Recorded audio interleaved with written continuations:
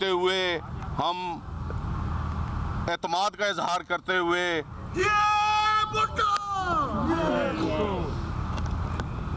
अपने एतमाद का इजहार करते हुए अपनी उस रफ़ाकत को खैरबाद कहते हैं। और हमारी बड़ी देरीना हमारी रफ़ाकत थी।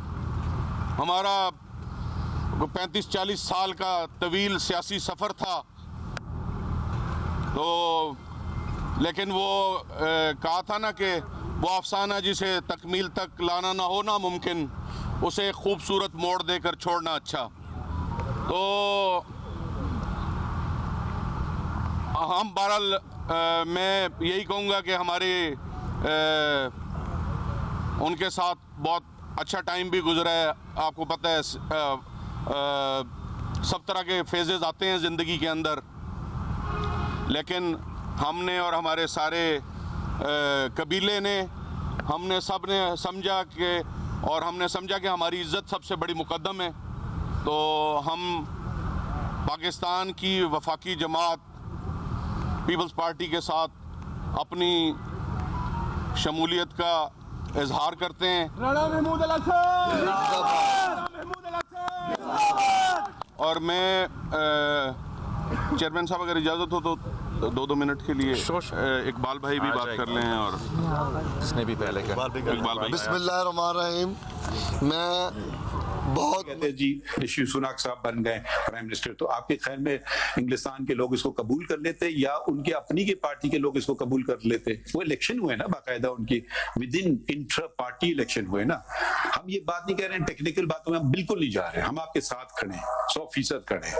बाकी अब इनके सारे मुस्तरद कर देंगे आर्ग्यूमेंट, टेक्निकल बातें, मगर बुनियादी बात दिखा देंगे इलेक्शन हुआ बस। ठीक है जी, ये सर। अच्छा अली ज़फ़र साहब, ये जो डॉक्यूमेंट्स अली ज़फ़र साहब एक जी, जो आप बता रहे हैं कि फॉर्म सबमिट हुए थे इलेक्शन के लिए, तो वो आपने वेबसाइट पे दिया है कि क्या हुआ? How do they came to know कि इलेक्शन हो रहे हैं? क्योंकि ये तो आपने वेबसाइट पे दिया ही नहीं है।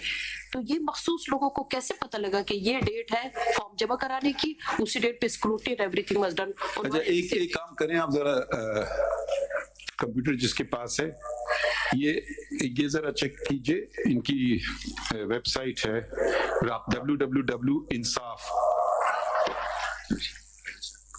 insaf.pk, या आपके लिटरेट पे लिखिए www.insaf.pk। कोई नॉमिनेशन पेपर है इस पे? नॉमिनेशन पेपर जी योर ऑनर फाइल कर नहीं, ऑन करें, वेबसाइट ऑन करें, वेबसाइट ऑन करें www.insaf.pk खोलें। क्या वेबसाइट नहीं है ये? योर ऑनर जी, अच्छा वेबसाइट है, मुझे बताएं। ये वेबसाइटों पे ये होते हैं, वेबसाइट खोली इलेक्शन ये मैं आपको सर एक CMC एक सेकंड आपकी वेबसाइट पर देख लेते हैं। नॉमिनेशन फॉर्म ओके नहीं है ना, फॉर्म तो नहीं डाले होंगे, नॉमिनेशन फॉर्म तो नहीं डालते, डाउनलोड करके भरना होगा ना। हाँ, स्पेसिमेन जो है, हाँ जो स्पेसिमेन होता है ना, स्पेसिमेन नॉमिनेशन। अब हम भी अपनी सुप्रीम कोर्ट की वेबसाइट पे चले जाएं, हम वो दे देते हैं कि जिसको अप्लाई करना है लॉ क्लर्क्स के लिए, वो पेज 34 पे जो आपको पेपर बुक दिए सर, ब्लैंक फॉर्म जो इस पे तो पेजिंग नहीं है। कौन सी पेपर बुक? आप कह रहे हो 8.5 लाख मेंबर्स हैं आपके, अगर 8.5 लाख में से अगर किसी को भरना हो फॉर्म, इसमें वो वेबसाइट पे नहीं है आपका। एक आप आपको बोलिए ना, प्रिंट आउट फ्रॉम द ये वेबसाइट, कह रहे हैं सर द ब्लैंक्स। जी, वो ये कह रहे हैं कि जो अली ज़फ़र साहब, मैं एक स्पेसिफिक बात कर रहा हूँ ना, आप हमारी वेबसाइट अभी खोल लीजिए जी। जितने मुलाजमीन कोई नौकरी की हम फॉर्म डाल देते हैं, स्पेसिमेन फॉर्म, कि अब ये नॉमिनेशन पेपर है। खैर हमारा तो इलेक्शन नहीं होता, हमारे जो एप्लीकेशन है, आपकी वेबसाइट पे ये कह रहे कोई फॉर्म नहीं है सर। जो इंस्ट्रक्शंस दी हैं इन्होंने, वो ये बात नहीं है, फैक्ट की बात है। वो के वेबसाइट इंस्ट्रक्शंस कौन दे रहा है? आपको दें पार्टी। नॉमिनेशन फॉर्म्स जो हैं वो अवेलेबल थे चारों सेक्रेटेरिएट ऑफिसेज में, जो इस्लामाबाद, पेशावर, बलूचिस्तान, सिंध, लाहौर थे। और नंबर दो वो वेबसाइट पे भी थे। अगर आप इजाजत दें, अभी खोलिए, आपके सामने दिखा दें वेबसाइट, आप क्लिक करके हमें दिखा देना। जब इलेक्शन हो गया तो फिर उसके बाद वो वेबसाइट से हटा दिए गए। लेकिन अगर आप इजाजत दें तो ये वाला प्रोसेस जो है, जिस जगह इलेक्शन किस तरह हुआ, कैसे हुआ, वो सारा का सारा इस आपका एप्लीकेशन जो इलेक्शन प्रोग्राम है ना उसमें तो एक दिन का ही तो टाइम है नॉमिनेशन का, सेम डे जिस तारीख को नोटिस इशू ये सही बात है, उसी दिन नॉमिनेशन डालना है जी। वो फॉर्म मिलेंगे कहाँ से? तो वो आदमी वहां से क्वेटा वाला ने फॉर्म लिया आपके लोकल सेक्रेटेरिएट से जी। ये कहाँ लिखा हुआ है? कहीं आपने बताया दुनिया को कि आप हमारे लोकल सेक्रेटेरिएट से कलेक्ट कर लें नॉमिनेशन पेपर? सर वो जितने हमारे पार्टी मेंबर्स हैं they are fully aware of where the offices are, local offices are. हम देखें जबानी बातों पर नहीं जाते, तो आप इतने वाइड स्टेटमेंट दे देते हैं, कोई बैकिंग, कोई कागज का टुकड़ा कुछ तो दिखा देना। तो वो दिखाएं कि जी आप जाके वहां से कलेक्ट करो। वो क्वेटा वाला फिर उसको जमा किधर करेगा? इस्लामाबाद में करेगा, क्वेटा में करेगा, कहाँ फेंकेगा? नॉमिनेशन पेपर इस्लामाबाद से आएंगे सर, वो इस्लामाबाद आना पड़ेगा उसको। That is the process of the election. Nomination forms to be receive, आपका इलेक्शन शेड्यूल है जो मैं दोबारा देख रहा हूँ जी। ये 29/11/2023 को ही रिलीज हुआ है जी, इशू हुआ है जी। और आपने नॉमिनेशन फॉर्म भी उसी दिन को इनवाइट कर लिया 29/11 को ही जी। और नॉमिनेशन फॉर्म को रिसीव होना है 1/12 को at Islamabad. So there were 3 days और किसी को भी रोका नहीं हमने। They were also available sir। Nomination fees form कितनी का थी? वसूल जो है ना वो नहीं लिखा। फीस कितनी? 50,000 जी। हाँ 50,000 देखिए आप 50,000 वो दिखाइए, बैंक में जमा किए, कैश में लिए? इसमें तो खैर लिखा नहीं है कुछ भी आपके शेड्यूल में। ये बैंक में जमा किए, कैश में लिए? कैश में लिए सर। किधर है वो पैसे? कैश में कैसे? कैश में कैसे पॉलिटिकल पार्टी ले रही है? अकाउंट में देना होंगे, कुछ तो कागज का टुकड़ा दिखा देना। बैंक डिपॉजिट 50,000 रुपए की उसने कर दी। उसके अलावा भी देखें नॉमिनेशन फॉर्म आप 50,012 को देख रहे हैं ना, थोड़ा सा फिजिकली पॉसिबल नहीं लग रहा है मुझे ये। मतलब ये अगर फर्स्ट कीजिए प्रोसेस करना चाहता ये आपको एक्सप्लेन करना है इसको आप प्लीज, क्योंकि देखिए लॉ के मुताबिक चलना है। वैसे अगर फैसले करने हैं तो फिर माजी में भी ये चीजें होती रही हैं कि अगर आप बगैर लॉ को देखे फैसले करें तो at least I am not privy to that. Question of law पे बात करें आप, अगर आप कर सकते हैं तो। सर ये जो है ना, जो हमारे बैरिस्टर साहब और जो सी हैं, आप देख Chief आप उन पे बर्डन ना डालिए, वो आप पे रखना एक्सप्लेन चाहते करते हैं प्रोसेस आपका एक्सप्लेन करते हैं अपना शेड्यूल है, प्रोसेस क्या है। आपसे बात हो रही है ना, इट्स तो मैं अगर मेरे से बात हो रही है सर तो लेट अस स्टार्ट विद देख लें साथ खड़े में आपके, बेशक देखें ये तो पेपर आपके हैं, हम अपने पास से थोड़ी जनरेट कर रहे हैं। तो बिल्कुल ये है 90 पे आप देखिए, इसमें देखिए फिजिकली कोई हरक्यूलिस किस्म की कोई एक्सरसाइज हो सकती थी तो हो सकती थी। अब आप पढ़े पहले ये देखिए जी, 29/11 का लेटर इशू होता है और 29/11 ही नोटिस इनवाइटिंग नॉमिनेशन फॉर्म है। चले मान लिया ये पहली दिन होगी, एक सेकंड यार रुक जाए sir please one by one 29 को इसका मतलब है कि हमने पहला प्रोसेस फॉलो कर दिया। Nomination forms are available. Please let me explain to you, Right. you can answer that. ठीक है। Number 2 पे है nomination forms to be received by returning officer at Islamabad. ठीक है। For all office bearers till 5 PM with spot scrutiny. 8.5 lakh लोगों के अगर form आएंगे इलेक्शन में या कंटेस्ट करने में, या चले 50,000 भी आएंगे तो वो आने चाहिए 1/12 को, ठीक है।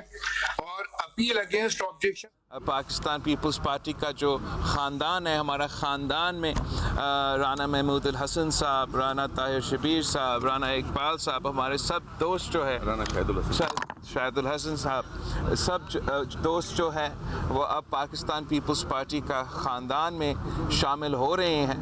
पाकिस्तान पीपल्स पार्टी सिर्फ़ एक सियासी जमात नहीं, हम एक सियासी ख़ानदान है और हमारा जो ताल्लुक़ है इस शहर मुल्तान के साथ आपको मालूम है ये अब 3 नस्लों से चलता आ रहा है और मुझे उम्मीद है कि इंशाअल्लाह ताला हम मिल के जद्दोजहद करेंगे।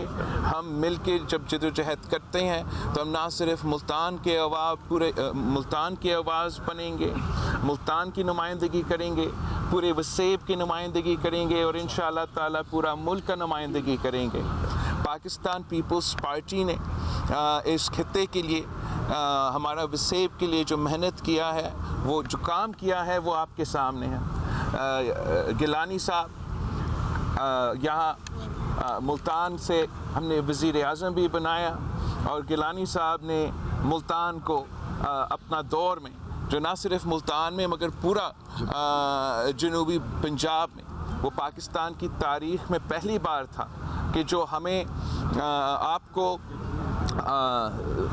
परसेंटेज मिलना चाहिए PSDP का, वो पाकिस्तान पीपल्स पार्टी का हुकूमत 2008 से लेके 2013 तक वो पहली दफ़ा पाकिस्तान की तारीख़ में हम उस परसेंटेज पे पहुँचे हैं। हम यहाँ काम करने चाहते हैं।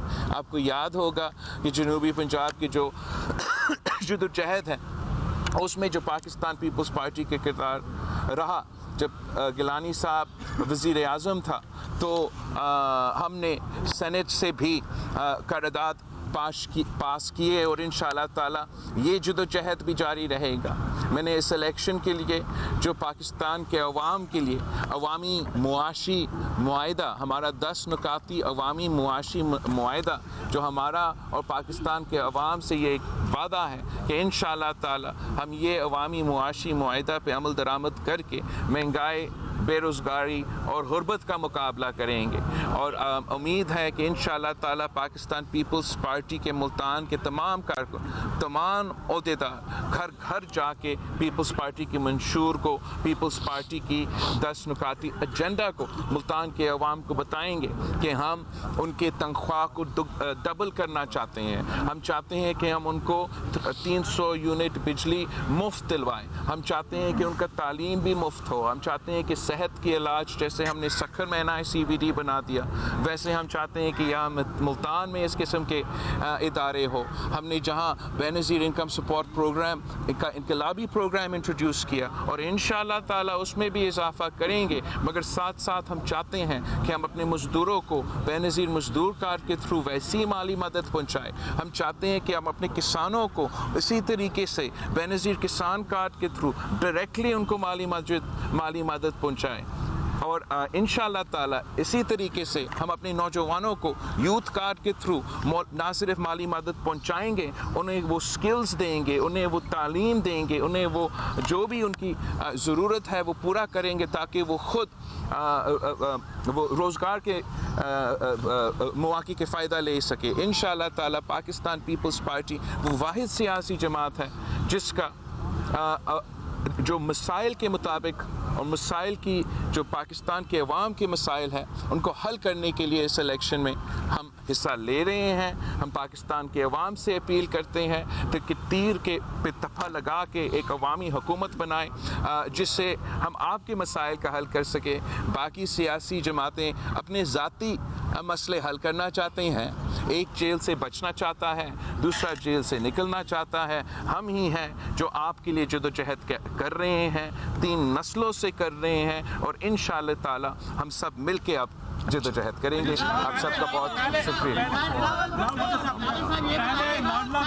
और 26 तारीख को इंशाअल्लाह ताला 26 को हम मुल्तान वापस आएंगे और पाकिस्तान पीपल्स पार्टी का मुल्तान का जलसा होगा। उसमें भी मैं आप सबको दावत देता हूँ, मुल्तान के अवाम को दावत देता हूँ कि आए पाकिस्तान पीपल्स पार्टी के साथ दे। आप इस पुराना सियासत को, इस नफ़रत और तकसीम को सियासत को हमेशा के लिए दफन करके एक नई सोच के साथ दे, पाकिस्तान पीपल्स पार्टी के साथ दे। पहले था इमरान खान लाडला, आजकल है नवाज शरीफ और बिलावल कब होंगे? आपके सवाल का बहुत शुक्रिया। हमारा तो ये जो मेरा भाई ने बात किया है पीछे, हमारा तो सिर्फ यही ख्वाहिश है कि हम अवाम का लाडला बने। अवाम ही ताकत का सरचश्मा है, ये कायदे अवाम ने हमें सिखाया है। यही तो वजह है कि मैं शायद वो वाहिद सियासी जमात का कायद हूँ जो कैंपेन चला रहा हूँ इस इलेक्शन में। दूसरे इधर उधर देख रहे होंगे, मैं सिर्फ आपकी तरफ देख रहा हूँ और उम्मीद है कि आप भी हम पे भरोसा करके हमारे साथ एक हमें जो मेरा आपकी ज़ात से है, आप बहुत पढ़े लिखे माशाल्लाह। आपने कहा कि मिलकर चलेंगे, पुरानी नफरतों को भूलना है। नज़रियाती तौर पर आप समझते हैं कि पीपल्स पार्टी, आपके फादर बिलावल भुट्टो साहब भी आपके नाना, उनकी जो लेगेसी थी जिसको लेकर आप चलें, क्या आपको इतनी जम हो गई है कि एक तरफ राइटिस्ट हैं और एक तरफ आप लेफ्टिस्ट हैं, तो अब इस चीज़ को आप ख़त्म करना चाह रहे हैं कि आइंदा जो है वो बिल्कुल किसी भी नज़रिए के तहत कोई बात नहीं होगी, सिर्फ इलेक्टेबल की बात हो रही है, इलेक्टेबल लेकर आगे चला जाएगा? देखिए, आपने तो एज इन इलेक्टेबल्स का क्या, हमने इलेक्शंस इसलिए जीतने हैं ताकि हम अपना नज़रिया पे अमल दरामद करें और यही सियासत का मकसद होता है, सियासी जमात का मकसद होता है। हमारा नज़रिया और बाकी सियासी जमातों का नज़रिया में वाज़ेह फ़र्क है। और अब इस बात तो ये तो आप बिल्कुल सही कह रहे हैं कि तमाम जो बाकी सियासी जमातें हैं वो राइटिस्ट हैं, वो अशराफिया का नुमाइंदगी करते हैं। वो जब भी हुकूमत में आते हैं वो अमीरों को रिलीफ देते हैं और अवाम को तकलीफ़ देते हैं। पाकिस्तान पीपल्स पार्टी ही वो वाहिद जमात है जो हर दौर में अवाम को ही रिलीफ दिलवाते हैं। कायदे अवाम हो, शहीद मोहतरमा बेनज़ीर भुट्टो हो, हम पाकिस्तान के गरीब अवाम की नुमाइंदगी करते हैं, उनके पाकिस्तान के किसान का नुमाइंदगी करते हैं, पाकिस्तान की मजदूर का नुमाइंदगी करते हैं, पाकिस्तान के तालिब इल्म को, पाकिस्तान के सहाफ़ियों का नुमाइंदगी करते हैं। मुमताज़ भाई कौन है? मुमताज़ नियाज़ी साहब। आप मेहनत कर रहे हैं पंजाब में, ख़ास तौर पर आप बहुत ज़्यादा मेहनत करके दोबारा पार्टी को उठा रहे हैं। इलेक्शन के बाद क्या आप कोalition गवर्नमेंट में बैठना पसंद करेंगे या अपोजिशन में जाना पसंद करेंगे? अब आपका सवाल का बहुत शुक्रिया। हमारा जो कोशिश होगा कि हम पाकिस्तान पीपल्स पार्टी का वज़ीर-ए-आज़म बनाएं, और इसलिए कि हम समझते हैं कि जो मुल्क के हालात हैं उसको सिर्फ़ और सिर्फ पाकिस्तान पीपल्स पार्टी में ये सलाहियत है कि हम इसको टैकल कर सकें। जो इस वक्त मुल्क में सियासत में जो नफ़रत और तकसीम का सियासत है और जो पोलराइजेशन और पार्टिज़नशिप एक अरूज पे पहुंच चुका है, मैं समझता हूँ कि वो बुखार सिर्फ़ और सिर्फ पाकिस्तान पीपल्स पार्टी तोड़ सकती है। अगर PTI का हुकूमत किसी न किसी तरीके से बना तो उनका एक ही काम होगा कि उन्होंने अपने सियासी मुखालफीन से सियासी इंतकाम लेना है। और मियाँ साहब ने आज से दिखा दिया है, अब से दिखा दिया है कि उसका यही इरादा है कि अगर हुकूमत में आया तो सियासी इंतकाम लेना है, उन सब से पूछना है, उन सब से हिसाब लेना है जिन्होंने पता नहीं क्या क्या किया। हम ही हैं जो समझते हैं कि पाकिस्तान एक संगीन मुआशी बहरान से गुजर रहे हैं। इस वक्त हर सियासतदान का काम ये होना चाहिए कि हम कैसे महंगाई का मुकाबला करेंगे, कैसे बेरोज़गारी का मुकाबला करेंगे, कैसे गुर्बत का मुकाबला करेंगे, और उसके लिए सिर्फ़ और सिर्फ पीपल्स पार्टी के पास मंशूर है, प्लान है।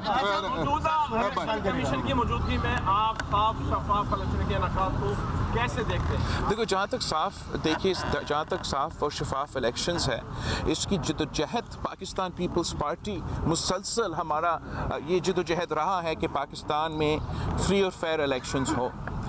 और खान साहब का ये एक नया मुतालबा है जो अभी सामने आया है, वरना हर इलेक्शन में खान साहब का कोशिश ये रहा है और पिछले इलेक्शन में उसका ये कोशिश कामयाब हुआ कि धांधली करवा के उनको मुसल्लत किया जाए। हम समझते हैं कि जो तरमीम, जो अमेंडमेंट्स पाकिस्तान पीपल्स पार्टी के दौर में 2008 से लेके 2013 तक हमने फ्री एंड फेयर इलेक्शंस करवाने के लिए, इलेक्शन कमीशन को बाख्तियार बनाने के लिए इस प्रोसेस में जो लीडर ऑफ द ऑपोजिशन और वज़ीर-ए-आज़म का कंसल्टेशन होना था, ये सब चीज़ें हमने इसलिए डाले थे ताकि चेक्स एंड बैलेंसेस हो और फ्री एंड फेयर इलेक्शंस करवाया जाए। और काश खान साहब हमारे साथ इलेक्टोरल रिफॉर्म्स में और फ्री एंड फेयर इलेक्शंस करवाने में जब वो हुकूमत में था, काश वो हमारे साथ तब देता तो फिर शायद हम मज़ीद बेहतरी लेकर आते। आपके दोस्तों ने, बिलावल साहब, आपके दोस्तों ने बात की है सर, मुल्तान से आपको अब लेवल प्लेइंग फील्ड मिलना शुरू हो गया है, तो इसको कहाँ तक जाता देख रहे हैं, किस हद तक? सर, हमें तो लेवल प्लेइंग फील्ड किसी इलेक्शन में मिले या ना मिले, हम अपना लेवल प्लेइंग फील्ड का बंदोबस्त करते हैं। और हम इंशाअल्लाह ताला जैसे भी पिच मिले, पाकिस्तान पीपल्स पार्टी भागने वाले नहीं है, डरने वाले नहीं है, झुकने वाले नहीं है। हम तो इनको कहते थे जब हम हुकूमत में थे कि चाहे वो सूबाई इलेक्शंस हो, चाहे वो बाय इलेक्शंस हो, पीछे ना हटे, डट के मुकाबला करे। तो आज भी हम डट के मुकाबला करने के लिए तैयार है।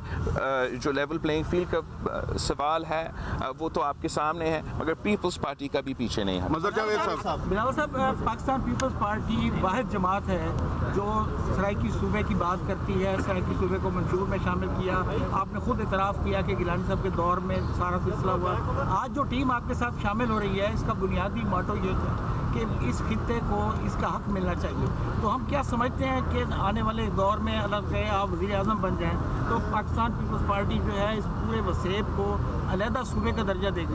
हम बिल्कुल चाहते हैं कि हम अपने वसेब को हक दिलवाया जाए, और ये जदोजहद जैसे आपने कहा गिलानी साहब के दौर में हमने सेनेट में भी क़रारदाद पास किया, और अब यही वजह है कि हाँ एक्ट ऑफ पार्लियामेंट पास किया, नॉट जस्ट रेजोल्यूशन। आजकल रेजोल्यूशंस पास करते हैं, हम तो पूरा पार्लियामेंट में एक्ट पास किए थे, सेनेट में इंट्रोड्यूस हुआ और उधर से आगे गया। आज भी हम अगर इलेक्शन में हिस्सा ले रहे हैं तो हम पंजाब के अवाम से, जनूबी पंजाब से के अवाम से, सबसे ये वाज़ेह पैगाम दे रहे हैं, वसेब के अवाम से ये अपील कर रहे हैं कि आप पाकिस्तान पीपल्स पार्टी के साथ हैं। आप ना सिर्फ वफाक में, आप यहाँ सूबा पंजाब में अगर आप मुझे हुकूमत बनाएं तो फिर मैं असल मानों में जो पाकिस्तान पीपल्स पार्टी के ख्वाहिशात हैं वसेब के लिए, वसेब के अवाम के लिए, वो हम पूरा कर सकेंगे। और उम्मीद है कि इंशाअल्लाह ताला हम फरवरी 8 को सरप्राइज देंगे। आम अभी तक शशो पंज में है, इवन के सियासी जो लोग हैं वो भी शशो पंज में, पता नहीं इलेक्शन होते हैं नहीं होते। सेनेट में हर दूसरे दिन जो है करारदाद मंजूर हो जाती है, पास भी हो जाती है कि इलेक्शन लेट किए जाएं। उधर मौलाना फजल रहमान साहब भी कह चुके हैं इलेक्शन 3 महीने लेट किए जाएं। फिर केपी में उनके ऊपर हमला करने वाले लोग भी पकड़े जाते हैं।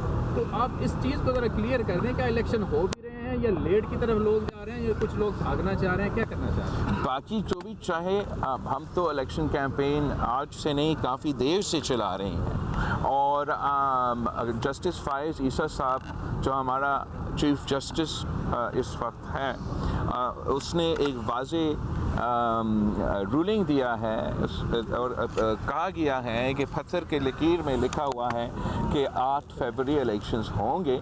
तो मेरा ख्याल में कि लोगों को अपना कैंपेन शुरू करना चाहिए और उस गलत फहमी में नहीं रहना चाहिए कि इलेक्शंस नहीं होंगे। शरीफ जो तहरीक इंसाफ को इलेक्शन से आउट कर दिया जाता है, तो पीपल्स पार्टी को उस पॉइंट किस नज़रिए से वो उनका अपना कसूर होगा। मतलब किसने उनको कहा कि इतना गड़बड़ करे अपना पार्टी इलेक्शंस में? उनको मालूम था कि मुश्किल वक्त है, थोड़ा सा फॉर्मेलिटीज़ पूरा कर देते, थोड़ा सा होमवर्क कर देते।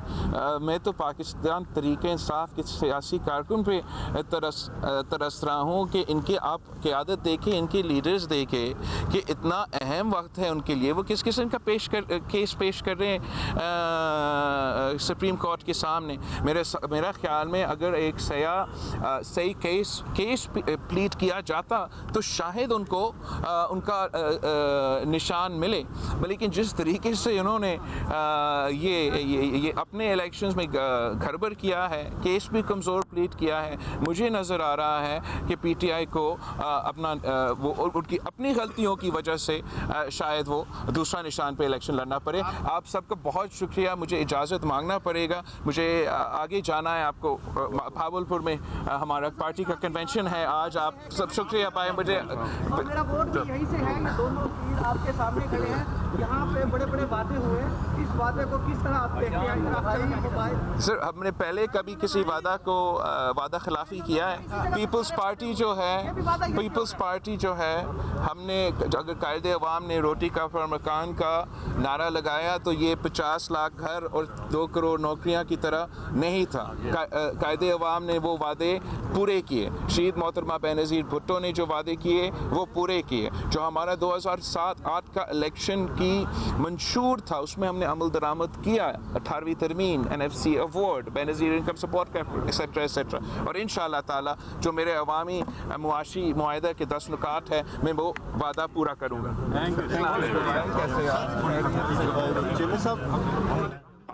आप कह रहे हैं कि नहीं, सर्टिफिकेट दे दिया, इलेक्शन कराऊं या ना कराऊं, बात खत्म। जी, मेरे हिसाब से बुनियादी बात जो है ना, सर्टिफिकेट कागज का टुकड़ा नहीं है।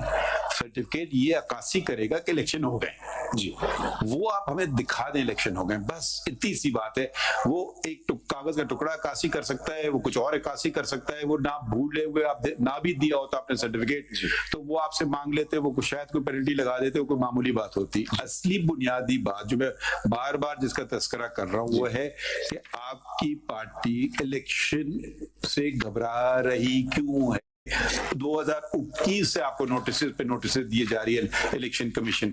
चलिए आप आज का एलिगेशन लगा सकते हैं, मगर इसलिए मैं देखना चाह रहा था इन्हें शुरू कब किया। अभी आपकी हुकूमत देखें, अगर आपकी हुकूमत आज गई, हम भी वी आर प्रैक्टिकल पीपल, और आज आपके जान के पीछे पड़ गए होते तो एक बिल्कुल फर्क बात थी। ये उस वक्त से कह रहे हैं, इन पे शिकायतें आ रही कि इलेक्शन नहीं हो रहे हैं, आप उसको तस्लीम कर रहे हैं कि आपने इलेक्शन नहीं करवाए। अब या तो कहते हैं कि जी political party means one person, जो वो करे वो ठीक है, फिर वो कानून आप बदल दें। आप पार्लियामेंट्री मेंबर हैं, आप एक तरमीम ले आइए, आप रिपील कर दीजिए इलेक्शन एक्ट को, ठीक है। वो ऐसी बात नहीं, वो देखिए वो आपका इख्तियार है, फिर हम उसको देख लेंगे कि वो आईनी तौर पे सही है नहीं। कानून आप लोग बनाते हैं ना, ये इलेक्शन एक्ट आज नहीं बना कि इस नई हुकूमत ने आगे एक इलेक्शन एक्ट बना दिया। चलिए ये भी 2017 का कानून है, तो पिछले इलेक्शन भी इसी एक्ट के तहत हुए। तो एक बुनियादी सी बात है, इलेक्शन आप करवा लें अपनी पार्टी में। अभी तक मुझे कोई चीज आप दिखा नहीं पा रहे हैं। कभी आप एक चीज दिखाते हैं, दूसरी नहीं होती कि वो फीस है 50,000, कोई मुझे दिखा दें जी कैश में किसको इतनी फीसें जमा की लोगों ने, पैसे घर ले गए, क्या किया, पार्टी के अकाउंट में पैसे नहीं डाले, वो दिखा देते कि जी ये देखिए अपने अकाउंट में पैसे डाले। मैं तो अभी उस पे आया नहीं, मैं अभी आ रहा हूँ उस पे, लेकिन अब आप हमें हर मसले में देखिए ऐसे देखिए, अब ये तो चलता रहेगा 6 दिन तक। हमने खान साहब को कह दिया था कि आप इसको बेशक हम आपको टाइम देंगे, फिर हम जजमेंट को सस्पेंड करेंगे। तो अगर आप हमारे सवालों के जवाब ना दें तो हम सुनते हैं आपको, मगर फिर हमें सस्पेंड करना होगा जजमेंट को। हमने सस्पेंड नहीं किया जजमेंट को, इसीलिए बिकॉज आई थॉट कि आपको इसको एंजाइटी होगी कि इसको जल्द फैसला हो जाए। बहुत अब आप इसको एक वो हमें सारे जो हमारे जो एंजाइटी है उसको आप अटेंड करें, ठीक है। आप अदरवाइज आप आर्ग्यू करते रहेंगे, मगर फिर वो आपके फिर आप ये ना गिला कीजिएगा कि क्यों सस्पेंड कर दिया, फिर वो उसका ये निकलेगा। ठीक है जी, I will go straight to this. मेरा पहला पॉइंट सर खत्म हो गया, विच इज दिस के according to my submission there is no jurisdiction. अब मैं आपका पॉइंट पे आता हूँ, एड्रेस करना योर फीलिंग के इलेक्शन नहीं हुआ। मैंने एक पेपर बुक दी है सर आपको, इस जी दिए ना, जी आपके सामने होगी सर, ये वाली ना जी, हाँ आपने फाइल की ना जी, ठीक है। अच्छा now sir what happens is, मैंने शुरू किया था कि अब 20 दिन में हमने इलेक्शन कराने हैं, तो ये 28 नवंबर को हमारे पास जो पहले जो हमारी एक the way to election constitution में से 2 इलेक्शंस हैं। एक है चेयरमैन का, चेयरमैन का इलेक्शन है, वो सिंगल इलेक्शन होता है कि आप एक 1 अगेंस्ट 1, और जो एक है panel election. Panel election means कि आप अकेले नहीं आ सकते, आप एक पैनल लेके आएंगे, यानी कि आप कहेंगे कि मैं जनरल सेक्रेटरी, दिखाइए ना चेयरमैन का इलेक्शन दिखाइए जी। इसमें कॉन्स्टिट्यूशन ये जो पेपर बुक है, इसमें बहुत सारे पेपर्स हैं भी नहीं जो आपके इलेक्शन के प्रोसेस के होते हैं, जो कि हम सेटिस्फाई होना चाह रहे थे, वो है ही नहीं इसमें। चेयरमैन का दिखाएं, chairman, let's start with the chairman. Constitution नहीं ये इसमें पेपर बुक में कहाँ है चेयरमैन का? नहीं, मैं अभी आपको बता रहा था कि इलेक्शन होते हैं एक चेयरमैन का और एक पैनल का। हम पढ़ चुके हैं ना, राइट। हम आपको टेक्निकलिटी से निकालना चाह रहे हैं। Thank you sir. वो अब मखदूम साहब टेक्निकलिटीज में हमें ले गए, वो 5.1.1 आपके कॉन्स्टिट्यूशन का हमने ज्यादा उस पर वो नहीं अहमियत दी जी। फिर आप उसी तरफ जा रहे हैं जहाँ बोले जाना चाहते हैं आपको। अब से इसमें तो आपने खुद ही एक ये कटिंग लगाई है कि बाबर अकबर जो है वो सेक्रेटेरिएट पहुंच गए फॉर्म लेने के लिए जी। ये तो खुद उनके जी वो आए, तो हमने फॉर्म उनको there was no restriction for him, that is why we shown it to. और वोटर लिस्ट इलेक्शन के तरीकेकार की मालूमात हासिल करनी है अकबर एस बाबर, ये जियो की आपने लगाई है ये। वो आ गए, तो इसका मतलब वो उनको नॉमिनेशन पेपर्स अगर चाहिए थे वो ले लेते, वो उन्होंने नॉमिनेशन पेपर फाइल नहीं किया। वो तफरीक पे तो नहीं आए जी, वो कह रहे हैं कि मैं नॉमिनेशन पेपर लेने गया, मुझे नहीं दिया जी। अब हम कह रहे हैं दिया, हम कह रहे हैं तैयार है, तो क्या होता है ना, हम कह रहे हैं देखिए ना, एक सेकंड ना, आपने जब दिया ना तो 50,000 रुपए की फीस का है, वो नहीं दी उन्होंने।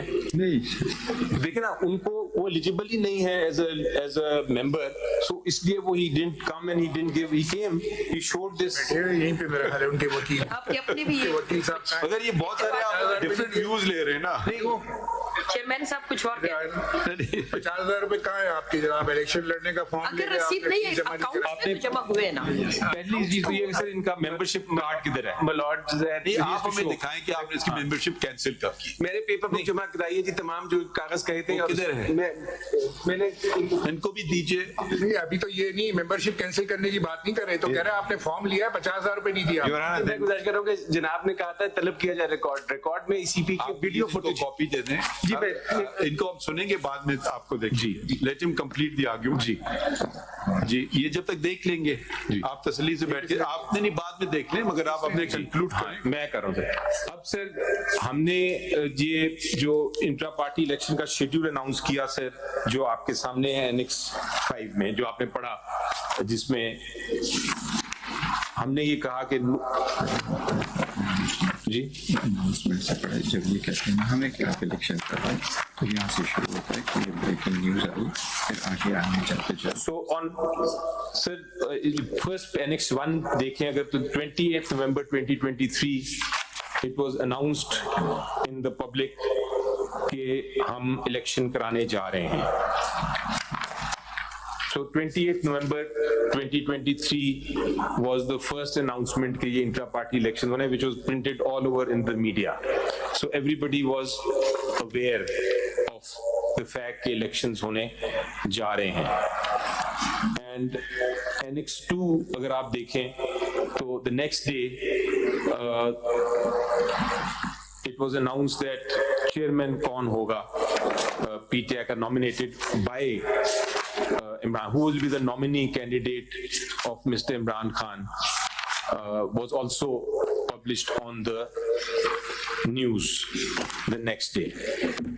Now, sir, 29th ko, it was officially announced. In fact, I was given the task to announce, which is Annex 3, कि आप जो है सैटरडे को अनाउंस कर दें कि इंट्रा पार्टी इलेक्शंस होंगे. This is now Annex 3 on 29th November 2023. So I announced it on the media. हालांकि जरूरत नहीं है कि आप टीवी मीडिया पे करें, लेकिन we for the sake of shortness of time announced it to the media on 29th November 2023. And हमने कहा कि हफ्ते के दिन, इसी हफ्ते सैटरडे को हम ये इलेक्शन कराने जा रहे हैं. Then your lordship, this is now 29th November. Thereafter सारा न्यूज में आया. Then the next on 29th on the same day. Which page are you on? Now, your lordship, I'm coming. I've skipped Annex 4. I've come to Annex 5. नहीं, Annex 4 ये क्या? ये तो कोई newspaper की खबर है. वो न्यूज़पेपर में सारा आ रहा था कि जिस सैटरडे को इलेक्शन होने जा रहा है. नहीं, where is Mr. Imran Khan's nominating Mr. Gaur Ali Khan as the chairman? Where is that letter? Page 2. If you letter नहीं सर, वो न्यूज में आया था. नहीं, तो ये हम कैसे बात तस्लीम कर लें? देखिए, हम अब न्यूज में तो नहीं चलेंगे ना. ठीक है, but I'm just saying कि I'm looking at now the facts as they are. आप देखिए, आप बुरा ना मानिए. जी जी. We're not casting aspersions. Right. Please don't misunderstand us. जी जी. How can we even assume this, that he's nominated him? It was in the papers, it was in the media talk. कोई नोट हो जाएगा ना, I hereby nominate. कुछ तो दिखा दें. नहीं, इसका नॉमिनेशन नहीं होती सर. वो नॉमिनेशन पेपर पे जाके साइन करेंगे. He was a candidate who was put up. Let us put it this way. He was a candidate being supported by the chairman PTI. Why not you? You're an older member. Why not Hamid Khan? Why not Hamid Khan sahab? He's a founding member. Because देखिए ये बातें ये आप बस कह रहे हैं ना. जी, कह रहा हूँ. उसके अलावा हमारे पास कोई कागज कुछ नहीं है ना. जी, देखिए, खान साहब is the founding member. You are an older member, senator. मतलब, so these questions also arise. Tomorrow Mr. Imran Khan comes out and says, I never nominated him then. That is a observation, your lordship. I'm just taking your lordship through this now, the dates. So your lordship, 29th को फिर 20, the next page, Annex 5 is the 29th को the federal chief election commissioner was appointed. He published a schedule, and the schedule जो है sir, it is with the approval of the election commission. Election commission has 6 people in it.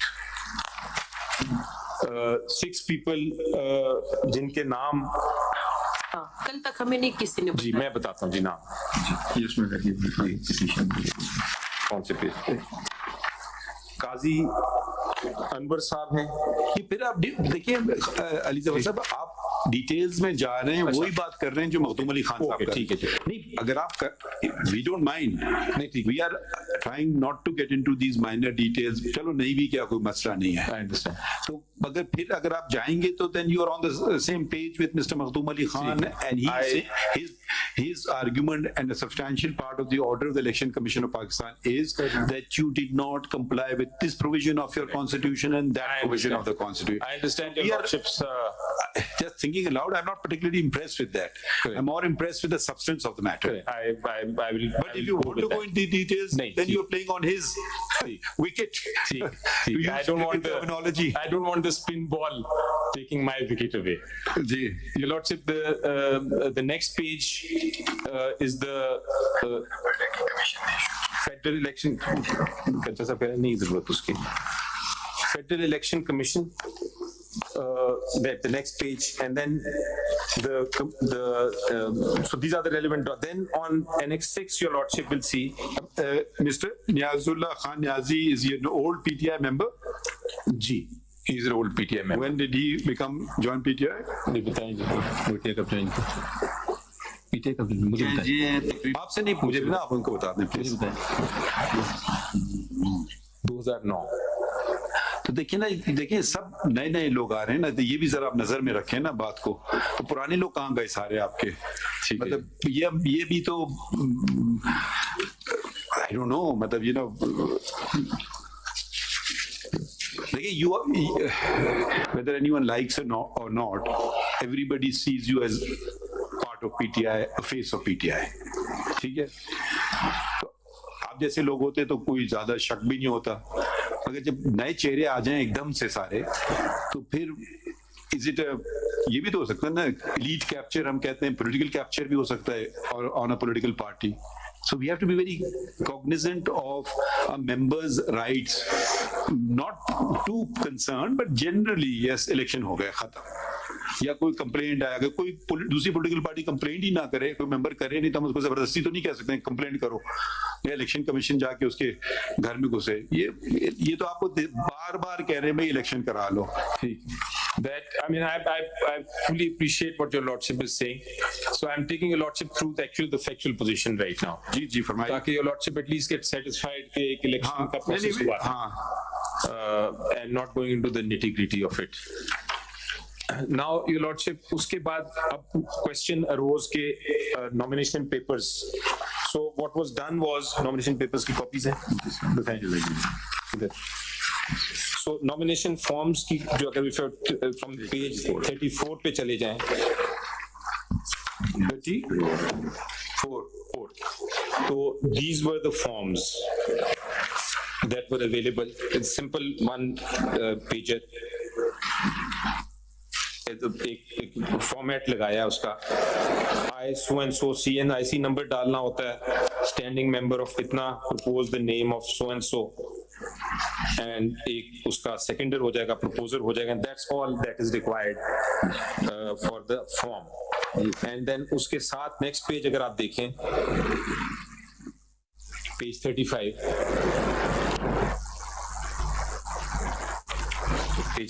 देखें, तो ये page 35 पे आपको नजर आएगा कि एक पैनल फॉर्म में इस तरह पे साइन होके आता है, all the panelist sign. So your lordship can see कि ये जो आपने 34 पे दिखाया है, ये किसका है? उमर अयूब खान का। जी, this is his panel. Umar Ayub Khan का नॉमिनेशन पेपर सबमिट हुआ है 1 December 2023 को, and it has been received at Islamabad and after scrutiny has been accepted. और उसके साथ पेज 35 पे sir, because it's a panel election, तो उसने अपना पैनल भी दे दिया। Your Lordship can see the panel that has been given. दूसरे पैनल के पेपर का है जी, दूसरा पैनल दूसरा कोई नहीं आया. No other panel came like this. So this was one panel that came only. ये तो टोटल 15 आदमी का पैनल है. जी जी, ये जीता है. ये जीता है. तो ये जो आपके वो आपने जो लिस्ट भेजी है वहाँ पे पूरे सूबों के मुताबिक उसका टोटल नंबर 91 है जो आपके ऑफिस में अलग है सर. हर पैनल अलग से आया. इसी पर this is the format. 91 persons are elected and opposed. 91 है. Correct. आपने जो इलेक्शन को दिया सीपी को. Every person has the same kind of form. नहीं, पैनल जो है आपके कितने थे ये नहीं समझ आ रहा ना. आपकी पेपर बुक से आपने एक उमर अयूब ये सेंट्रल था सर. एक एवरी प्रोविंस. मगर जो total number of unopposed candidate आपके पास जीते हैं वो 91 है पूरे इन टोटलिटी. टोटल पैनल्स थे सर. टोटल पैनल कितने?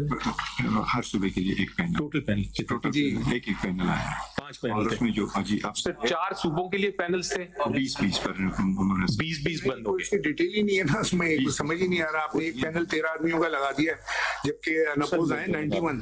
कौन से बाकियों का भी दे दीजिए. उनमें एक फॉर्म लगाया आपने. वो भी कोई शहरोज अहमद है उन्होंने इनको प्रपोज किया है उमर अयूब खान को. ये है सेंट्रल पैनल का. इसी तरह पैनल क्या मतलब? क्या लोग इलेक्शन नहीं लड़ सकते हैं? नहीं, अकेले नहीं लड़ सकते. क्यों? दैट्स द कॉन्स्टिट्यूशन सेज नहीं. कॉन्स्टिट्यूशन सेज कि आपके पैनल के फॉर्म में आ सकते हैं आप. So if I want for example to say कि जी मैंने एडिशनल सेक्रेटरी जनरल का लड़ना है, आई कांट कम अलोन. तो ये जमहूरियत के मुताबिक है सर. ऐसे तो होता है कि पैनल होता है मगर फिर भी पैनल को वोट तो करते हैं ना लोग. और बाहर के भी इलेक्शन होता है सबको पता है ये फलां का पैनल है फलां का पैनल, मगर सब इंडिविजुअली फाइल करते हैं. इंडिविजुअल है, यहाँ इंडिविजुअल नहीं है. तो ये कुछ समझ नहीं आई बात. वो तो फिर भी ठीक है उनकी वाबस्तगी एक नजरिया या सोच या एक शख्स के साथ है वो तो समझ आ गई. मगर इलेक्शन तो फिर भी होते हैं ना. सबको इंडिविजुअली लड़ना होता है. पैनल के 3 मेंबर आ गए 2 रह गए. ऐसे अक्सर हम तो देखते ये हैं. होना चाहिए. आप बिल्कुल ठीक है. नहीं मैं ऐसी अजीब सी बात है. तो ये जमहूरियत के बरक्स नहीं है. 4 लोगों ने बैठ करके पूरी पार्टी बांट ली. तुम्हारा ये पैनल मेरा ये पैनल खत्म. इलेक्शन हो गया. सर आपको याद होगा, आई डोंट नो आप क्लब के मेंबर हैं कि नहीं, बट कुछ क्लब्स में होता है लाइक जिमखाना जहाँ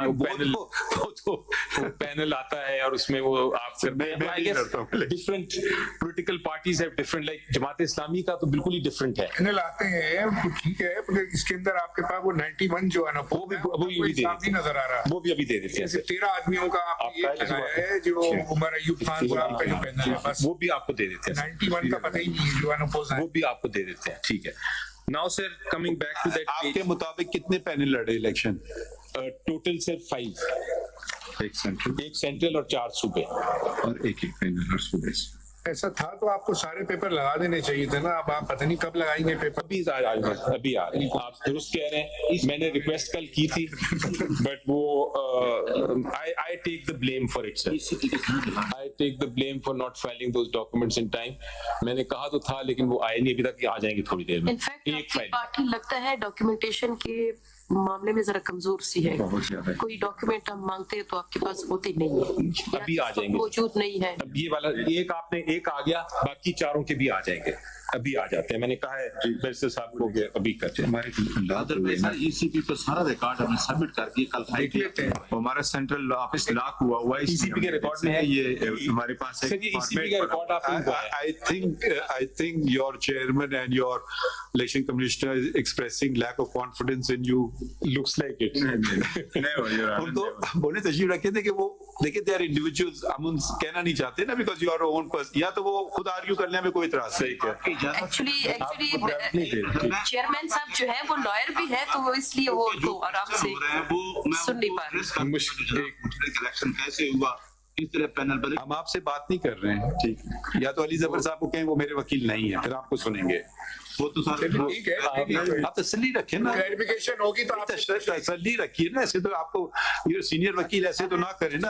अली जफर साहब आपने जो आपसे नहीं पूछा है कुछ. हम इनसे पूछ रहे हैं जो हम आपसे नहीं पूछ रहे. आपके वकील से पूछ रहे हैं. कह रहे हैं सर. तो हम अगर नए चेहरे अगर आए हैं तो पार्टी में 2006 से 9 से आप ये बातें मुझे मैं सारी बातें मैं तो apologize sir, ये actually होता ही है। गुस्सा सुना है, मैंने 3 साल जनाब के सामने पेश हुआ हूँ, वो सारी चीजें मुझे पता है कि मैं मेरे साथ इस तरह क्यों हुआ, ये मुझे पता है। Mr. Ali Zafar, shall we issue notice? Sir, I apologize. If this is the way, fine. No, I don't think it is the way. This is not. आप बैठ जाइए ना, कोई बात नहीं, आपसे clarification We are not even asking him anything. पूछ लेंगे आपसे। I mean, if he this just show, what can I say? नहीं, I think कह सकते हैं। मैंने तो ऐसे मेरा बेटा जनाब के पास इंटरव्यू के लिए आया है, आपने उससे भी पीटीआई के क्वेश्चन पूछे हैं, लॉ क्लर्क के, मुझे पता है सारा। Mr. Ali Zafar, I shouldn't say this, but since and this is being live broadcast, I have to. I would have no clue whether he has any son if he ever appeared before me. So him making an allegation of the nature that he just did is extremely inappropriate. If you want to reduce the dignity of this court, please go and do so. If you want to destroy every institution in Pakistan, please do so. But he's not relenting. He is going on. If we are going to get up. Okay, fine. We've heard the case. We will conclude matters then. This is not a way. I think we are hearing you with patience. I know. We have a question. We put it to you. Yes, it's going on so well, and I'm enjoying myself. In fact, arguing before this court. I may agree with you or may disagree with you. वो तो बिल्कुल है। Certain question of law तो हमने आपसे पूछी है ना पूछे तो फिर Absolutely, that is the way it should be. That is in fact since we are live, this is the way people should learn how to argue and counter argue. We want to. You've always been a very professional lawyer before us. You have appeared always before. We know your affiliation with a political party. Have you ever discriminated against you? I don't know. I mean, you brought a petition. We said hold the election. And you have never put your party. Whenever you come to court, you act as a counsel. Yes. At least that's my opinion. That's exactly how I want. I mean, I don't know. I mean, I've always found you very professional in your. Sometimes I'm sure I've decided cases against you. You win some, you lose some. That's besides the point. I think we'll maybe take a break at this juncture. Zara aap bhi zara kuch zara mein khayal mein have a cold drink or something. Not you, but if you don't ask a question, how will you understand a case? मेरी तरफ से तो I'm actually thoroughly enjoying this thing, and I think people are learning how a court and a lawyer should actually discuss and debate a case. So I think this is a great opportunity. I'm very unfortunate that this happened. It is very unfortunate that this happened. Half an hour break, lunch break करने? ठीक है sir. Okay. Thank you. हाँ, half an hour. Half an hour. Thank you. Thank you, sir.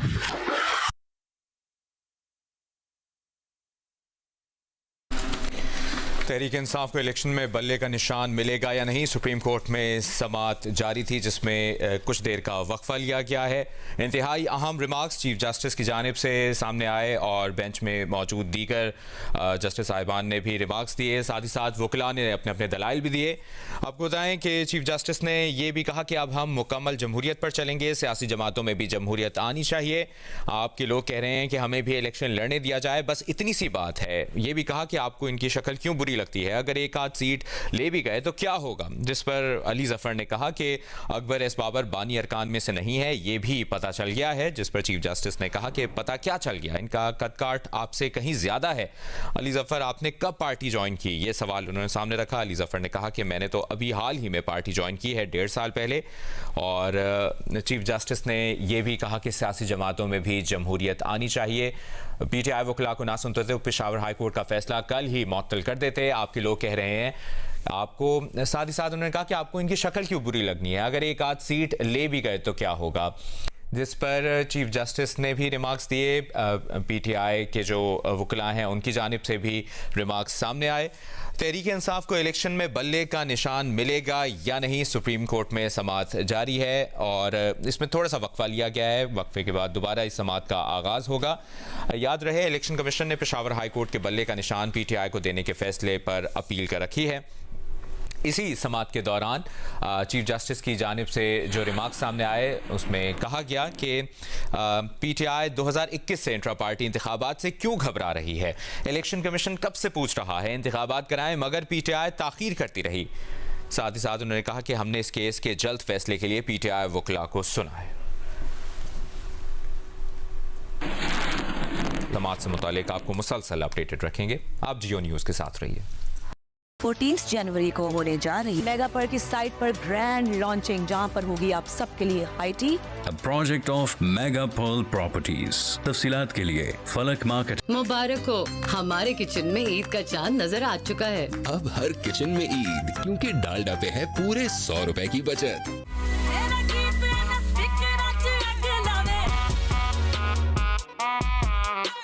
कुछ अलग है मेरा आज। I set my own रिवाज। तेरे मेरे साथ से नहीं कुछ भी ऊपर, सीधी सादी खुशी है सुपर। पावर प्लस से मिले आपके जूतों को एक नई शानदार चमक और इसका पावर शील्ड सोल्यूशन रखे जूतों को धूल मिट्टी और पानी से महफूज। Power plus complete shoe care products. दिल बनास्पति 100% कोलेस्ट्रॉल फ्री है। इसमें शामिल विटामिन की ताकत रखे आपके दिल का खास ख्याल। 14 जनवरी को मेगा पर्ल की ग्रैंड लॉन्चिंग होने जा रही है। एक जबरदस्त इवेंट, आप लोगों ने जरूर आना है। Project of Mega Pearl properties. तफसीलात के लिए फलक मार्केट। नया डेटॉल मल्टीपर्पज क्लीनर जो करे एक तीर से 3 शिकार। पहला, आम डिटर्जेंट के मुकाबले में 100% बेहतर सफाई। दूसरा, हमारे आम फिनाइल के मुकाबले में 100% ज्यादा जरासीम। और 3, ये महकती खुशबू। तेरे मेरे साथ से नहीं कुछ भी ऊपर, सीधी सादी खुशी है super.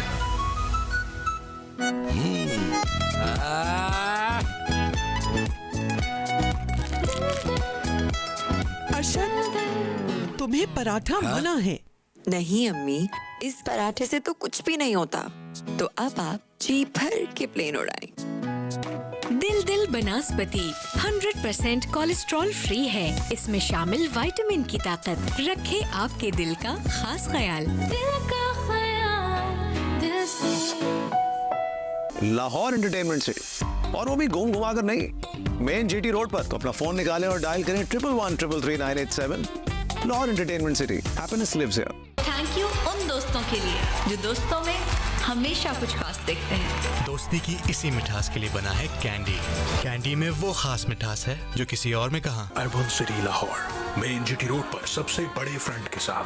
So are you ready to live something more? Urban city Lahore 04211666888। तेरे मेरे साथ से नहीं कुछ भी ऊपर, सीधी सादी खुशी है सुपर। ख्वाब तो हर कोई देखता है, लेकिन हर ख्वाब को ताबीर नहीं मिलती।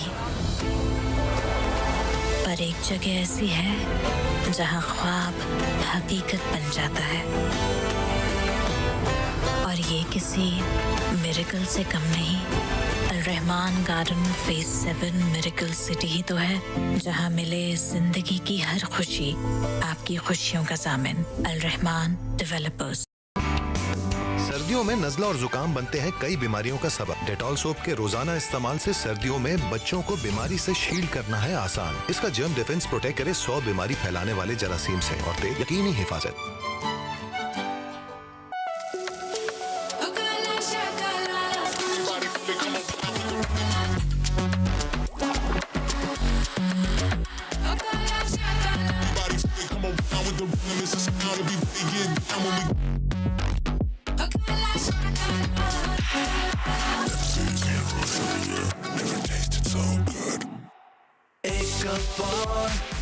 है कितनों का बहाना, एक कप और तुम्हें एक और कप चाय। एक और कप चाय, टपाल दानेदार। हमें पूरे 2 मिनट तक हाथ धोने चाहिए, तो जरासीम नहीं जाएंगे। धोते जाओ धोते, हाँ? धोते जाओ धोते। बंटी, तुम्हारा साबुन स्लो है क्या? नया लाइफबॉय सुपरफास्ट हैंड वॉश अब विटामिन के साथ। ये दे आम साबुन के मुकाबले जरासीम से 100% स्ट्रॉन्गर हिफाजत सिर्फ 10 सेकंड में।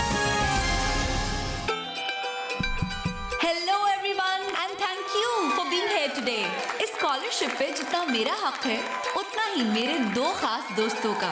एक दिन मैंने कहा ड्राइवर नहीं है, मैं आज कॉलेज नहीं आऊंगी। Guess what they did? शाम को घर आए, गाड़ी निकाली और कहा चलाओ इसे।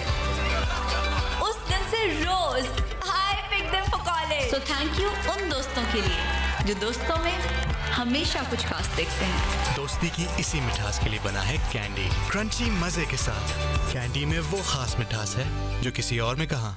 डेटॉल स्किन केयर, क्योंकि ब्यूटीफुल स्किन है जर्म फ्री स्किन। इसका स्किन केयर फॉर्मूला दे पिंपल्स फैलाने वाले जर्म से हिफाजत, और इसके एडेड मॉइस्चराइजर्स रखें स्किन को सॉफ्ट महकती खुशबू के साथ। डेटॉल स्किन केयर, क्योंकि ब्यूटीफुल स्किन है germ free skin.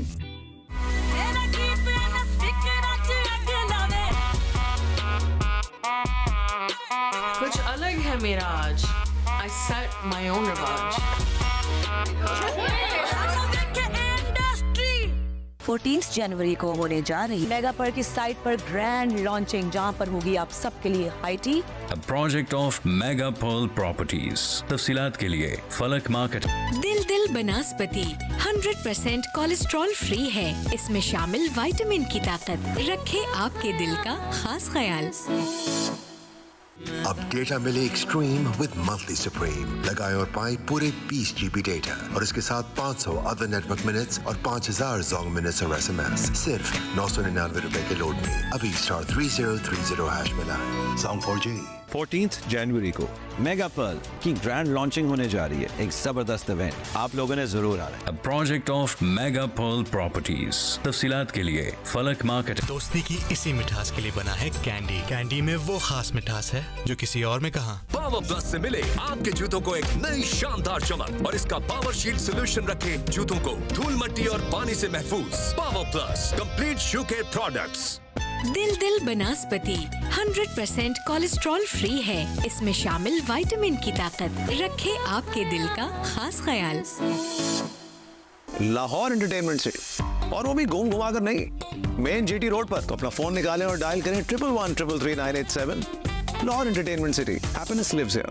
Harpic 10X का गाढ़ा फॉर्मूला कमोड पे ठहर के दे एसिड से 10 गुना बेहतर सफाई और करे जरासीम का खात्मा। अरे वाह, हार्पिक तो वाकई एसिड से बेहतर है। सबने माना, हार्पिक ने किया एसिड का सफाया। Urban city Lahore, main GT road पर सबसे बड़े फ्रंट के साथ।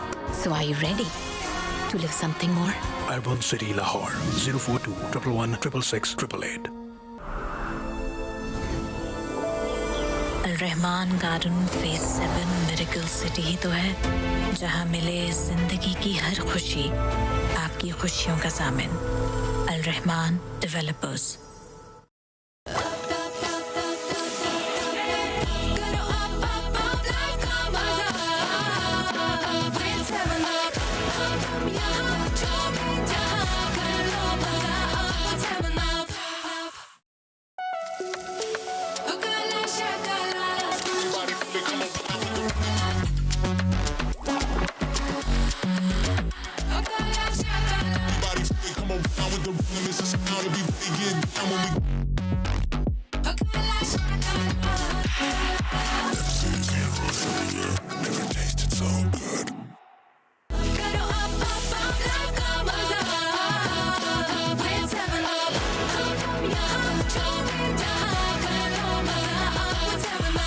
क्या आपको चाहिए शाइनी बाल?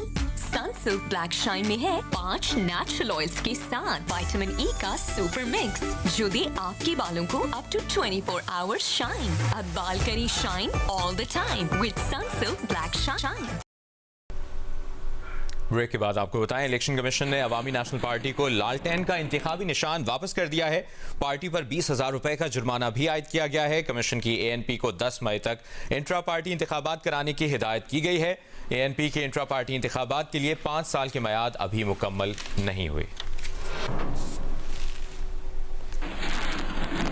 8 फरवरी को होने वाले इंतखाबात के लिए इलेक्शन कमीशन उम्मीदवारों की हतमी फहरिस्तें आज जारी करेगा। उम्मीदवारों को इंतखाबी निशानात भी आज अलॉट किए जाएंगे, जबकि खवातीन की मखसूस नशिस्तों पर कागजात नामजदगी की जांच पड़ताल का आज आखिरी दिन है। आप जियो न्यूज़ के साथ रहिए।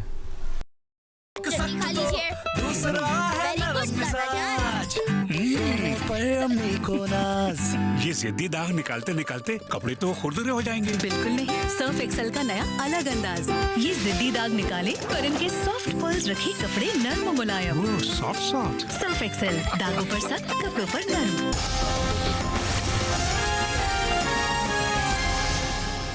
14 जनवरी को होने जा रही मेगा पर की साइट पर ग्रैंड लॉन्चिंग, जहां पर होगी आप सबके लिए high tea. Project of Mega Pearl properties. तफसीलात के लिए फलक मार्केट। मुबारक हो, हमारे किचन में ईद का चांद नजर आ चुका है। अब हर किचन में ईद, क्योंकि डालडा पे है पूरे 100 रुपए की बचत। जहाँ मामदा वहाँ डालडा, और जहाँ डालडा वहाँ हर दिन Eid. Guys, let's meet Hania today. Hi. आखिर कैसे है आपकी skin so beautiful? Beautiful skin है germ free skin. Germ free? कौन सा ब्यूटी सोप यूज करती हैं? मुझे चाहिए more than beauty, protection from pimple causing germs, skin रहे soft and moisturised. But Haniya, इतना सब कुछ कहाँ मिलेगा? Try Dettol skin care. इसका स्किन केयर फॉर्मूला दे पिंपल्स फैलाने वाले जर्म से हिफाजत, और इसके एडेड मॉइस्चराइजर्स रखें स्किन को सॉफ्ट महकती खुशबू के साथ। डेटॉल स्किन केयर, क्योंकि ब्यूटीफुल स्किन है germ free skin.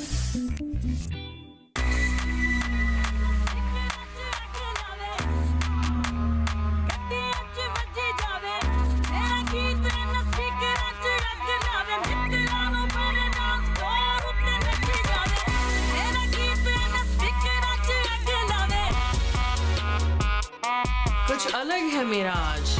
I set my own रिवाज।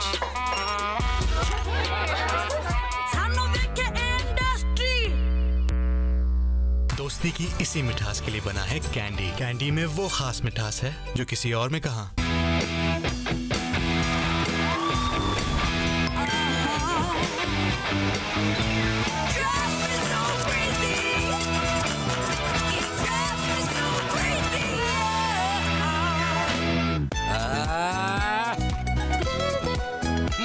अशर, तुम्हें पराठा मना है। दिल दिल बनास्पति 100% कोलेस्ट्रॉल फ्री है। इसमें शामिल विटामिन की ताकत रखे आपके दिल का खास ख्याल। लाहौर एंटरटेनमेंट सिटी, और वो भी घूम घुमा कर नहीं, मेन जीटी रोड पर। बस 3, 5, 10 मरला और 1 कनाल का प्लॉट लिया और हो गई एंटरटेनमेंट शुरू। तो अपना फोन निकालें और डायल करें 1113333987। Lahore entertainment city, happiness lives here. Power plus से मिले आपके जूतों को एक नई शानदार चमक, और इसका पावर शील्ड सोल्यूशन रखे जूतों को धूल मट्टी और पानी से महफूज। Power plus complete shoe care products. Al Rahman garden phase 7 miracle city ही तो है, जहाँ मिले जिंदगी की हर खुशी, आपकी खुशियों का सामिन। Al Rahman developers. Try the all-new Wheat Pure. It smells amazing. Contains cucumber, aloe vera, and shea butter extracts, और है dermatologically tested to give smooth and moisturized glowing skin. Choose pure. Choose Wheat Pure. Urban City Lahore, main GT Road पर, opposite McDonald's and KFC, Pakistan's first ever purpose-built mega city, Pakistan के सबसे बड़े front के साथ Urban City की development तेजी से शुरू है। So are you ready to live something more? Urban City Lahore 042 111 666 888। Thank you उन दोस्तों के लिए जो दोस्तों में हमेशा कुछ खास देखते हैं। दोस्ती की इसी मिठास के लिए बना है कैंडी। कैंडी में वो खास मिठास है जो किसी और में कहाँ।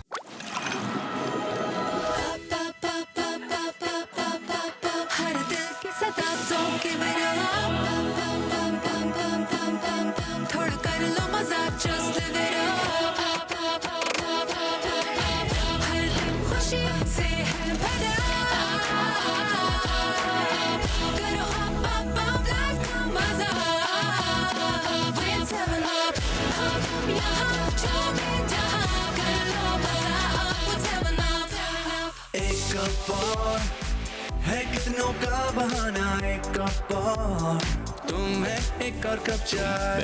एक और कप चाय, टपाल दानेदार।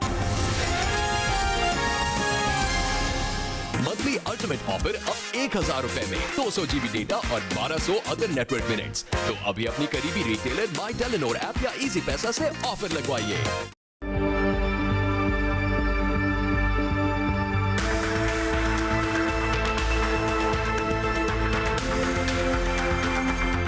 Crocs. जहाँ फितरत वक्त रोक लेती है, जहाँ आबशारें नगमे गुनगुनाती हैं, वहीं बनता है कमर चाय का खूबसूरत पाकिस्तान। बिलीनी हेयर कलर, बाल डैमेज करता नहीं, स्किन पे चढ़ता नहीं।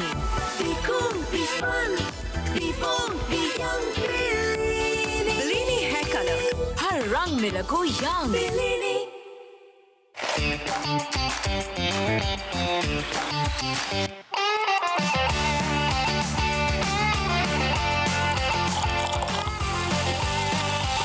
सूफी cola, Sufi lemon 10 pack.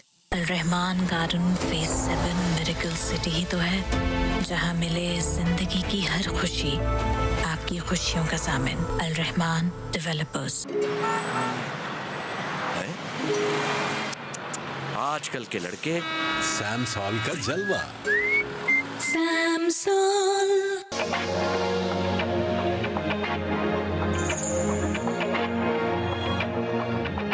Reshine with Sparks. Orion T3 IoT DC inverter AC रखे गर्मी में ठंडा और सर्दी में गर्म, और 80% तक बिजली की बचत भी। Orion living innovation. Urban city Lahore, main GT road पर, opposite McDonald's and KFC, पाकिस्तान's first ever purpose-built mega city, Pakistan के सबसे बड़े फ्रंट के साथ अर्बन सिटी की डेवलपमेंट तेजी से शुरू है। So are you ready to live something more? Urban City Lahore 042 111 666 888। जब सिर्फ पेंट के पैसे देंगे तो बचत तो होगी। मास्टर पेंट लगवाएं और टोकन के इजाफी खर्चे से छुटकारा पाएं। पेंट के पैसे दो, टोकन के नहीं। पावरफुल ड्यूरेबल मोटर से चाहे जितने ही कपड़े हों, ये चलती जाए। और रॉयल ड्रायर कपड़ों को करे इंस्टेंट ड्राई। रॉयल, साथ जिंदगी भर का। जो कैनन इलेक्ट्रिक वाटर हीटर लगाते हैं वो बांटने से नहीं घबराते हैं, क्योंकि ये आपको देता है बिजली की 80% तक बचत। कैनन इलेक्ट्रिक वाटर हीटर, बड़े दिल वालों का गीजर। मिल्क और बटर की ग़िज़ाइयत से भरपूर रियल आलमंड बाइट्स वाली कैंडी खाएं, डिलिशियस बादाम delight. 24K Gold Gleam Beauty Cream, Skin whole, clear and fair. Parley 24K Gold Gleam Beauty Cream.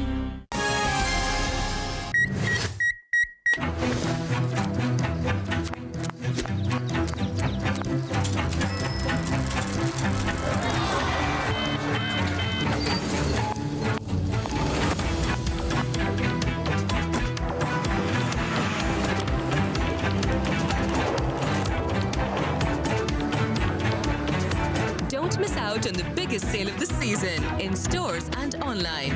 Stylo, जो चाहूँ वो पाऊँ. जियो न्यूज क्लॉक के लिए ताउन किया है। Don't miss out on the biggest sale of the season in stores and online. Stylo, जो चाहूँ वो पाऊँ.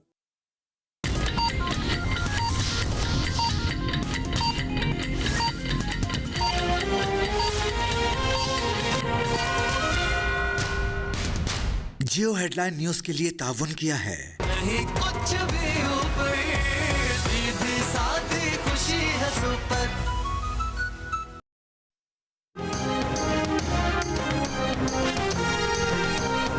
अगर 8 फरवरी के इंतखाबात में पार्लियामेंट में 326 लोग बिला मुकाबला आ जाएं तो क्या वो इलेक्शन होगा?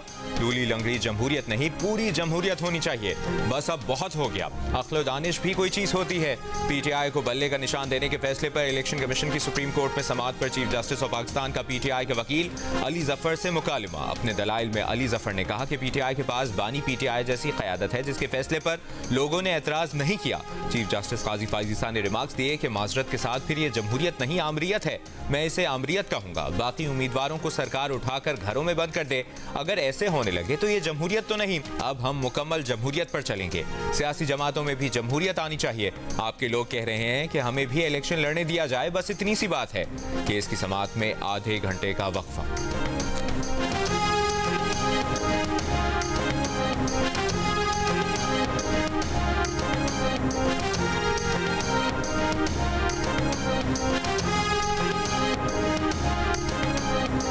कहते हैं कि एस्टैब्लिशमेंट का इलेक्शन कमीशन पर दबाव है तो इसको भी साबित करें। एस्टैब्लिशमेंट क्यों इलेक्शन कमीशन पर दबाव डालेगी?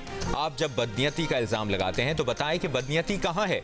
अदालत आईनी इदारों को कंट्रोल तो नहीं कर सकती। बुनियादी सवाल जमहूरियत का है, पार्टी आइन पर मुकम्मल अमल दरामद का नहीं। मुल्क के 7 सियासी जमातों के अंदर भी जमहूरियत होनी चाहिए। कम अज कम इतना तो नजर आए कि इंतखाबात हुए हैं। Chief justice of Pakistan Qazi Faez के PTI को बल्ले के निशान से मुतालिक इलेक्शन कमीशन की दरखास्त पर समाअत के दौरान रिमार्क्स। कहा, अकबर एस बाबर बानी रुकन थे, वो पसंद नहीं तो अलग बात, लेकिन उनकी रुकनियत तो थी। सिर्फ मीडिया पर इलेक्शन कमीशन पर इल्जामात आयद करना काफी नहीं, इलेक्शन कमीशन की बदनीयती साबित करना होगी। जस्टिस मोहम्मद अली मजहर ने कहा कि क्या PTI ने अपना जारी किया गया शेड्यूल फॉलो किया था? क्या इंतखाबात शफाफ थे? कुछ वाज़ेह था कि कौन इलेक्शन लड़ सकता है कौन नहीं? आप लेवल प्लेइंग फील्ड मांगते हैं, अपने अरकान को भी तो लेवल प्लेइंग फील्ड देनी होगी। अली जफर ने कहा कि इलेक्शन कमीशन ने ऐसी किसी बेज़ाब्तगी की निशानदेही नहीं की। इलेक्शन कमीशन के एतराज़ात उमूमी नौइयत के हैं। इंतखाबी निशान बुनियादी हुकूक का मामला है।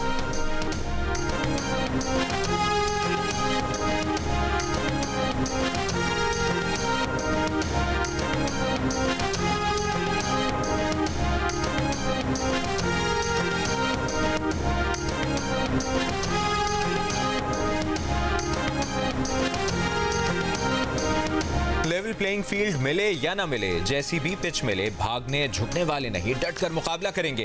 कोशिश है पीपल्स पार्टी का वज़ीर आज़म बने। Chairman Peoples Party Bilawal Bhutto Zardari का मुखालफीन को 2 टोक पैगाम। कहा, एक जेल से बचना, दूसरा जेल से निकलना चाहता है, दूसरे इधर उधर देख रहे हैं, हम अवाम की तरफ देख रहे हैं। ख्वाहिश है हम अवाम के लाडले बने। बोले, पिछले इलेक्शन में बानी PTI धांधली करने में कामयाब हुए।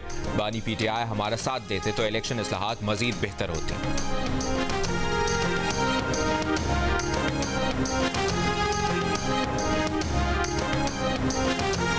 इलेक्शन कमीशन ने अवामी नेशनल पार्टी को लालटेन का इंतखाबी निशान वापस कर दिया। पार्टी पर 20,000 रुपए का जुर्माना भी आयद।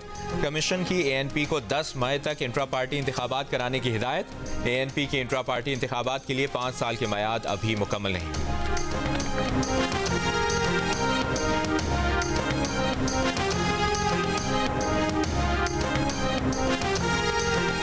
8 फरवरी को होने वाले इंतखाबात के लिए इलेक्शन कमीशन उम्मीदवारों की हतमी फहरिस्तें आज जारी करेगा। उम्मीदवारों को इंतखाबी निशानात भी आज अलॉट किए जाएंगे, जबकि खवातीन की मखसूस नशिस्तों पर कागजात नामजदगी की जांच पड़ताल का आज आखिरी दिन है।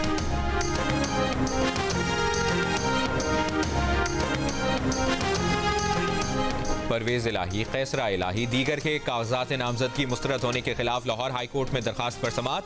अदालत ने दलाइल के बाद परवेज इलाही की दरखास्त पर फैसला महफूज कर लिया। परवेज इलाही के वकील ने कहा कि हमारे तस्दीक कुनंदा और तजवीज़ कुनंदा को गिरफ्तार कर लिया जाता रहा। अमजद परवेज इलाही के कागजात नामजदगी जमा कराने गए तो उनको हिरासत में लिया गया। जस्टिस अली बाकर नचवी ने कहा कि यह तो इलेक्शन कमीशन की जिम्मेदारी थी कि वो बर वक्त अहकाम जारी करता। क्या आपने कोई शिकायत इलेक्शन कमीशन में जमा कराई थी? परवेज इलाही के वकील ने कहा कि हमने अदालत से रुजू किया था। अदालती अहकामात के बाद हमें RO ऑफिस जाने की इजाजत मिली। बानी PTI के कागजात नामजदगी मुस्तरद करने के खिलाफ दरखास्त पर समाअत भी आज हो।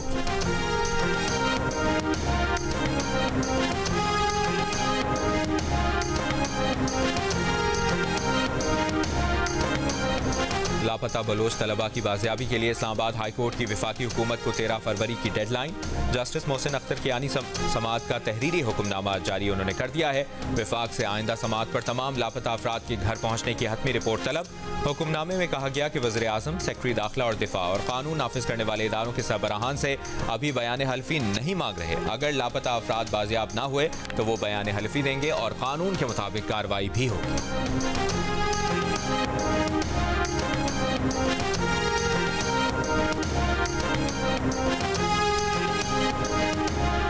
पंजाब में मुस्लिम लीग नून के कौमी और सूबाई असम्बली के 36 उम्मीदवार आपस में करीबी रिश्तेदार हैं। नवाज शरीफ, उनकी बेटी मरियम नवाज, नवाज शरीफ के भाई शहबाज शरीफ और उनके बेटे हमजा शहबाज कौमी असम्बली के लिए उम्मीदवार हैं। मरियम, हमजा और शहबाज शरीफ सूबाई असम्बली से भी उम्मीदवार हैं। नून लीग ने पंजाब में 8 नए चेहरों को कौमी असम्बली के लिए मैदान में उतार दिया। मरियम नवाज, बिलाल अजहर कियानी, अताउल्ला तारर, शहरबानो बुखारी, राजा उसामा सरवर, राना अहमद अतीक, उस्मान नजीब ओवैसी और उजैर तारिक पहली बार इंतखाबात में हिस्सा ले रहे हैं।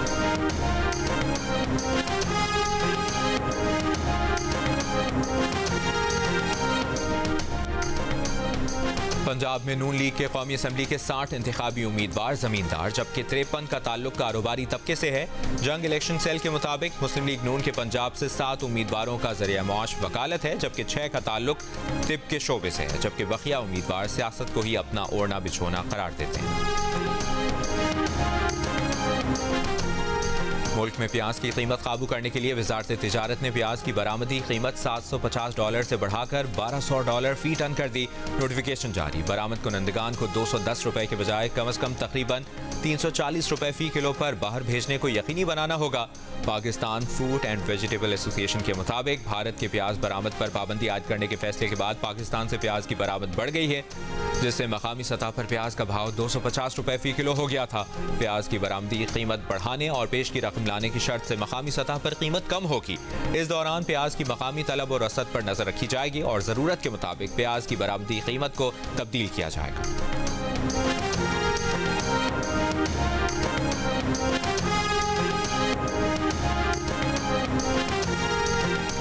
कोयटा के मशरकी बाईपास पर नामालूम मुसल्लह अफराद की फायरिंग। इंसदाद पोलियो टीम की सिक्योरिटी पर मामूर एक पुलिस एहलकार जमील अहमद जख्मों की ताब ना लाते हुए जाम बहक हो गया। नमाज जनाजे के बाद मैयत आबाई इलाके डीजी खान रवाना कर दी गई।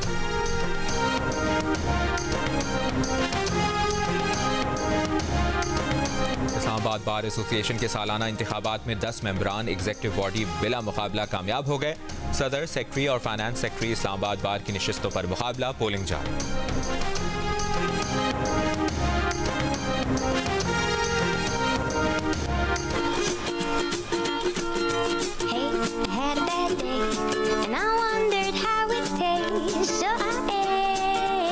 हमने अभी डम्पलिंग्स ट्राई किए एंड हमने अभी चाय पिए, बहुत अच्छी। आई वुड रियली सजेस्ट कि यहाँ सब लोग आएँ, इंजॉय करें। ऑलरेडी कराची में हमारे पास बहुत कम इवेंट्स होते हैं, तो अच्छा मौका है सबके लिए, फैमिलीज़ के लिए, to have a great time here.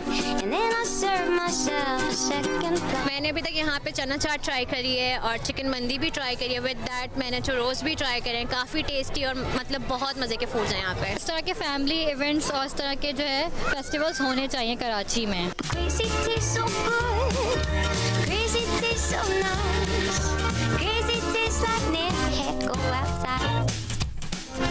और कराची में समंदर किनारे फूड मेला, देसी बदेसी खानों से पेट पूजा। क्लिफ्टन के बीच व्यू पार्क में 3 रोजा तफरी, बच्चों और बड़ों सभी की मौज है।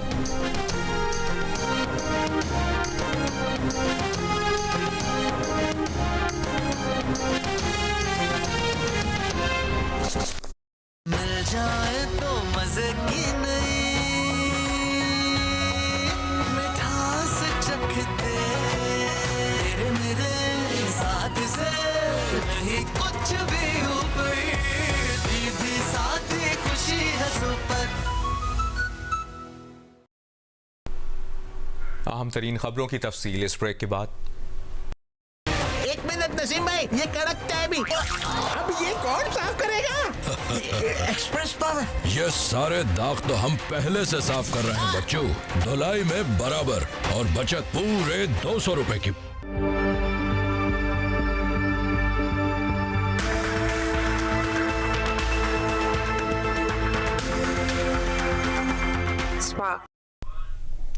सबसे पहले आपको बताएं, सुप्रीम कोर्ट में पीटीआई के बल्ले के निशान से मुताल्लिक केस की समाअत में वक्फा हुआ है। वक्फे से पहले चीफ जस्टिस ने रिमार्क्स में कहा कि अगर पीटीआई को ज्यादा वक्त चाहिए तो पहले कहा था कि फैसला मुअत्तल करना पड़ेगा।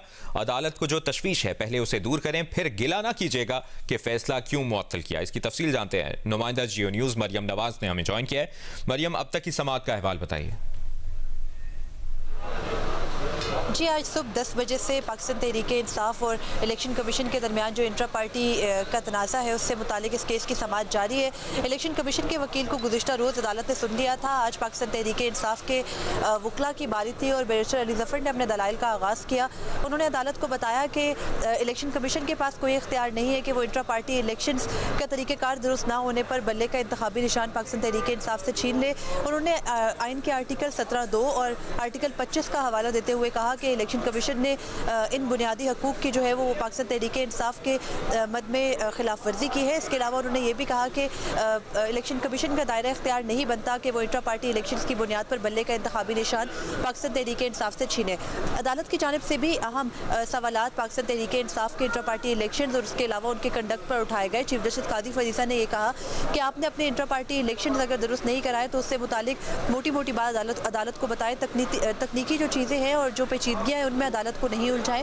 सिर्फ ये बताएं कि क्या आपने अपने तमाम मेंबरान को जो कि पार्टी के अरकान हैं उनको यकसा मौका दिया है अपने इंट्रा पार्टी इंतखाबात में या नहीं। उसके अलावा चीफ जस्टिस ने यह भी कहा कि आप इलेक्शन कमीशन के ऊपर बदनीयती का इल्ज़ाम लगा रहे हैं, तो क्या इलेक्शन कमीशन तब बदनीयत नहीं थी जब पाकिस्तान तहरीक इंसाफ हुकूमत में थी।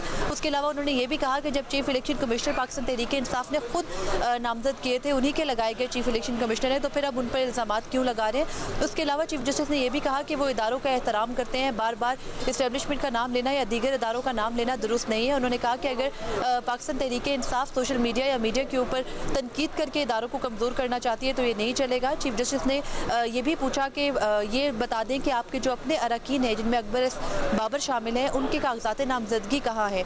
बैरिस्टर रिजफर ने अदालत के सामने ये दावा किया कि उन्होंने अकबर बाबर को कागजात नामजदगी जमा कराने से नहीं रोका था। उसके साथ उन्होंने मीडिया पर नशर जो खबर है उसका दस्तावेजी सबूत भी देने की कोशिश की। तो चीफ जस्टिस ने यह सवाल किया कि आप ये बताएं कि अगर उन्होंने अपने कागजात नामजदगी जमा कराए थे तो जो फ़ी तमाम तर अरकान ने अदा करनी थी 50,000 रुपये थे जो कि कागजात नामजदगी के साथ जमा कराने थे, तो वो कहाँ हैं, क्या पार्टी के अकाउंट में उसके कोई रिकॉर्ड है या नहीं। उसके अलावा जजेस की जानिब से ये भी ऑब्ज़र्व किया गया कि जब भी कोई दस्तावेज़ मांगी जाती है पाकिस्तान तहरीक इंसाफ से तो वो आप फराहम नहीं करते। तो उस पर जो चेयरमैन है इस वक्त पाकिस्तान तहरीक इंसाफ के बैरिस्टर गौहर, उन्होंने ये कहा कि उनका जो पार्टी का सेंट्रल ऑफिस है वो लॉक्ड है, इसलिए उनको दस्तावेज़ात देने में मसला हो रहा है। लेकिन अदालत ने यही कहा है कि जब तक आप दस्तावेज़ात नहीं देंगे पाकिस्तान तहरीक इंसाफ के जो वकला हैं उनकी ज़ुबानी बातों के ऊपर इन्हिसार नहीं कर सकते। उसके अलावा ब्रेक से पहले जो चीफ इलेक्शन कमिश्नर थे इंट्रा पार्टी इंतखाबात के लिए पाकिस्तान तहरीक इंसाफ के नियाजुल्लाह नियाजी, उनके और चीफ जस्टिस कादी फरीसा के दरमियान तल्ख जुमलों का भी तबादला हुआ।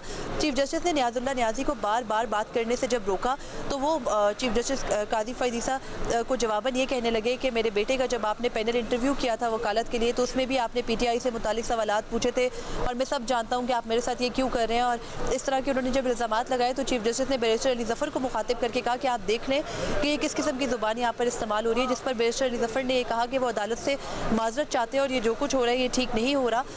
नियाजुल्लाह नियाजी रोस्टम से तो हट गए लेकिन उन्होंने बोलना जो है वो जारी रखा, तो जिस पर चीफ जस्टिस ने यह कहा कि क्या हम नियाजुल्लाह नियाजी के खिलाफ नोटिस करें, जिस पर बैरिस्टर अली ज़फ़र ने माफ़ी मांगी और चीफ जस्टिस ने कहा कि लगता है वकला थक गए हैं तो फिर हम कुछ देर की ब्रेक कर लेते हैं। आधे घंटे की लंच ब्रेक की गई थी, अब से कुछ देर बाद दोबारा समाअत का आगाज़ होगा। चीफ जस्टिस ने यह भी कहा है कि अगर आप वक्त लेंगे और इस तरह की तकनीकी चीज़ों में हमें उलझाएंगे तो फिर केस तो 6 दिन तक चलता रहेगा, लेकिन हमें पेशावर हाई कोर्ट का जो फैसला है वो मुअत्तल करना पड़ेगा, क्योंकि आज चीफ जस्टिस ने कहा कि हमें मुकम्मल अदराक है कि हतमी फहरिस्तें इंतखाबी निशानात से मुतालिक इलेक्शन कमीशन ने जारी करनी है। चीफ जस्टिस ने यह भी कहा है कि अदालत ने आज फैसला भी लिखना है, वकला ने तो दलाइल दे के चले जाना होता है, लेकिन हमारे ऊपर ये बोझ भी है। अब वक्फे से कुछ देर बाद ये समाअत का आगाज़ दोबारा होगा। बहुत शुक्रिया आपका मरियम नवाज, आपसे मुसलसल इस बारे में अपडेट्स लेते रहेंगे। लाहौर में मुस्लिम लीग नून की टिकटों की तकसीम 2018 में जीती हुई कौमी असम्बली की 2 सीटें IPP के हवाले। खोखर खानदान को खूब नवाजा गया, 2 भाइयों, बेटे, भतीजे और रिश्तेदार को टिकट जारी। लाहौर के 2 हलकों को संभालने वाले मलिक परवेज मरहूम का खानदान हलके की सियासत से ही बाहर। देखते हैं लाहौर से रईस अंसारी की ये रिपोर्ट। नून लीग ने बिलाखिर लाहौर से भी टिकटों का ऐलान कर दिया। पार्लिमानी निज़ाम में जहां एक एक MNA अहम होता है, वहां नून लीग ने 2018 में लाहौर से जीती हुई 2 सीटें भी IPP के हवाले कर दी। NA 117 और PP 149 अलीम खान और NA 128 ओन चौधरी के लिए छोड़ दी गयी। टिकटों में खोखर खानदान को खूब नवाजा गया है। NA 125 अफजल खोखर और NA 126 उनके भाई सैफुल मुलूक खोखर को दी गई। उनके बेटे फैसल अयूब को PP 168, भतीजे इरफान शफी खोखर को PP 167 और उनके रिश्तेदार शहबाज अली खोखर को PP 162 और खोखर बिरादरी के खालिद परवेज खोखर को PP 169 से टिकट दी गई। लाहौर के 2 हल्के संभालने वाले परवेज मलिक का खानदान हल्के की सियासत से ही बाहर हो गया। परवेज मलिक के इंतकाल पर उनकी अहलिया शाइस्ता परवेज ने सीट जीती, जहाँ अब अता तारड़ हैं, और बेटा अली परवेज NA 119 से MNA थे, जहाँ अब मरियम नवाज इलेक्शन लड़ रही हैं। शाइस्ता परवेज को मखसूस नशिस्त पर एडजस्ट किया जा चुका है, जबकि अली परवेज ने NA 117 और 119 से भी कागजात जमा कराए थे। दूसरी तरफ अयाज सादिक अपने आबाई इलाके NA 121 से टिकट लेने में कामयाब नहीं हो सके। उन्हें ज्यादातर सरहदी देहात पर मुश्तमिल हल्का NA 120 दिया गया है। रईस इंसारी, जियो न्यूज, लाहौर। गुजरात में 5 भाई इलेक्शन में किस्मत आजमाएंगे। बड़े भाई कौमी असम्बली के हल्का NA 62 के लिए, जबकि 4 भाई पंजाब असम्बली के लिए इंतखाबी मैदान में उतरे हैं। 5 में से 3 भाई एक ही हल्का PP 28 में एक दूसरे के खिलाफ इलेक्शन लड़ेंगे। गुजरात में 5 भाई एक ही जिले से इलेक्शन लड़ने के लिए इंतखाबी मैदान में किस्मत आजमाएंगे। बड़े भाई मुस्लिम लीग नून के डिविजनल सदर चौधरी आबिद रजा NA 62 से इलेक्शन लड़ रहे हैं, जबकि 4 भाई सूबाई असम्बली के लिए मैदान में है। चौधरी शब्बीर रजा नून लीग, चौधरी नईम रजा काफ लीग और चौधरी शाहिद रजा PTI के टिकट होल्डर हैं। और ये तीनों भाई एक ही हल्का PP 28 से एक दूसरे के खिलाफ इलेक्शन के मैदान में नजर आएंगे। चौधरी मोहम्मद अली PP 33 से नून लीग की टिकट पर इलेक्शन लड़ रहे हैं।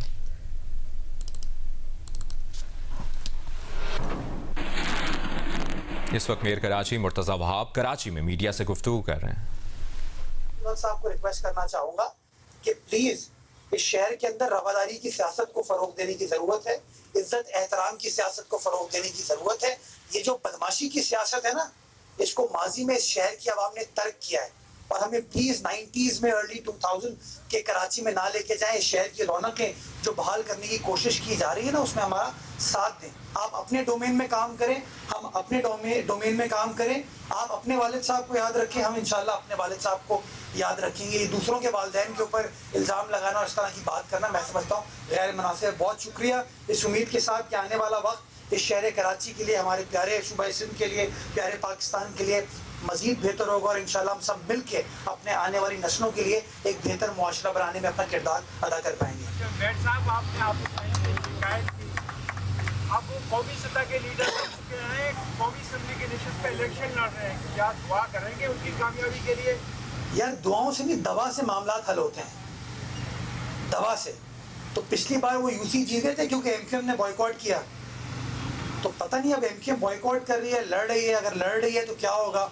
और अगर नईम रहमान साहब कौमी असम्बली के मेंबर हो जाते हैं तो क्या कहते हैं उर्दू में, खस कम जहाँ पाक, हमारी शायद सिटी काउंसिल का माहौल बेहतर हो जाएगा।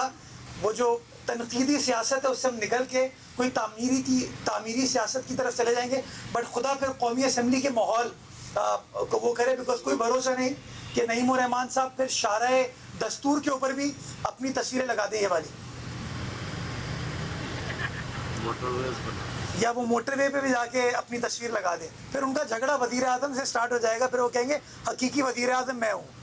तो बस खुदा खैर करे जी।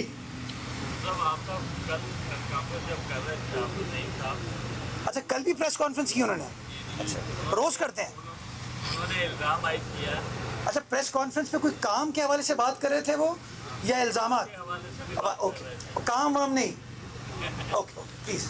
उनका यही कहना था कि गटर के ढक्कनों के हवाले से उन्होंने बात की कि कोई आपने फैक्ट्री वगैरह भी लगाई थी गटर की और बड़े मशहूर भी हो गए थे आप, उसका भी कुछ पता नहीं चल रहा और गटर के ढक्कन तो हम लगा रहे हैं जहाँ जहाँ हमारे चेहरा कामयाब हो, इसलिए उसको जो है वो कर रहे हैं। तो मेयर कराची जो है वो अपना काम नहीं कर रहे। ये काम किसका है? मैं रोज देखें फर्क क्या है। एक प्रेस कॉन्फ्रेंस नईम रहमान साहब करते हैं डेली, उस प्रेस कॉन्फ्रेंस में कहते हैं मैं और इल्जामात लगाते हैं। कोई प्रेस कॉन्फ्रेंस की कि यार मैंने नया पार्क बना लिया है, कोई प्रेस कॉन्फ्रेंस की कि जमात इस्लामी के तहत चलने वाले 9 टाउनों में नई सड़कें हमने बना ली हैं, कोई प्लेग्राउंड बना लिया है, कोई अपनी डिस्पेंसरी ठीक कर दी हो, बेसिक हेल्थ यूनिट उन्होंने ठीक कर दिया हो। कुछ भी नहीं करते। हम रोज जब प्रेस कॉन्फ्रेंस करते हैं कोई डेवलपमेंट के इशू पे बात करते हैं आपसे कि भाई हम ये काम कर रहे हैं, ये बेहतरी ला रहे हैं और आपको बेहतरी होते हुए नजर आ रही है। बाकी जो उन्होंने ढक्कन के हवाले से बात की, मैं सिर्फ ये कहना चाहूँगा शुक्रिया नईम रहमान साहब आपका कि आपने एतराफ़ किया कि ढक्कन आप लोग लगा रहे हैं, क्योंकि ढक्कन हम आपको प्रोवाइड कर रहे हैं। वो हमारे ढक्कनों पे नीला रंग करते हैं, आप गौर से जाके देखिएगा उसमें KWSC लिखा हुआ नजर आएगा आपको। तो ढक्कन हम प्रोवाइड कर रहे हैं, लगा आप रहे हैं, तो खुदा खैर करेगा।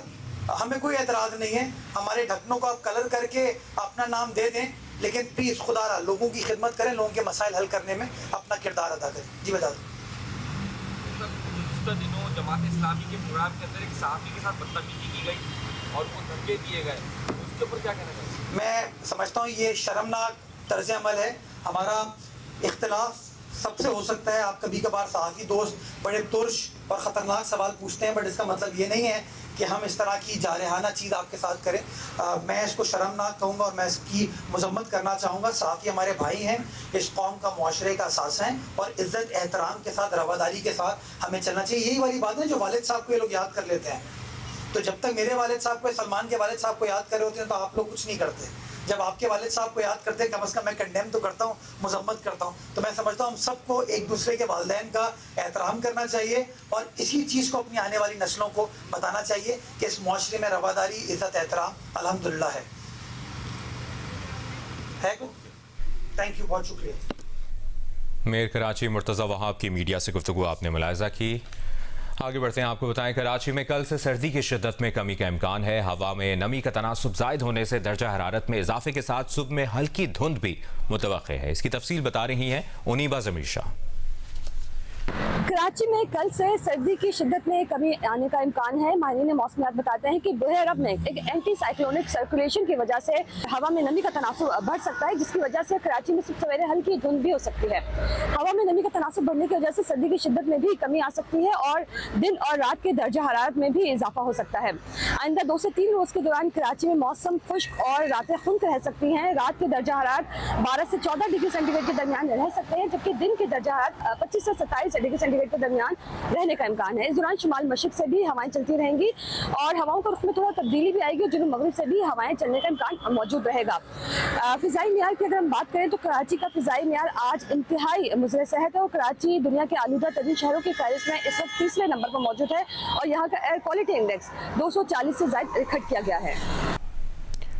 लाहौर समेत पंजाब के मैदानी इलाकों में सर्दी की शिद्दत बरकरार है। सूबाई दारुल हुकूमत में इस वक्त मौसम कैसा है, ये बता रही हैं उम्मे फरवा।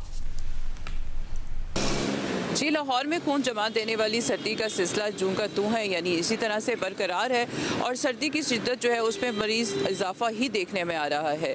अगर धुंध के हवाले से हम बात करें तो कल अगर धुंध बहुत दिन के औकात में थी, आज कल की निस्बत धुंध जो है वो काफ़ी कम है, लेकिन धुंध ज़्यादा पड़ने की वजह से सर्दी भी साथ साथ बढ़ रही है और इसके साथ साथ फ्लाइट ऑपरेशन, रेलवे का जो शेड्यूल है ट्रेनों का वो मुतासर हो रहा है और इसके साथ साथ शहर के अंदर भी चूँकि धुंध 4 बजे के बाद से ज़्यादा बढ़ना शुरू हो जाती है, उसके बाद से ट्रैफिक का निज़ाम भी काफ़ी मुतासर हो रहा है और महकमा मौसमियात के मुताबिक आइंदा 24 घंटों के दौरान इसी तरह से मौसम सर्द और खुश्क रहेगा।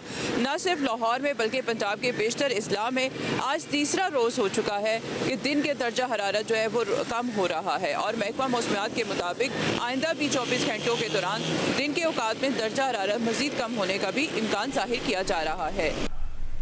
और पेशावर में आइंदा 24 घंटों के दौरान मौसम सर्द और खुश्क रहेगा। बारिश ना होने की वजह से एयर क्वालिटी इंडेक्स की शरह में इजाफा हो रहा है।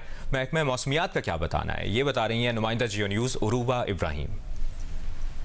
पेशावर में मौसम खुश्क और सर्द है। आज भी मतला जुज़वी तौर पर अबर आलूद है। गुज़िश्ता कई दिनों से बारिश न होने की वजह से आलूदगी की शरह में इजाफा हुआ है। महकमा मौसमियात के मुताबिक आइंदा 24 घंटों के दौरान भी बारिश के कोई इम्कानात नहीं।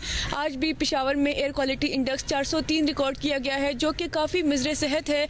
गुज़िश्ता 24 घंटों के दौरान कम से कम दर्जा हरारत कालाम और तीरा में -4 डिग्री रिकॉर्ड किया गया है। चित्राल और दीर में -2 डिग्री सेंटीग्रेड रिकॉर्ड किया गया है। महकमा मौसमियात का कहना है कि पेशावर में शाम के वक्त धुंध की लहर बरकरार रहती है। आज कम से कम दर्जा हरारत 3 डिग्री सेंटीग्रेड रिकॉर्ड किया गया है, जबकि हवा में नमी का तनासुब 94% है। जी, मुल्तान में सर्दी में इजाफे के साथ ही गर्म शॉलें बाजारों की जीनत बन गई हैं। इसकी तफसील बता रही हैं कशमाला इमरान। जी, मुल्तान में सर्दी में इजाफे के साथ ही खूबसूरत गर्म शॉल्स मुल्तान के बाज़ारों की जीनत बन गई हैं। मैं इस वक्त मुल्तान के कैंट बाज़ार में मौजूद हूँ, जहाँ पर मुख्तलिफ़ इक़साम की गर्म शॉल्स यहाँ पर ख़वातीन ख़रीद रही हैं, जिसमें जो मुल्तानी कढ़ाई वाली शॉल्स हैं, इसके अलावा वेलवेट पर कढ़ाई वाली शॉल्स हैं, पश्मीना शॉल्स हैं, कश्मीरी कढ़ाई वाली शॉल्स यहाँ पर ख़वातीन ख़रीद रही हैं और मेरे साथ कुछ ख़वातीन यहाँ पर मौजूद हैं। यहाँ शॉलें बहुत प्यारी आई हुई हैं माशाल्लाह, मुझे बहुत पसंद है। यहाँ कढ़ाई वाली भी हैं, वेलवेट की भी हैं, सब माशाल्लाह बहुत अच्छी हैं। सर्दियाँ इस वजह से हम लोग यहाँ आए हैं शोले खरीदने के लिए। जी बिल्कुल, इनका कहना है कि सर्दियों में अच्छा लगता है गर्म मलबूसात की ख़रीदारी करके, पहन कर, तो गर्म शॉल्स हैं वो स्पेशली यहाँ पर ये ख़रीद रहे हैं। जी अभी आपको बराह रास्त लिए चलते हैं। सुप्रीम कोर्ट में पीटीआई के बल्ले के निशान से मुताल्लिक केस की समाअत एक बार फिर शुरू हो गई है। There is no rule or regulation saying how the schedule should be. So every political party makes their own schedule. It is not like a schedule by an official body. It's like a private schedule, and this is how it's made. Now, this was, as I said, the schedule was announced and it was all over the media. Everybody was following it. And then the question came that if the polling took place, what is important to note is lots of two stages. One is nomination papers have to be filed, and the second stage is if there are contesting panels, then there will be a poll. In this case, the question is not polling, because there was the question of supreme court में PTI के बल्ले के निशान से मुताल्लिक case की समाअत एक बार फिर शुरू हो गई। इससे पहले आधे घंटे का वक्फा लिया गया था और वक्फे से पहले जो चीफ जस्टिस ने इंतहाई अहम रिमार्क्स दिए थे उनमें से ये भी उन्होंने कहा था कि अगर पीटीआई को ज़्यादा वक्त चाहिए तो पहले कहा था कि फ़ैसला मुअत्तल करना पड़ेगा। अदालत को जो तशवीश है पहले उसे दूर करें, फिर गिला ना कीजिएगा कि फ़ैसला क्यों मुअत्तल किया। पीटीआई इंट्रा पार्टी इंतखाबात और बल्ले के इंतखाबी निशान का मामला सुप्रीम कोर्ट में इस केस की समाअत जारी है और चीफ जस्टिस की जानिब से रिमार्क्स दिए गए हैं। साथ ही साथ पीटीआई की जानिब से जो वकला हैं वो भी पेश हुए हैं, उन्होंने भी दलाइल दिए हैं पीटीआई की जानिब से। हम देख सकते हैं कि बैरिस्टर गौहर खान यहाँ पर मौजूद हैं, पीटीआई वकला में अली ज़फ़र भी मौजूद हैं जो कि दलाइल दे रहे हैं। इससे पहले जो रिमार्क सामने आए इसमें चीफ जस्टिस ऑफ पाकिस्तान ने पीटीआई के वकील अली ज़फ़र से मुकालमा किया था कि अगर 8 फरवरी के इंतखाबात में पार्लियामेंट में 326 लोग बिला मुकाबला आ जाएं तो क्या वो इलेक्शन होगा। इस पर दलाइल भी सामने आए। समाअत जारी है। जी रानो गाड़े जस्ट नहीं, कोई कंट्री एरिया में, कोई यूनिवर्सिटी में जो ज्यादा सेफ एरियाज हैं, तो आपके गांव में है ऑफिस? जी वहाँ है। It has been since some time now. जी तो वो उसके साथ ही एक ग्राउंड है बल्कि। तो so we then thought to ourselves कि there are two options. अगर तो ये पोलिंग हुई तो बहुत सारे लोग आएंगे तो then we should have Nishtar hall, और अगर पोलिंग नहीं हुई और कम लोग आएंगे तो फिर हम वैसी एक गैदरिंग करेंगे near our head office which is the ground. So we asked for security. We requested Election Commission of Pakistan कि हम ये हमारी options हैं, आप हमें security दे दें।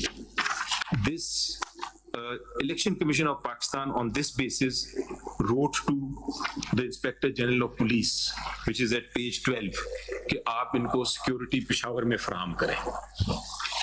This is at page 12. And then your lordship, eventually if your lordship turns to back to the schedule, चूंकि nominations होनी थी first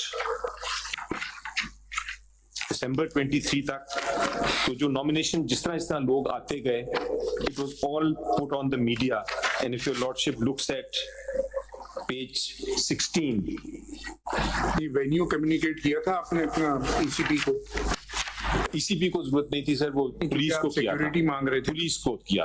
तो पेज 13 पे लेटर लगा हुआ है ईसीपी का, उन्होंने आपसे पूछा है कि वेन्यू बता दीजिए, expected start and conclusion time बता दीजिए, लिस्ट ऑफ पोलिंग स्टाफ बता दीजिए, लिस्ट ऑफ पार्टिसिपेंट बता दीजिए, एक्सपेक्टेड नंबर ऑफ व्हीकल्स आपको कितनी चाहिए ये बता दीजिए। ये एक लेटर पेज 13 पे आती की पेपर बुक में। बिल्कुल बिल्कुल, ये उन्होंने हमसे कहा, बताया इलेक्शन कमीशन को कि भाई ये वेन्यू है और यहाँ पे हमें सिक्योरिटी चाहिए। हमने पूरे पेशावर की सिक्योरिटी का इशू तो नहीं था ना, वो तो आपको जहाँ वेन्यू पे इलेक्शन करने थे, वो वाली जगह की सिक्योरिटी की बात हो रही है जी। तो वो हमने फिर सीधा डायरेक्टली जब उन्होंने लेटर लिख दिया था आईजी को, हमने डायरेक्टली आईजी लेटर में आईजी के बाद आपको भी एक लेटर लिखा है जिसमें ये उसका हमने जवाब नहीं दिया। नियाजुल्लाह साहब के नाम पे है और ये 30 हमने राइटिंग में जवाब नहीं दिया। 23 का लेटर है ये, इसका जवाब लगा हुआ है इसमें। इस उस पे जो 30th वाला लेटर है सर, वो ये जो लेटर आया था हमें इसका राइटिंग में जवाब नहीं दिया, लेकिन हमारी उनके साथ डिस्कशन होती रही telephonically and we said.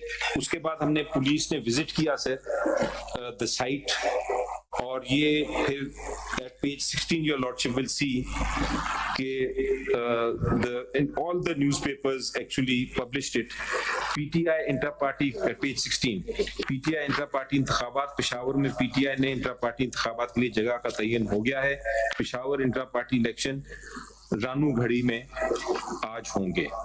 So that was also the public was aware. On page 17 your lordship will see where the nomination papers and the seconders and the in the head office at Islamabad, the pictures will show that actually they were coming in with their nomination papers. And similarly for KPK, Sindh, Balochistan, Punjab at page 18, one can see that the panelists were coming in. अब जब ये first का date खत्म हो गई sir, even ये जो थे, हमने नेक्स्ट पेज पे पेज 19 पे आप देखें कि अकबर एस बाबर साहब भी जो हैं वो भी आए, और वो जिस वक्त आए उस वक्त तक नॉमिनेशन का टाइम खत्म हो चुका हुआ था।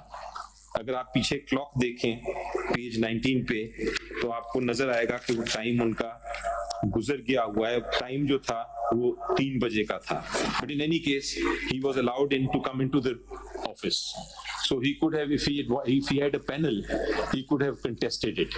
आज तक उन्होंने अपना पैनल नहीं दिया, अभी भी नहीं दिया आपके सामने कि जी मेरा ये पैनल है और ये मैं पैनल से कंटेस्ट करना चाहता था और मुझे ये कंटेस्ट नहीं करने दिया।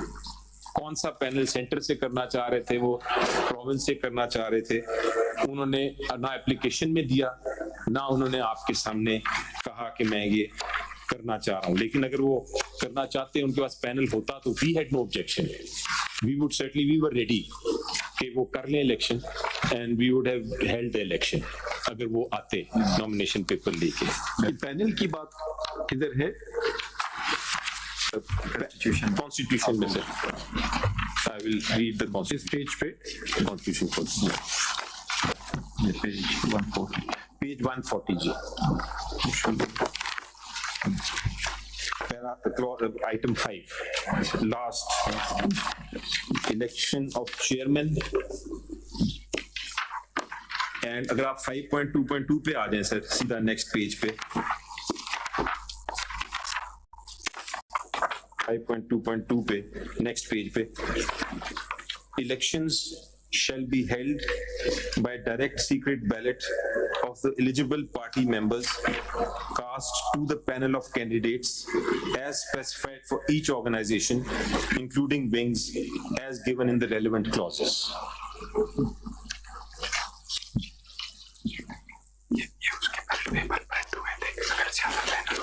So, your lordship, I'm going to pass. आम एक शख्स नहीं लड़ सकता इलेक्शन? नहीं, सिर्फ चेयरमैन के। क्यों? कहीं लिखा है ये? तो पैनल है ना जी। नहीं, कहीं लिखा हुआ है ये बात? सर वो उसमें सिंगल को है ही नहीं। I'll read the all of it. The elections for all the following offices, 5.2.1, all the following offices shall be held every 3 years in the first week of the month.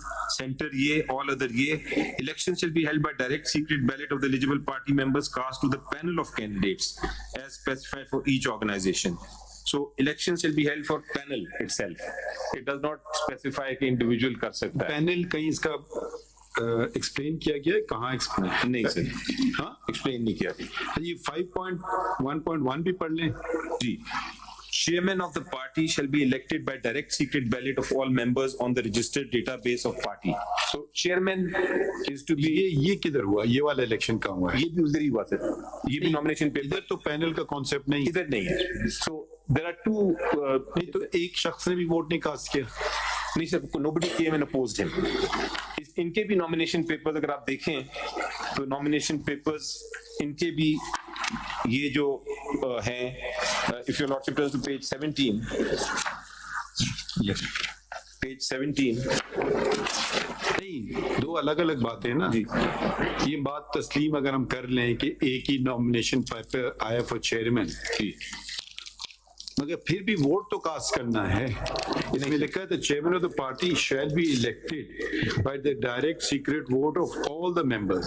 तो फिर इनको भी vote तो cast फिर भी करना है, बेशक इनका मुखालिफ कोई ना हो, मगर हो सकता है इनको एक वोट भी ना पड़े तो ये मुंतखब नहीं हो सकेंगे। फिर सर वो अनकंटेस्टेड इलेक्शन होगा। नहीं, इसमें आपके अपने आइन में आप जा रहे हैं, हम आपको आइन से अपने दूर रखना चाह रहे थे जी जी, मगर ये शिक नंबर 5.1.1 जो है जी, इसमें लिखा है कि chairman of the party bracket में लिखा है the leader shall be elected by direct secret ballot of the members जी, सीक्रेट बैलेट जी, ठीक है, on the registered database of party. तो इनके लिए कुछ लोगों ने डालना चाहिए था ना, अगर सर कंटेस्ट ना हो। ये कहाँ लिखा हुआ है?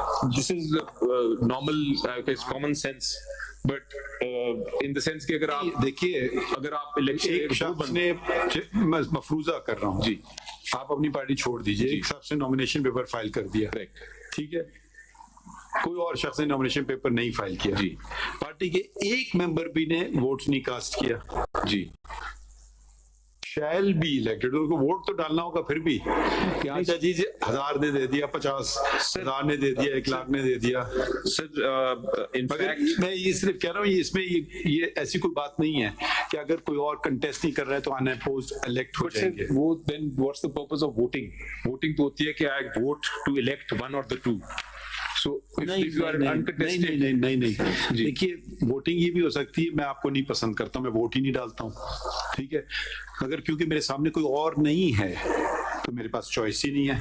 अब आप ऐसे खड़े हो गए, अब आप पे ले लेते हैं बात ही, क्योंकि आपने इलेक्शन नहीं लड़ा तो आपकी पार्टी आपको नहीं पसंद करती, बुरा ना माने, आपकी मिसाल सिर्फ दे रहे हैं जी, ठीक है, एग्जांपल है। तो क्योंकि कोई और आपके खिलाफ होता तो हम उसको दे सकता था वोट, मगर क्योंकि मुझे आप पसंद नहीं है तो मैं आपको वोट नहीं देता हूं, तो आप इलेक्ट तो नहीं होंगे। फिर भी आप ये नहीं कह सकेंगे मुझे 1 लाख वोट पड़ गए या क्या, क्योंकि इसका मतलब है हर मेंबर ने आप में नो कॉन्फिडेंस जाहिर कर दी, एक वोट भी आप नहीं सिक्योर कर सके। मतलब सर जनरल इलेक्शंस भी होता है ना, उसमें भी कुछ मिनिमम वो रखते हैं, पता नहीं क्या होता है, मैं I will take only I will only खैर आगे बढ़ें सब ठीक है, but I will refer to section 75 of the election act itself. I will read it, your lordship doesn't have to open it, कि वहां भी लिखा हुआ है कि where after scrutiny of nomination papers there remains only one validly nominated candidate, the returning officer shall by public notice declare such candidate to be elected to the seat। क्योंकि ये लिखा हुआ है ना, अगर आप भी लिख देते यही चीज तो फिर बात सही थी, अगर आपने फर्क दिखाया, आपने लिखा shall be elected by the direct secret votes, I mean आपको कास्ट करो भाई, कोई भी ना हो, आप मुझ में अपनी वो कॉन्फिडेंस दिखाएं या ना दिखाएं, सपोज 1 वोट नहीं पड़ता, फिर आपको दोबारा इलेक्शन कराना होता, या सपोज 10 वोट पर आपकी मेंबरशिप के 8.5 जैसे आप कहते हैं 8.5 लाख हैं, सिर्फ 10 वोट पड़ते तो उनका इखलाकी जवाज नहीं होता कि वो चेयरमैन रहते कि यार आपको सिर्फ 10 वोट पड़े 8.5 में से, लाख में से। तो अगर मैं लड़ रहा होता तो मैं कहता नहीं, कॉन्फिडेंस नहीं है मेंबरान का मुझ पे, आप दोबारा इलेक्शन करवा लीजिए। My reading of this constitution with due respect is slightly different. I would say कि अगर नहीं इलेक्शन हुआ तो he would still be elected although uncontested. तो मतलब ये हुआ ना, फिर आप जा रहे हैं डिक्टेटरशिप की तरफ, एक आदमी कहते यार ये पैनल वो पैनल खत्म, इसमें ये देखें, फिर ये मुझे अजीब सी बात लग रही है ना, डायरेक्शन पे लोग खड़े होते हैं प्रोबेबली। फिर आप देखिए, अब आपके से ताल्लुकात किसी के अच्छे हैं, आपने एक पैनल बना लिया, ओ जी अली जफर साहब बहुत जबरदस्त हैं ये वो वगैरह, आपने कहा ये बस ये जी इलेक्शन हो गए, और साहब भी उन्हें दूसरा बना लिया, उन्होंने कहा हम आपस में तकसीम कर लेंगे सारे, तो वो जमहूरियत तो नहीं हुई फिर।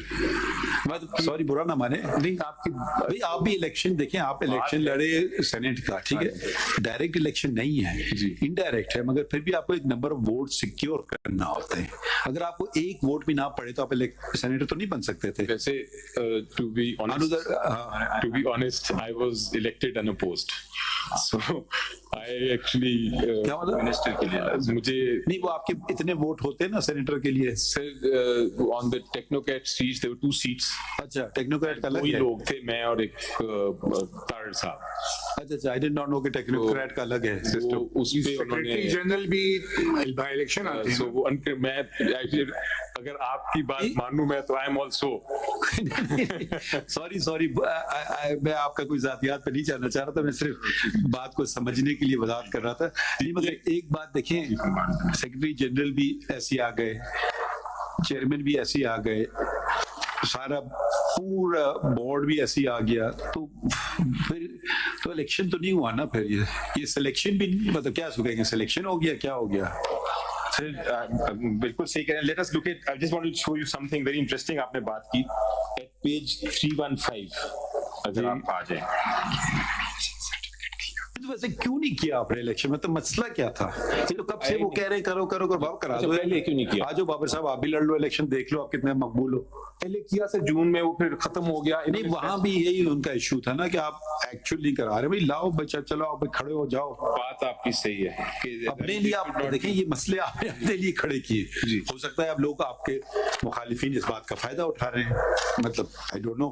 तो जरा ये देखिए इंटरेस्टिंगली कि let us look at this, since we are talking about this, page 315 पे जरा देखिए, 314 एंड 315 आप ये देखेंगे।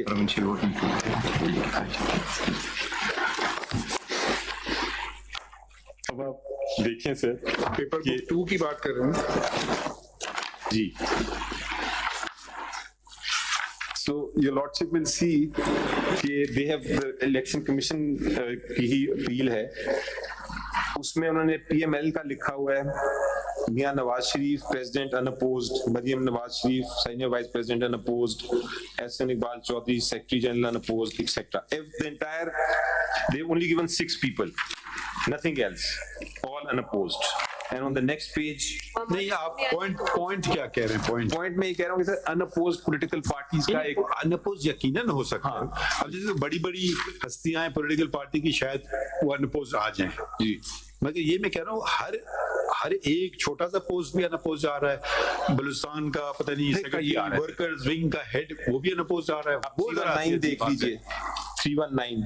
अब यकीनन आप खड़े होते शायद आप अनअपोज आ जाते, मान लेते हम, क्योंकि भाई चलिए आप वाबस्तगी है, आप काम कर रहे हैं पार्टी का, लोगों ने कहा ठीक है बंदा सही है। So it's not unusual that 319 देखिए सर आपकी नेक्स्ट। नहीं, मगर देखिए हम उस पे तबसरा नहीं करेंगे क्योंकि वो हमारे आप कह रहे हैं, तो मैं ख्याल आपको इंटरेस्टिंगली पॉइंट आउट कर दूं, अवामी नेशनल पार्टी का even district presidents have been elected unopposed. देखिए इसीलिए तो हमें आपका मंशूर तो बड़ा अच्छा लगा, मगर ये पैनल वाली बात शायद मुझे मैं उस पर कोई तबसरा नहीं करना चाहता हूँ, मगर इलेक्शन मींस इलेक्शंस, इम्प्रूवमेंट की जरूरत है क्योंकि एमपी को भी प्रॉब्लली कोई प्रॉब्लम था, या तो उनको फाइन लगाया कुछ, उनको 20,000 का फाइन लगाया जिन्होंने, और ये कहा है कि ठीक है आप इंट्रा पार्टी इलेक्शन, आज ही ऑर्डर आया है कि आप इंट्रा पार्टी इलेक्शन अपना बाद में करा लें, सिंबल आपको दे देते हैं, अभी फाइन कर लें। तो इट्स जस्ट कम आउट। अगर आपका मसला बहुत जमाने से चल रहा है जी। अच्छा सर, कमिंग देखिए, आप देखिए आर्टिकल 17 पार्टी फंडिंग की भी बात करता है, उसमें तो सिंबल की बात नहीं मगर पैसों की तो बात कर ली। वो तो है, वो कल हम सुन रहे थे, उन्होंने कहा जी आप 2014 से वो इशू पे भी बात को चलने ही नहीं देते हैं आगे। मतलब देखिए अब इसमें देखिए जरा आप एक और इसमें पहलू है जो कि बहुत नाजुक पहलू है। मुल्क कौन चलाता है? मुल्क वो सियासी पार्टी चलाएगी जो मुंतखब हो जाए, ठीक है। सियासी पार्टी तो कुछ भी नहीं है ना, एक नाम है। आप कल अपनी पार्टी का नाम बदल लें तो मतलब पार्टी तो वही रहेगी ना। तो वो लोग कौन होते हैं? पब्लिक को तो पता तो होना चाहिए कि हाँ ये लोग पता नहीं हमारे दुश्मनों से सौदा तो नहीं कर लेंगे, कोई और मसला नहीं खड़ा करेंगे, इनका बैकग्राउंड ये है, हाँ यार मैं जाना पहचाना आदमी, चलो हम ये बीच एक दो लोग आपस में कभी हो जाती खिंचपिच, हर पार्टी में होती है ऐसी। मतलब जमहूरियत की खूबसूरती ये है कि उसमें डिस्प्यूट होता है। अब आपके दूसरे कल वो थे ना, हमने खोसा साहब से पूछा तो उन्होंने कहा नहीं अब मैं नहीं हूँ पीपल्स पार्टी में, अब मैं आपकी पार्टी में हूँ। ठीक है, वो कोई बात नहीं होती रहती, मगर पार्टी जब तक किसी को निकाले नहीं या वो आदमी खुद छोड़ के ना चला जाए तो फिर तो उसको आप अपना माने, चाहे बेशक आप उसको अच्छी नजर से ना देखें या कुछ लोग पार्टी में, मगर देखिए हर आदमी वो एक ही बात करेगा तो फिर बात किसी बात पे कोई आप सुनना नहीं पसंद फरमाएंगे। अच्छा मैं कहता हूँ ये इकॉनमी यूं चले, वो सब कहेंगे जी यस सर। वो दूसरा आएगा तो मैं कहता हूँ इकॉनमी यूं चले, कहेगा जी यस सर। फिर वो कहेगा नहीं जी ऐसे नहीं, शायद ये बेहतर है, शायद वो बेहतर है, हो सकता है फिर उस पर वोटिंग हो जाए, नहीं ऐसे करना चाहिए, चलो भाई IMF से मुआहदा कर लें, IMF से नहीं मुआहदा करें भाई, चलो भाई ठीक है। तो जब पब्लिक को क्या पता है, एक कागज का टुकड़ा आया, अब आप बुरा ना माने क्योंकि गौर साहब हमारे सामने खड़े हैं और कल ये मुंतखब हो गए प्राइम मिनिस्टर पाकिस्तान, तो आपकी पार्टी में लोग जानते हैं इनको क्या करेंगे याद करके, तो ये बातें खड़ी हो जाएगी ना। तो भाई लोगों, it means democracy is representative democracy, you represent me, you are not representing. The question, that basic question which is troubling my mind is who do you represent? ठीक है जी, ये वाली बात है। सही आपका देखें सर, मैं तो आपकी जो माइंडसेट है उसके साथ बिल्कुल चलता हूँ personally. I also believe questions, it's not even a mindset.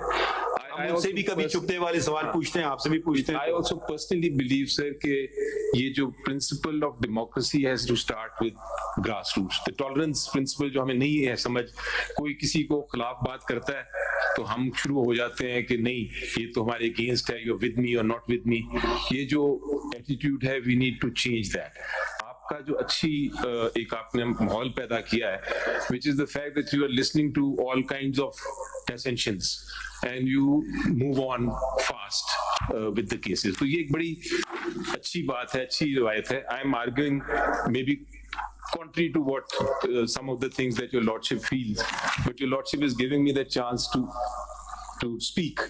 And your lordship is responding by an argument or an observation which I can then respond to. This is the atmosphere that we should create. So I appreciate that. No, we appreciate you. You are always come very professionally prepared, which is job of a council. I mean, I've never had in the difficult of cases also, we've seen you never lose your cool. Thank you so much, Ji, and same to you. Sir, I will pass on some, just to show that we were wanting to do that election, I will pass on some document just to take your lordship through it. In fact, 6 colors were made for every panel in case we have a voting that we need to do. So you just pass it along. If let's say you will see white color for the center, and you will see different colors for different provinces. And the reason was that we were ready for the election. We wanted कि अगर कल को election panel आता है, तो होते हैं, तो we would want to do it. तो ये तो ब्लैंक है, कुछ इस पे लिखा नहीं है। These are the ballot papers ready. What I'm saying is that we were ready for the election if it needed to take place. बताओ आपने इस पे लिखा नहीं panel number so and so, panel number so and सो। वो तो अगर ये आता है ना, तो वो उसी वक्त बैठ के भरते सारे, वो उस वक्त करते अकॉर्डिंग टू द पैनल। ये अगर जो येलो फॉर एग्जांपल है is one panel, one province's panel, तो वो फिर उस पे टिक करते कि किस पैनल को उन्होंने, अगर 2 होते या 3 होते फॉर एग्जांपल, ये अगर आप ये भर चुके होते तो फिर उससे जाहिर होता कि आप ये पैनल्स मौजूद थे और हो रहा था इलेक्शन, किसी नहीं पैनल कोई आया नहीं, तो फिर इलेक्शन नहीं हुआ। ये पैनल का मुझे कॉन्सेप्ट समझाएं क्या है जरा, फिर मैं समझ नहीं पाया अभी तक पैनल। ओके सर, पैनल का कॉन्सेप्ट ये है कि लेट अस अज्यूम कि मैं अपना बताइए, आपका मैं अपना अज्यूम कर रहा हूँ कि I want to contest an election as general secretary of the party. So मेरे पास मजबूरी ये है कि मुझे एक पूरा का पूरा अपना जो लिस्ट है of my deputy, of my finance, of my, ठीक है समझ गया, आपने कहा 10 लोग ये होंगे, 10 लोग, तो दूसरा जो पैनल आ गया वो भी तो फिर वही कर रहा है होगा, वो भी 10 लेके आएगा बंदे। नहीं तो वो आपके खिलाफ लड़ेगा ना, लड़ेगा। वो कहाँ हुई कंटेस्ट? वो आया ही नहीं कोई। आपने कहा 6 पैनल थे, सिर्फ for each for centre there is 1 panel, for each province भी एक पैनल का कॉन्टेस्ट होता है अलग।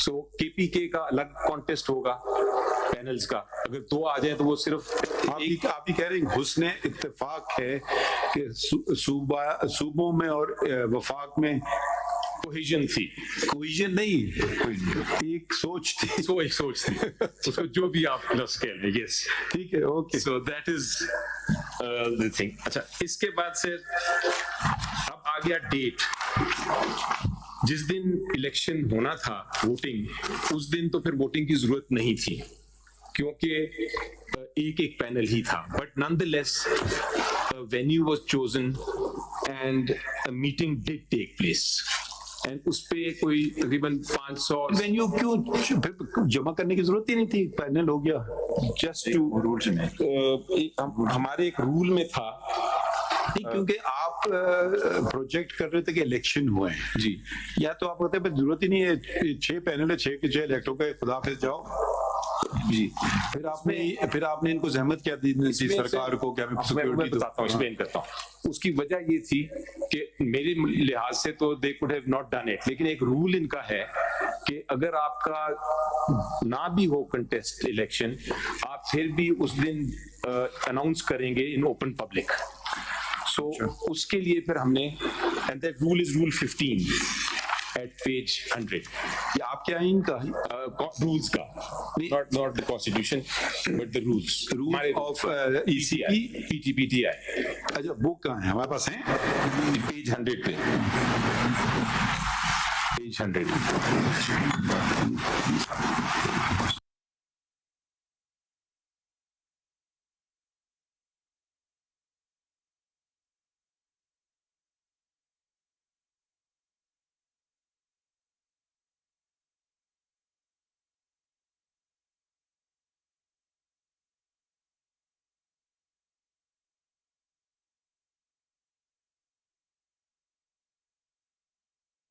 जो उस रूल के मुताबिक चूंकि लिखा हुआ है कि the federal commissioner shall declare the result of the concern panel और chairman as the case may be to be notified at the polling venue after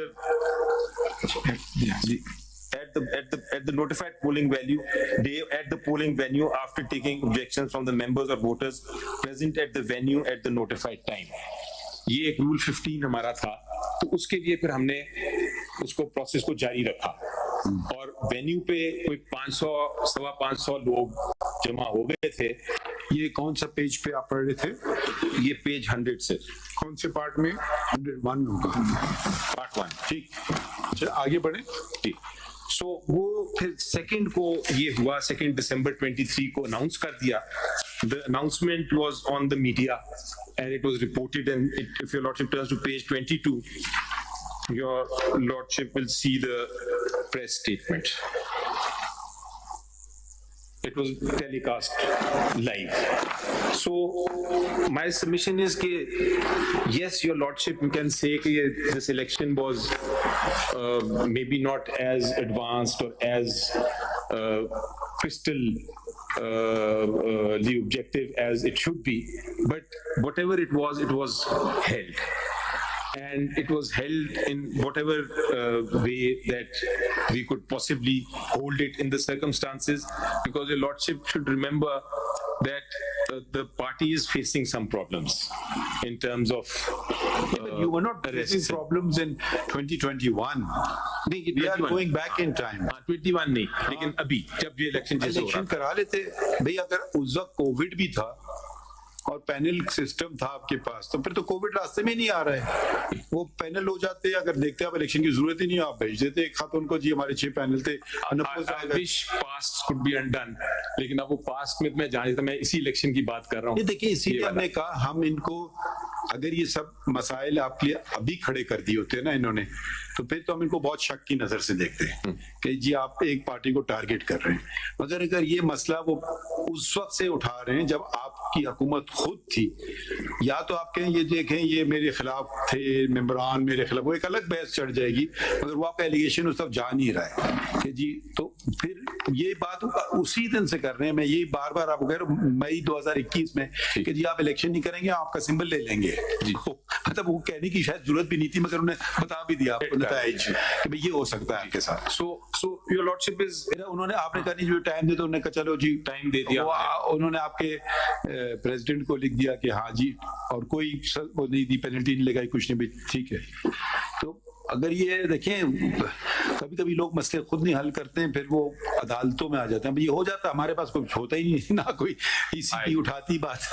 I agree, लेकिन इसलिए अगर आप पुराने लोगों को अपने साथ रखें ना, उनको तजुर्बा होता है। अब मैं देख रहा था ये इन्होंने फाइल किया है डॉक्यूमेंट, पता नहीं अहमद हसन साहब ने, आपने इनको कॉपी दी है? अब ये जो पहला आपका मंशूर था, आप ये देखें पेज 3 पे, चेयरमैन मिस्टर हामिद खान जी, हाँ कॉपी दी। तो ये इन्होंने ये इसके मेंबरान थे हामिद खान साहब के अलावा 11। ये आपका ओरिजिनल मंशूर है, जिसमें मेराज मोहम्मद खान, अब्दुल हफीज खान, सईदुल्लाह खान न्याजी, महमूद मिर्जा, फारूक अमजद मीर, हुसैन अली खान, मिस्टर अकबर एस अहमद, फौजिया कसूरी, ख्वाजा मोहम्मद जमील, ख्वाजा मोहम्मद सलीम, ये आपके मंशूर में इनके नाम इंदराज हैं। और फिर ये मीटिंग भी जो हुई थी, ये इनके दफ्तर में शायद इन्होंने बनाया होगा, क्योंकि इनकी लॉ फर्म का तस्करा है पेज 36 पे। तो कभी कभी फायदा होता है पुराने लोगों को साथ रखने का। जी आई एग्री, एक्सपीरियंस। तो वो फिर शायद आपने आइन फिर बदल लिया, पहले कुछ और था। तो कम से कम ये तो बात वाजे हो गई कि अकबर एस अहमद साहब थे बानियों में से। But for the record, I have the original bound copies and original letters also. नहीं, फिर वो तो ने मान लिए तस्लीम। क्या कोई और लेटर है जो मैंने कॉपी लगाई, हमने ये तस्लीम नहीं की हमारे में, और ये जो ओरिजिनल बाउंड कॉस्ट। आप ही कह रहे हैं कि कल रात को मैंने नहीं छापा है। ऐसे ही we don't doubt that। तो पहले ही दिन अगर ये देखिए, खान साहब ने तो बड़ी फ्रैंकली कह दिया जी ही इज फाउंडिंग मेंबर। अब इनको जो छुट्टी की वो दिखा दें हमें। देखिए आप कह रहे हैं मेंबर नहीं रहे आपके, अब बर्डन तो आप पे आ गया ना। वो या तो इनका रेजिग्नेशन लेटर दिखा दीजिए हमें, या इनका दिखा दीजिए क्या एक अखबार की कटिंग हमें ना दिखाइए। नहीं सर, वो तो आपने को देखा, मैं आपसे कल से कह रहे थे, तो ये कोई गैर तो नहीं आ रहा है जो आप पे हमला कर रहा है, ये तो आपके अपने लोग हैं जो आपको कह रहे हैं जी इलेक्शन तो कर लो जी, शायद ये बनना चाहें चेयरमैन, आई डोंट नो। वैसे मैं ऐसे ही पूछ रहा हूँ, हामिद खान साहब का ज्यादा हक है चेयरमैन बनने का या गौर साहब का? नहीं, आपसे नहीं पूछूंगा खान साहब, आपसे नहीं पूछूंगा। और हामिद खान साहब मुझे आप पता आप क्या कहोगे, आप कहेंगे उनका है। हाँ, ऑफर हुई थी लेकिन शायद उनका यही आई थिंक सही कह रही आप। और आप कुछ ना कहें। हाँ, मेरी ऐसी ऑन अ लाइटर नोट, बुरा ना माने, चले आगे बढ़ते हैं। अच्छा, बिफोर आई पॉलिटिकल पार्टीज जो है ना जी, उनमें भी कुछ लोग होते हैं वो परिंदों की तरह होते हैं, जो पॉलिटिकल पार्टी पार मारे उसके साथ चल पड़ते हैं। कुछ लोग होते हैं जो खड़े रहते हैं, मुसीबत अच्छे वक्त में भी होते हैं, बुरे वक्त में भी होते हैं, तो फिर उनकी कदर बढ़ती है, अवाम में भी बढ़ती है। हर पार्टी में ऐसे ही लोग हैं, हम किसी पार्टी का जिक्र नहीं कर रहे हैं। अच्छा, ये इधर आज यहाँ से टिकट ले लिया, यहाँ से नहीं मिला, दूसरे में चले गए भाई, तो फिर आपका कोई वो नजरिया क्या है, आपका सूल क्या रहा? तो नाम भी शायद रखा हुआ है। नहीं, वो मतलब वो चले कोई, अगर पार्टी उसमें हो ना सरकार में, फिर छोड़ो। तो देखिए, ये भी हर पार्टी, आप बार बार ये कह रहे हैं ना, हर पार्टी के साथ जो कुछ हुआ है पाकिस्तान में, वो तो सब खुली किताब है। तो वो हर पे बहुत कुछ गुजर चुका है। तो कुछ नहीं गुजरा है शायद, तो पार्टीज ऐसी नहीं थी जो बहुत बड़ी हो, फर्क नहीं पड़ेगा। छोटी पार्टीज होती हैं, उनको कोई परवाह नहीं करता है, तो कोई फर्क नहीं पड़ेगा क्या करते हैं वो लोग। सो ये सैड हिस्ट्री है, मगर अगर अगर हम थोड़ा थोड़ा भी सही करने लगे ना तो the best thing that your lordship did was ये 8 फरवरी वाला इलेक्शन का। अभी इंशाल्लाह at least we are going that you way. can take credit for that. I can't, but I'll continue to support it as much as I possibly can, because I think that may change the course of our history. और देखिए election on and off all, जी आते रहते हैं जाते रहते हैं, मतलब who knows what happens tomorrow. I can't say if I'll be alive tomorrow. I can say inshallah. चले। Now, so basically, sir, coming, so I've tried to. नहीं ये बात समझ गए, अगला पॉइंट बताएं। Now, sir, coming back to my original argument where I was, and I'll try and now speed up with my legal points. So, sir, as I was submitting that in my humble opinion, Section 215 of the Election Act 2017 does not specifically give any jurisdiction on the Election Commission to become an election tribunal and examine the intra-party elections as if it is a trial court. Is this your position with regarding funding also or no? No, funding is different. Funding is different because under Article 17(3). नहीं तो election act में तो वही provisions हैं दोनों। नहीं 17(3) जो है sir of the election of the constitution, वो प्रोवाइड्स कि सोर्स ऑफ फंड जो है not to the no, we talk about jurisdiction of ECP. My jurisdiction is that when you read 17(3), do they have jurisdiction? जी, they do. Under where? How do they have jurisdiction?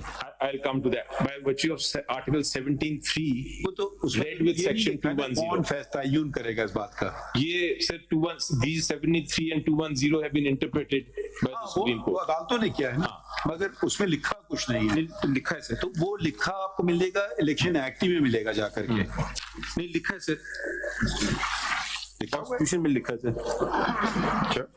Every political party shall account for the source of its funds in accordance with law. To whom? 2010 में। To Election Commission of Pakistan, to a court of law, to whom? Sir ये लिखा है political party shall, क्योंकि source of funds बना रहे हैं ना, a political party shall in such manner may be prescribed submit to the commission within 60 days from the close of a financial year. कहाँ से पढ़ रहे हो? To Section 210. नहीं वो आप एक्ट ही से पढ़ रहे हैं ना? जी जी। तो आइन में तो इलेक्शन कमीशन के पास ये आइन में नहीं है। तो इसी तरह तो फिर आपका आर्गुमेंट तो वही चलेगा इधर भी, अगर उसका भी फिर उसका भी नहीं है उसका जुरिसडिक्शन, वो भी फिर सिविल कोर्ट के पास है। लेकिन ये आप तफरीक क्यों कर रहे हैं? जी ये तो इसलिए कर रहा हूँ सर बिकॉज ये जो है जो 210 है that comes directly not in conflict with but in expressly stated in 17(2) के आपकी source of funds है, और उसमें 210 में लिखा है कि आपने नहीं आप ऑडिटेड अकाउंट देखें जी, या तो आपका आईनी बहस हो कि जी इंटर पार्टी इलेक्शन में कोई भी मुझे नहीं देख सकता है, वो एक अलग बहस है। वो आप मिक्सअप कर रहे हैं कि आइन क्या तकाजे हैं, हम अभी जुरिसडिक्शन की बात कर रहे हैं। अगर किसी को इतराज है कि आप या कोई भी पॉलिटिकल पार्टी के फंड सही नहीं है तो वो किस जगह दस्तक देगा? इलेक्शन कमीशन जाएगा या सिविल कोर्ट जाएगा? आपने कहा इलेक्शन कमीशन जाएगा। अगर ये बात है तो फिर यही पावर जो उनको एक कानून ने दिया है वही पावर उनको इलेक्शन मैटर्स में इलेक्शन के मुतालिक भी दिया है, तफरीक नहीं हुई है। वो वही कानून है इलेक्शन एक्ट 2017। तो एक आप उनको इख्तियार दे रहे हैं और एक इख्तियार उनसे आप हटा रहे हैं जी। तो ये या मैं इसलिए कह रहा हूँ कह रहे हैं कि कोई भी power, because the language of 209 and 210 are different, much different. मैं इसलिए कह रहा हूँ वो 210 से तो आप अक्सर कर सकते हैं कि ये जो ऑडिटेड अकाउंट्स हैं जो कमीशन को सबमिट करने हैं वो audited accounts source of funds must show. नहीं वो तो एक दो अलग चीजें, जुरिसडिक्शन की और आइन की बात है। ठीक है चलें आगे बढ़ते हैं फिर। Now, so your lordship will see that if your lordship turns to the Election Act itself, your lordship will see that there are various provisions in the Election Act where although Election Commission has been given jurisdiction under the Constitution to examine and keep a supervision over elections, general elections, but when it comes to election disputes, specific provisions have been made in the Election Act that the election dispute itself will be decided by election tribunal. I refer to section 134. ये वाला language intra party elections के लिए नहीं इस्तेमाल किया गया. If your lordship turns to section 139, turn of election 139, election disputes, chapter 9. So these are post-election disputes. Correct. My point that I'm trying to make is that when your lordship looks at section 141, there are election tribunals. Detailed provisions have been made how the election tribunal can decide and discuss and determine whether there is a election dispute, void hai, nahi hai, kya irregularity hai. Pura trial ka process detailed diya hua hai. And if your lordship turns to section 1546, तो उसमें बकायदा दिया हुआ है कि क्या-क्या grounds हैं in which the turned election can be declared void. And then there is a provision under 155 to appeal to the Supreme Court. So पूरा 10A का आर्टिकल 10A का प्रोसेस डिटेल में दिया हुआ है कि not impliedly, it is very expressly said कि even a general election जिसकी Election Commission of Pakistan has jurisdiction over, even those. What do you make of 2025? 202 sub 5. If an enlisted political party fails to file the documents within subsection 2 within the time stipulated in the subsection 4, the commission shall cancel the entitlement of the political party after affording an opportunity of being heard to that political party. उनके पास इतना इख्तियार है वो आपको झड़ से निकाल के भी बाहर फेंक सकते हैं. सर ये वो जैसे उन्होंने किया है, अभी किया है उन्होंने, वो जो मुशर्रफ साहब ने पार्टी बनाई थी ऑल पाकिस्तान मुस्लिम लीग या क्या, वो तो उन्होंने झड़ से निकाल के फेंक दिया उसको. वो सर 202 जो है ना सेक्शन, वो एक्चुअली टॉक्स अबाउट इनलिस्टमेंट, यानी कि it is before, it is not a party in existence. नहीं इलेक्टेड पॉलिटिकल पार्टी तो सबसिस्टिंग पॉलिटिकल पार्टी की बात हो रही है, fails to file documents but under subsection 2 ना सर, 2 दे पढ़ लेते हैं, वो 201 209 210 का वहां तस्करा आ रहा है. नहीं 2 पढ़ लेते हैं सर. द 2 है कि 202 is entitled enlistment of political parties and it talks about a political party, one पढ़ता हूँ, formed after commencement of this act shall within 30 days of its formation apply to the commission for enlistment of the political party. And 2 says the application for enlistment shall be accompanied by a copy of so and so. So 5 talks about this section 2. नहीं जी देखिए वो तो है, वो तो उसको enlist ही ना करे. फिर क्या अभी तक आपने पूरे नहीं किए अपने रिक्वायरमेंट, कह रहे कैंसिल द एनलिस्टमेंट का मतलब सबसिस्टिंग पॉलिटिकल पार्टी की बात हो रही है. बट वो तो अगर देखें आप कल दरखास्त देते मुझे पॉलिटिकल पार्टी बना दो, उनके पता नहीं 50 रिक्वायरमेंट्स होंगे, वो आप पूरा नहीं करेंगे, वो आपको देंगे नहीं, मानेंगे नहीं पॉलिटिकल पार्टी. सर अगर मैं ये मान लिया, अगर हम इस पे जाए ना सिर्फ 17 को मद्देनजर रख के जी, तो फिर पॉलिटिकल पार्टी कहे कल को एक नई पॉलिटिकल पार्टी बन रही हो जी, वो कहे कि जी मैं नहीं चाहता हूँ इलेक्शन कमीशन के पास, मैं इलेक्शन डायरेक्ट लड़ता हूँ बगैर एज अ पार्टी.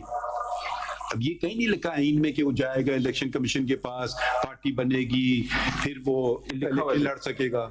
ये लिखा है किस जगह? ये इसी में सब 200 में. यही तो मैं कह रहा हूँ स्टैट्यूट में लिखा है जी, आईन में नहीं लिखा जी. तो वो कल को कोई कहे पता नहीं जो भी पार्टी बनाना चाहे. ये चैलेंज हुआ था सर बेनजीर भुट्टो केस में कि आपने क्यों हमसे रजिस्टर क्यों करा रहे हैं, ये बकायदा चैलेंज हुआ था. ये जो आप बात कर रहे हैं, और सुप्रीम कोर्ट में चैलेंज हुआ था. सुप्रीम कोर्ट ने कहा था कि नहीं, registration of a political party में कोई इशू नहीं, as long as you don't put restrictions in the registration. ये था। हाँ, ये बात सही है। मतलब जैसे कि अब लाइसेंस भी है, कोई कहे मैं गाड़ी चलाने देता हूँ, मैं आपसे बेहतर गाड़ी चला सकता हूँ, मैं लाइसेंस नहीं लूंगा। हो सकता है उसकी बात भी सही हो, क्यों बेहतर चलाता है गाड़ी, मगर उसको फिर भी लाइसेंस एक कागज में टुकड़ा चाहिए। अब उसको इनकार, अगर वो कहती मुझे इसकी शक्ल नहीं पसंद है, मैं नहीं सीखता हूँ, वो फेल कर दे टेस्ट ड्राइविंग टेस्ट, वो अलग बात है। तो देखिए वो ये हर जगह दुनिया में ऐसे ही हो रहा है। तो ये उस हद तक तो बिल्कुल ठीक है ना। 202 अगर आप देखें ये 5 एक मैं यही बात कर रहा हूँ, इलेक्शन कमीशन आप कह रहे हैं एक चीज का इख्तियार है, दूसरी चीज का नहीं है। 202 कह रहा है वो एक पॉलिटिकल पार्टी को निकाल बाहर फेंक सकती है जी, लेकिन ओनली फॉर 209 से, और उसकी अपील आएगी सुप्रीम कोर्ट में डायरेक्ट। अगला प्रोविजन पढ़िए जी, उसकी आएगी सुप्रीम कोर्ट में डायरेक्ट। ठीक है सर। तो अगर ये करते हैं हमसे कि ये करें, जैसे किया अगले दिन, अब कल की बात है, वो अवामी क्या नाम है, और पाकिस्तान मुस्लिम लीग APML वालों का उनको उन्होंने उठा बिल्कुल ही खत्म ही कर दिया, वजूद ही खत्म कर दिया। उन्होंने सर्टिफिकेट ही नहीं दिया।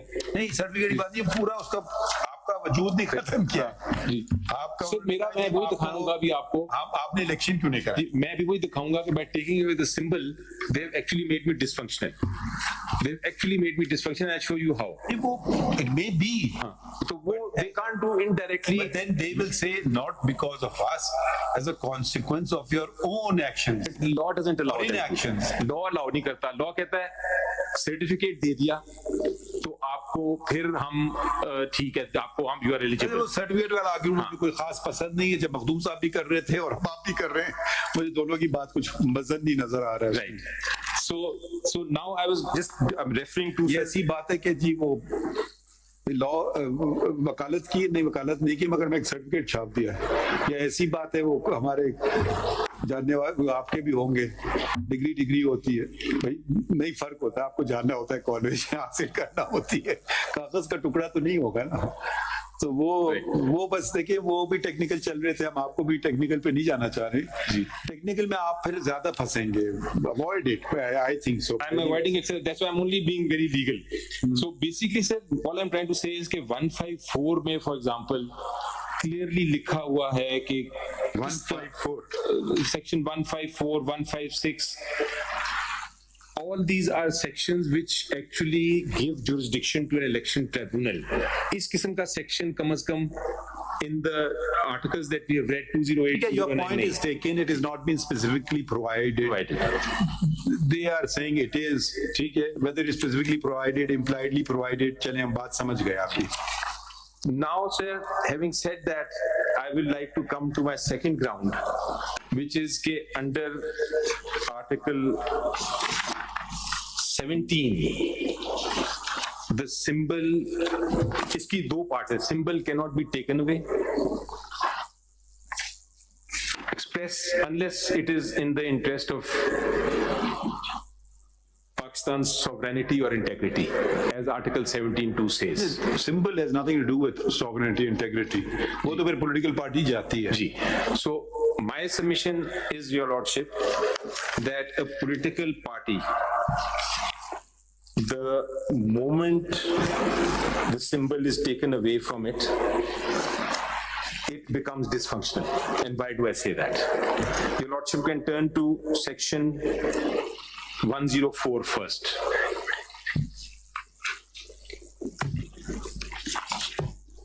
Section 104 of the Election Act says that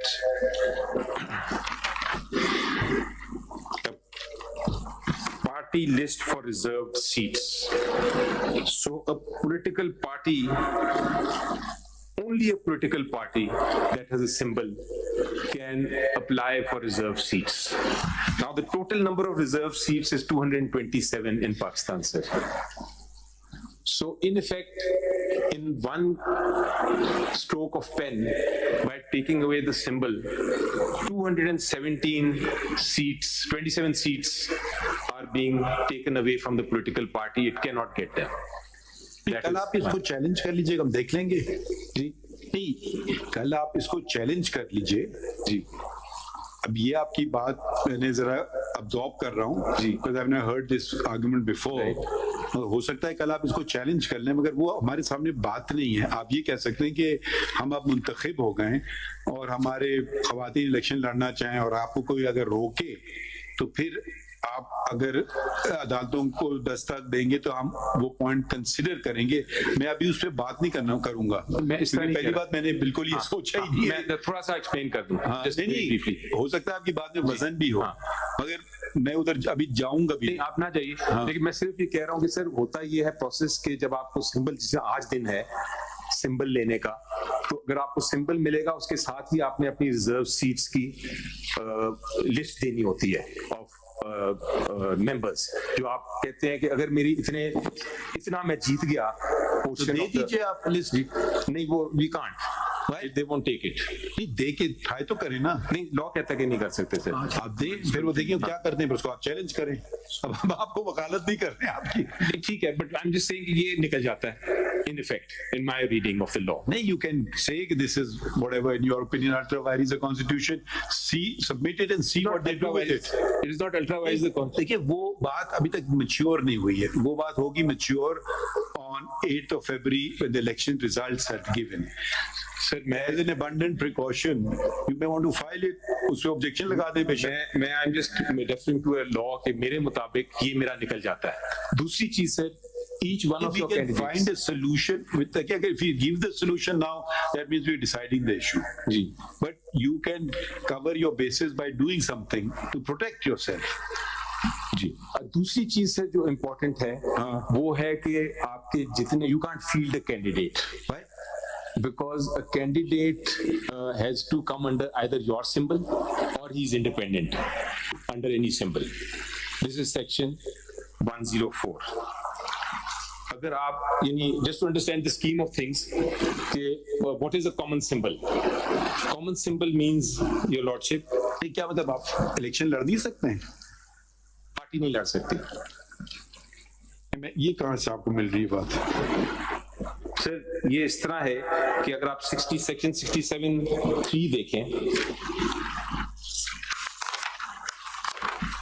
that is why I'm saying this is a huge। नहीं, मैं समझना चाह रहा हूँ जी। सेक्शन 67(3) अगर कोई पॉलिटिकल पार्टी का मुझे सिंबल नहीं चाहिए, मेरा नाम ही काफी है, तो वो इलेक्शन नहीं लड़ सकती है? नहीं, इलेक्शन नहीं लड़ सकती। क्यों? Sir, because a political party can only field candidates under a symbol। ये आप अपने लिए मसले क्यों खड़े कर रहे हैं या इनको आइडियाज क्यों दे रहे हैं? नहीं, ये पता है इनको sir. This is why this is happening। They are fully aware of how to keep a political party out of the political arena। पूछ लेते हैं मखदूम साहब से, आपके कैंडिडेट्स को सिंबल क्या देंगे फिर? वो कुछ नहीं देंगे सर। कोई छड़ी होगा, कोई झाड़ू होगा, कोई फुटबॉल होगा। वो आपकी मर्जी, जो लेना चाहिए या ना लेना चाहिए, आपको मुझे जल्दी चाहिए। नहीं सर, अगर दे देंगे एक कैंडिडेट तो मैं मखदूम साहब को बुलाएं।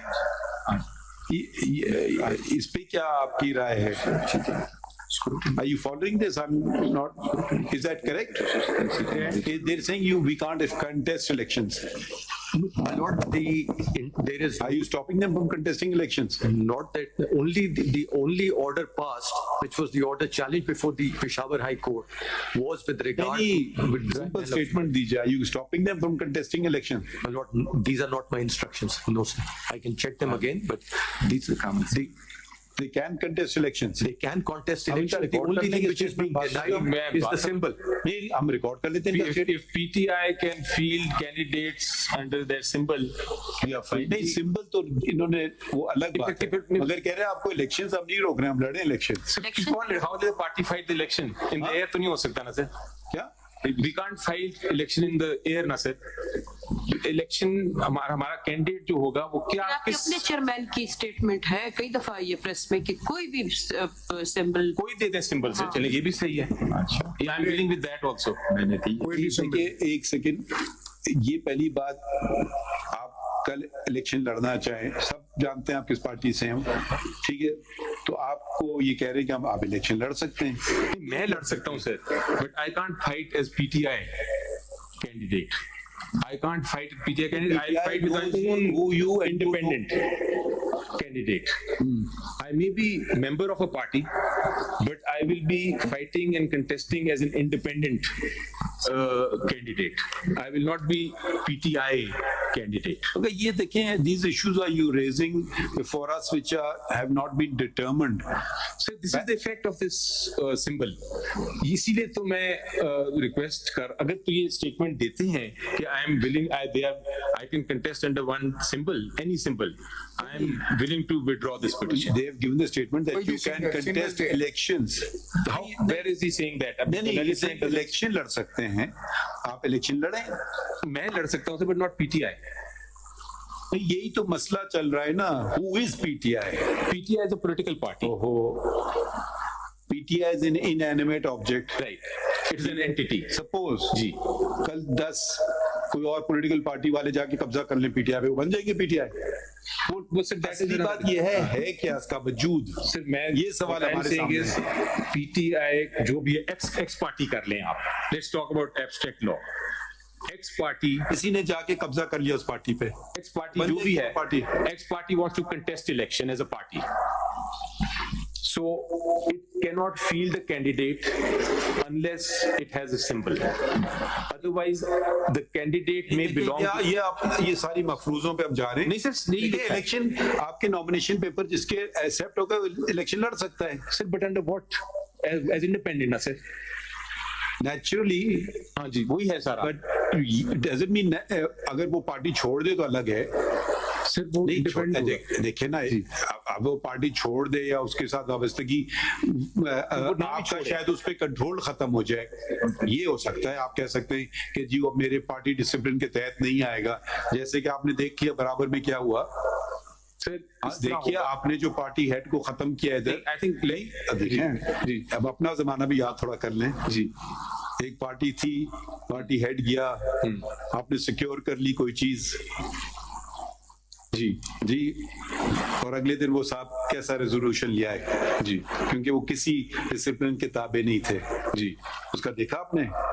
मगर आप उसके बाद नहीं बात करते हैं उनके मुतालिक बातें. ठीक है, ये अभी आप इसको अपने लिए मसाइल क्यों खड़े कर रहे हैं? हमारे पास जो बात है हम उसका तयन. This is the crux of the matter. The crux of the matter is that if the symbol has been taken, the party is dysfunctional. The party cannot fight the election. That's what the law says. समझ नहीं आ रहा है. I don't know.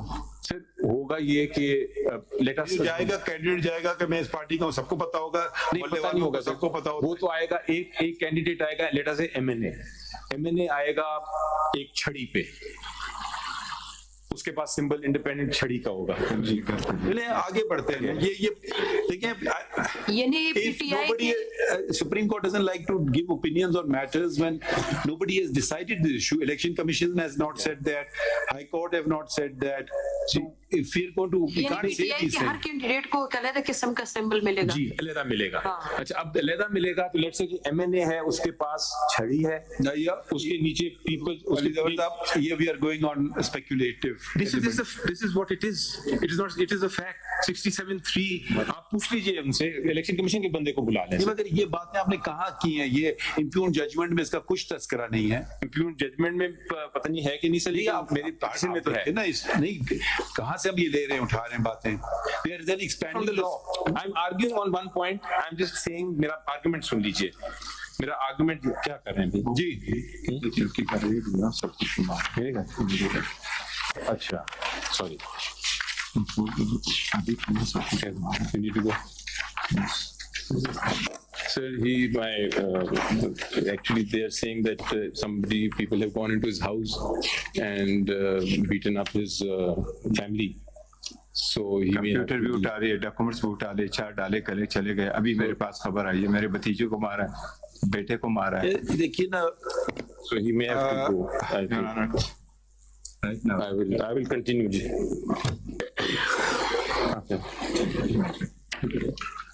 We're living in difficult times, but let's go on. So 66 and 67 3 के तहत my submission is that the candidate becomes independent. ये दूसरी point हो गया.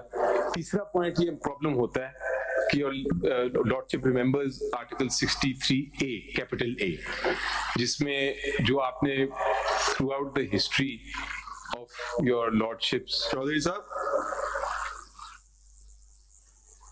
nothing like this should happen if it is happening. ठीक है? ठीक है? हाँ.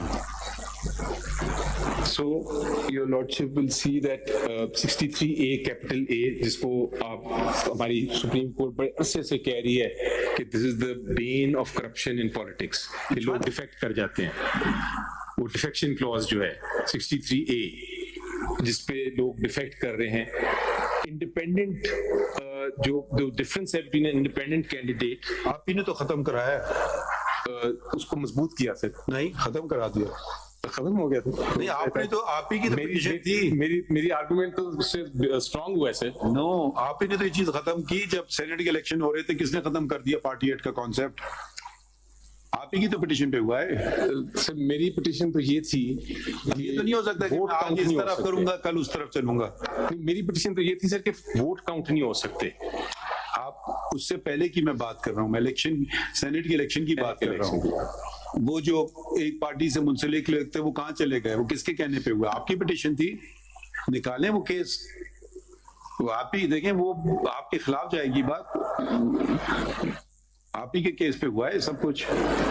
तो वो जो lordship is referring to which case वही होगा. मैं नाम नहीं लेना चाह रहा था, मगर वो ठीक है. बट मेरा पॉइंट ये सर कि what I am trying to say here is कि सिंबल जो है is something that if you take that away, my submission is कि party dysfunctional हो जाती है. Party cannot contest the election. ये मैं कह रहा हूँ. इधर आए. And इस पे sir I now will come to that case जिसकी मैं बात कर रहा था 5089 सुप्रीम कोर्ट. नहीं, आपको दिया. I understand. आप निकालिए केस. उनको तो नहीं देने को कहा है. जी मेरी किताबें किधर? जी योर लॉर्डशिप विल सी कि जिस तरह मैंने कहा कि पॉलिटिकल पार्टीज का आर्टिकल 17(2) तो कहता है सिंपल स्ट्रेट फॉरवर्ड के right to form a political party, लेकिन there are number of penumbra rights that are attached with it. Penumbra rights have been developed robustly by our courts. और जो पहला case इस पे था, your lordship will note, was Maudud's case. Your lordship was referring to history. So the first case on this was Maulana Maudud's case. And your lordship will see PLD 1964 Supreme Court 673.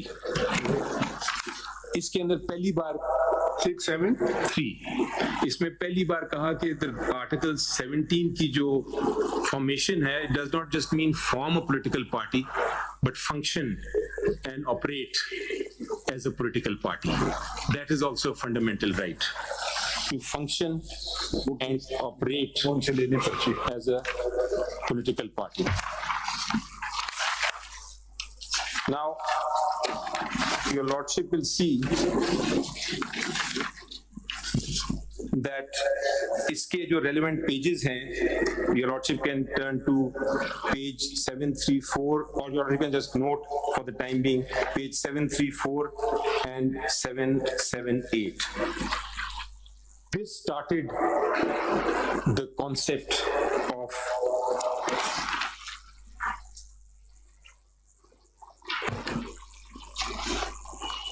freedom of association and the importance of a political party. इसके बाद your lordship हुआ ये कि came along bad time for our country and political parties, as your lordship had pointed out, were being stressed. तो फिर Supreme Court stepped in the case of PLD 1988 Supreme Court 416. PLD 88 Supreme Court 416 में for the purpose of formation of the political party restrictions लगा दी और साथ ये भी कहा sir कि ये जो अकाउंट्स हैं, एक और भी लॉ आया sir, this is very interesting. I will read from these judgments, but I'm just summarizing that. कि उन्होंने कहा कि अकाउंट्स जो हैं वो audited accounts ECP can vet them of a political party. So Benazir Bhutto Shahidchi challenged this as a political party, these provisions. And the Supreme Court in PLD 88, Supreme Court 416, which I will read from various paragraphs, basically said कि ये ECP को जब आप एक party को role दे देते हैं कि उसको वो फंड्स भी देख सके, ऑडिट अकाउंट्स देख सके, तो आप फिर ये आर्टिकल 17(2) की वायलेशन कर रहे हैं. We will not allow that. This is PLD 88 Supreme Court 416. उसके इमीडिएटली बाद फिर कानून आ गया सर 88 सुप्रीम कोर्ट के बाद, और उस कानून में उन्होंने ये कहा, and this is known as the symbols case. उन्होंने कहा कि जनाब हमने, ठीक है, party can contest through independent candidates, party can contest, लेकिन जो कैंडिडेट है उसको इंडिविजुअल सिंबल मिलेगा. बाद में वो पार्टी ज्वाइन करे ना करे वो उसकी मर्जी है, बट उसको इंडिपेंडेंट करेगा. अब ये 88 उसको भी चैलेंज किया बेनजीर भुट्टो ने जी, and that is 89 supreme court which I want to read from first. PLD 89 supreme court 66.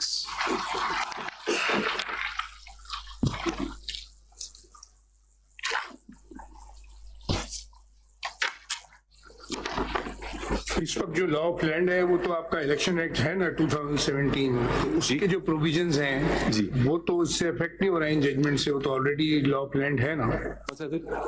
Elections act 2017 के जो प्रोविजंस हैं जी जी, वो तो प्रिवेल करेंगे ना इसमें. ये नहीं, पुराने जजमेंट्स तो अपनी जगह है, अगर जो न्यू लॉ है दैट इज इन फील्ड, उसके जो प्रोविजंस हैं उसके बारे में केस चलेगा ना. जी, मैं बिल्कुल सही कह रहे हैं. मैं तो अभी आपको आप 89 क्या बताना चाह रहे हैं इसमें से? 89 में से supreme court 66. If your lordship look at this case, so I would like to start reading this at page 66. Your lordship has that? थोड़ा सा स्पीड कर लें जी. स्लो डाउन हो गया जी. Your lordship can turn to page 69, last portion.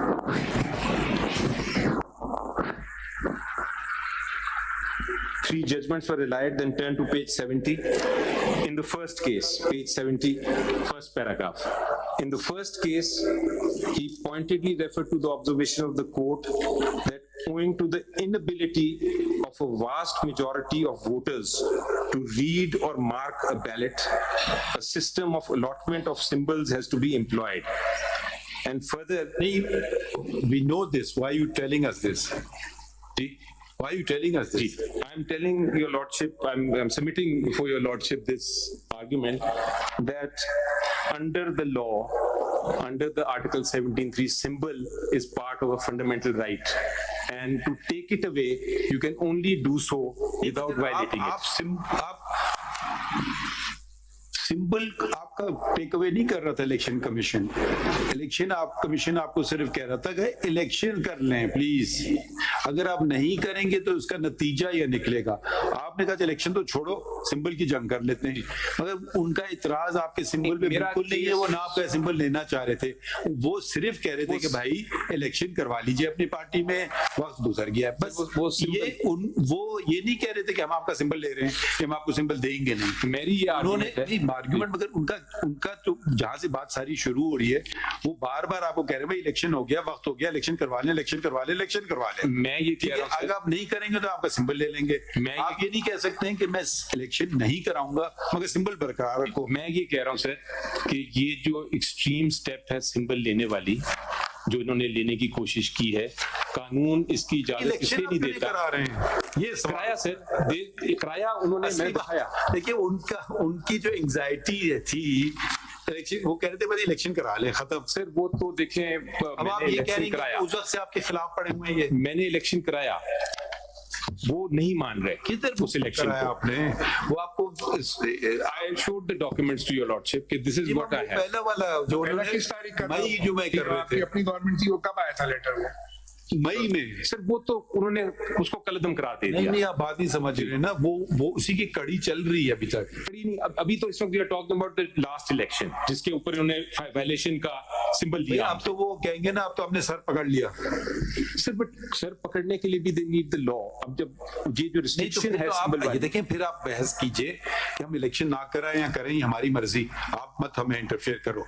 फिर भी अपने election symbol के इख्तियार है। मैं ये कह रहा हूँ कि ये symbol is part of my fundamental right, it cannot be taken away through an implied। देखिए कल भी वो मखदूम साहब की हमें बात ये हम लोग सवाल उनसे कर रहे थे कि जी एक दफा इलेक्शन हो गया फिर बाकी चीजें फॉरेन प्लेस करती हैं, वो सर्टिफिकेट दिया नहीं दिया, देर से दिया वगैरह, सिंबल, ये सब चीजें मिल जाएंगी आपको ऑटोमेटिक दिखा दिया। मगर बुनियादी बात पे आप चले जाएं, इलेक्शन वाली बात। इलेक्शन हो गया सर, वो मैंने आपको दिखा दिया, उसमें इरेगुलरिटी थी कि नहीं वो डिबेटेबल है। उसको अगर हम इलेक्शन हो गया की बात आप कर रहे हैं, यही तो इलेक्शन मैंने करा दिया। क्वेश्चन इज नहीं, देखिए इस पे हमारी दो राय नहीं है। We agree with these judgments, हम जानते हैं जजमेंट्स। These are important. इसमें why this is important is to understand the law, the scheme of the law. Can a law provide कि आप सिंबल ले लें? Can it be interpreted in that way? क्योंकि आप एक सिनेरियो देखें कि एक पॉलिटिकल पार्टी है, आप उसको कहते हैं कि चले उसके 2 करोड़ 10 करोड़ 15 करोड़ वोटर्स या सपोर्टर्स हैं। अब एक शख्स आता है, वो कहता है जी मुझे नॉमिनेशन फॉर्म नहीं मिले, और उसकी वजह से आप कहते हैं ठीक है पूरी पॉलिटिकल पार्टी को मैं सिंबल से हटा देता हूं, उसको इलेक्शन नहीं लड़ने देता। तो इन इफेक्ट इंपैक्ट किस पे हो रहा है? वो 9 करोड़ लोगों पे, क्योंकि वो 9 करोड़ लोग जो वोट करना चाहते हैं। यही आर्गुमेंट को उल्टा कर सकते हैं। वो ये भी बात कर सकते हैं कि जी मुझे भी नहीं मिला, 13 लोगों को भी नहीं मिला, एक नॉमिनेशन पेपर दिखा दे, एक 50,000 की जो फीस है वो दिखा दी जमा हुई, ये इलेक्शन बोगस इलेक्शन था, इलेक्शन हुआ ही नहीं, और इसके नतीजे में चंद लोगों ने 9 करोड़ लोगों पे कब्जा कर लिया। वो ये आर्गुमेंट तो मेरी बहस नहीं है ना, आईनी बात, मेरी argument is only on article 17। तो ये तो वो भी करेंगे बात, ये आप भी करेंगे। हाँ, मेरी argument is on article 17 sir. जी मेरी सबमिशन ये समझ गए आपकी बात। कोई नया पॉइंट बताएं ना अगला। So point हम समझ गए, we've taken it on board, you've relied upon Benazir Bhutto case, it deals with this matter comprehensively. Correct. And उसमें खाली 2-3 चीजें पढ़ने वाली हैं सर, कि political parties get their store by their reserved symbols, probably because the symbol gets identified with the party and it helps it in maintaining election appeals and propaganda. And the importance of the symbols to our system of elections needs no exaggeration. Symbol are its very soul, and without them the exercise of franchise by the majority of our citizens would be impossible. The question before us would be, who is depriving a political party of its soul? PPP. Their case is you, not their case may be me. उनको enmity मेरे साथ अगर है, we are actually defranchising आप खुद election नहीं करा रहे हो, फिर आप इलेक्शन सिंबल कैसे मांग रहे हो? अभी रिसेंटली आपने बड़ी एक खूबसूरत जजमेंट दी। A few days ago, I was reading a short order that your lordships passed. आपने कहा कि एक सिंगल बंदे का कंटेस्ट करने का इलेक्शन का जो राइट है, सिंगल मैन, उसकी right can not be taken away. And article 62(1)(f) आपने कहा कि वो 62(1)(f) जो है वो आर्टिकल 17 के खिलाफ। हम इस तरह करेंगे, उसको इंटरप्रेट इस तरह करेंगे कि it is non executory. Now there's a very positive। मेरा जजमेंट नहीं हो सकता जिसमें मैंने नॉन एस्ट इस्तेमाल किया हो। नहीं, नॉन एस्ट की नॉन एक्सिक्यूटरी cannot be executed। मेरा जजमेंट था।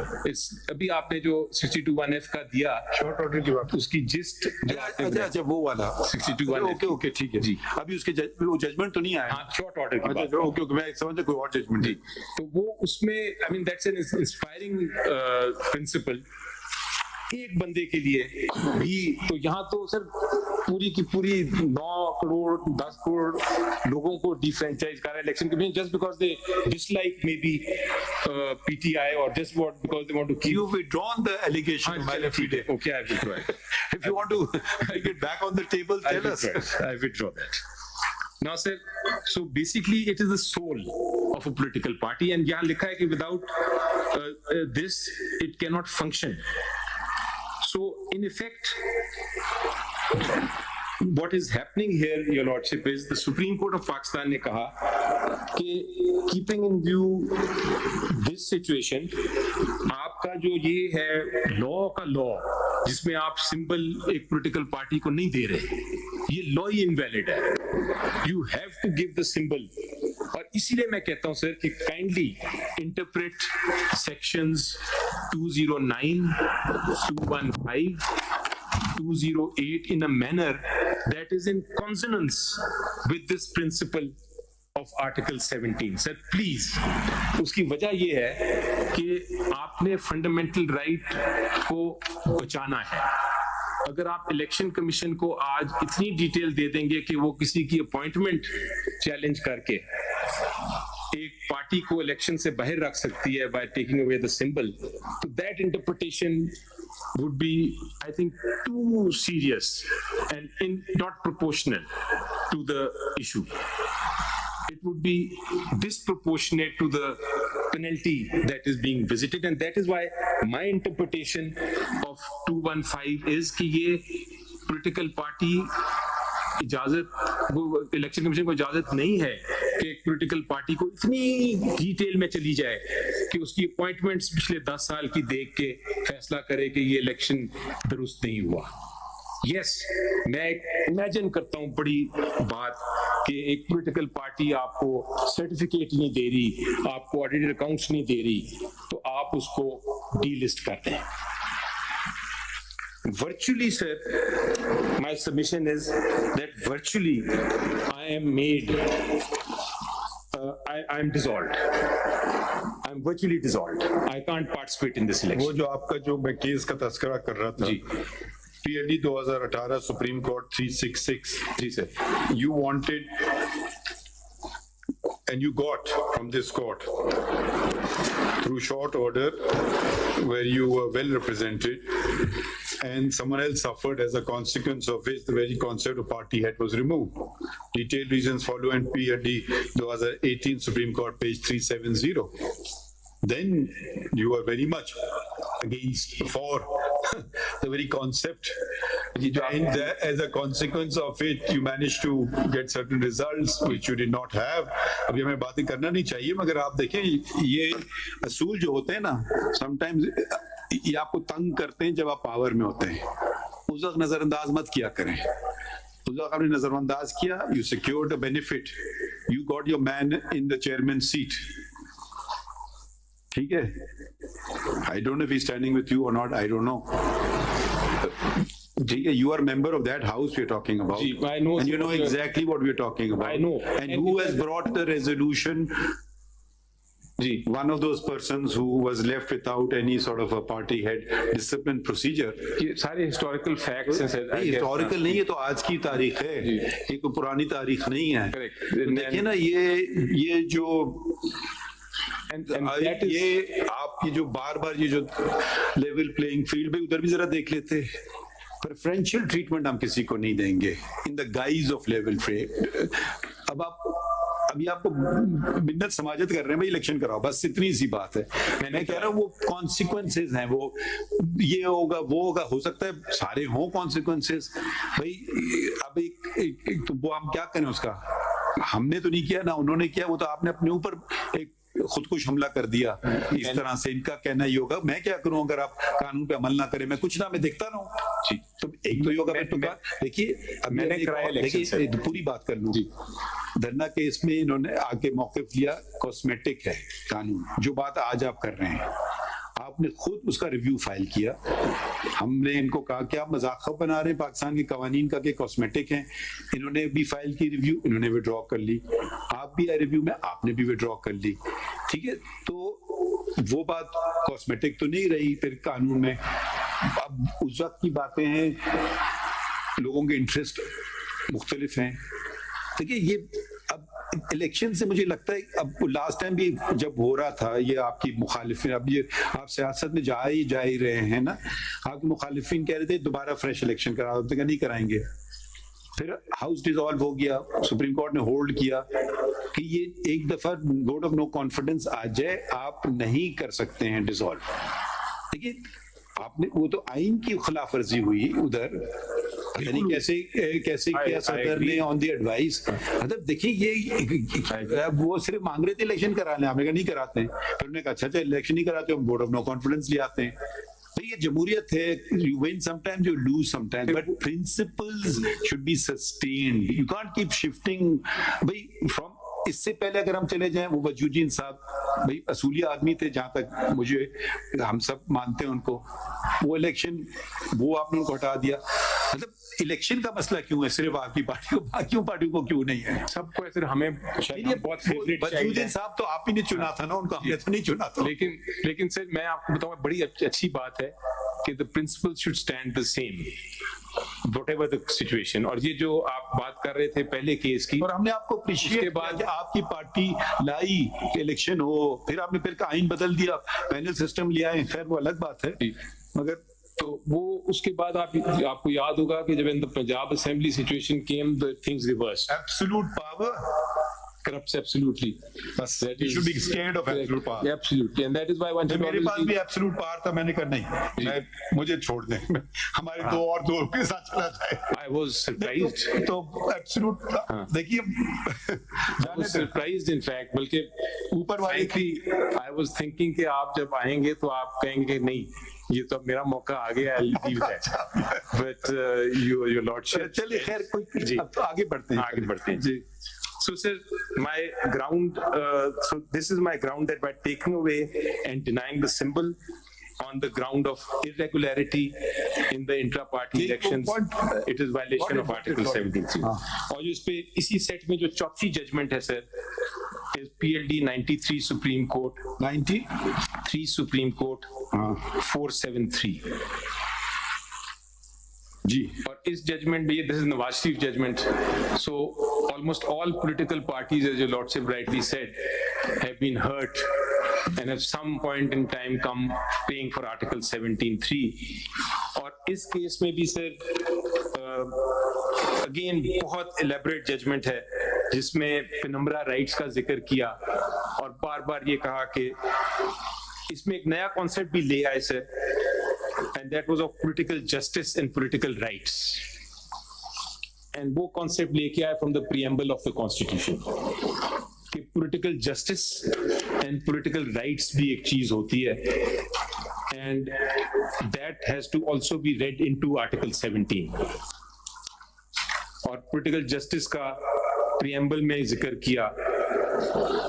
So the relevant pages that your lordship may see, actually there are many of them, but from page 515 till 519, and then 532 to 537, and then your lordship will see 615 to 618, and political justice की जहां बात हुई है, that is page 665. So that is my ground number 2, your lordship, that please, number 1, the proper interpretation when read with Article 17 of the law is that it does not give any power to Election Commission to deny me a symbol, even if I've done irregularity in the election. And number 2, that the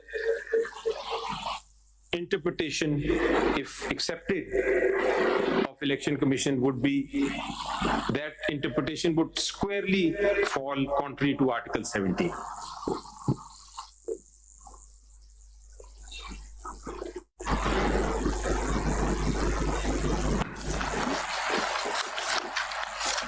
My third ground, your lordship, is that ECP is not a court of law. And for that proposition, I will refer to 2 judgments. Muhammad Salman's case, which is 2021 SCMR 1675. And the second case is Faisal Wada's case, 2023 SCMR 370. Now, ये तो disqualification से related है ना, Faisal ward वाला case. हाँ जी बिल्कुल, disqualification का issue तो नहीं है यहाँ। नहीं, मैं only one point. I'm quoting these cases only for one point, that PCP is not a court of law. That is what was held. It's a constitutional body, but is not a court of law under Article 175. Cannot undertake trials. It cannot undertake trials. Power दिए मैं ना उनको, फिर वही बात पे दोबारा आ गई कि वो शो कॉज देंगे, हियरिंग करेंगे, उसके बाद ऑर्डर पास करेंगे। वो तो वो पावर ये डिस्प्यूट तो सारा इशू इतनी देर से वही तो हम बात कर रहे हैं आपसे। दिए में वो उसको हम चैलेंज कर रहे हैं, आपने किसी ने क्या चैलेंज किया है, वो एक अलग इशू है। सर वो मेरा पहला पॉइंट हो गया, वो उसमें मैंने सबमिशंस कर दी। हो गया, but you are again reverting back. No, I am not, this is second third point sir. This is now a very important point for me. It says what my point is this. 215 subsection 5 में है, उनके पास power है show cause देना, उसके बाद आपकी hearing. So that is for not giving a document. का तो इशू या नहीं है, कोर्ट ऑफ लॉ अगर नहीं है, आपने उसको चैलेंज किया पेशावर हाई कोर्ट में सेक्शन को। सर मुझे नहीं करने की जरूरत, मैं तो कह रहा हूँ 215 में है ही नहीं। चलिए जजमेंट बताएं, इसका रेलेवेंट पोर्शन बता दें क्या है। 221 के आप 1675 जी, इसका रेलेवेंट बेसिकली सर इसका सिर्फ प्रिंसिपल एक है। हाँ बता दी, प्रिंसिपल सिर्फ ये है, मैं खाली ये कोट इसलिए कर रहा हूँ, I don't need to read them, is that ECP is not a court of law. And my point is that a dispute regarding intra-party elections is a civil dispute. If we agree with you, naturally it's not a court of law. Correct. But it is a constitutional body granted certain powers directly under the Constitution, and the Constitution envisage grant of further powers to it under statute. So whether you want to call it whatever you want to call it, so it's a constitutional body. So I am saying statute is not giving that power. A court of law can be abolished by law.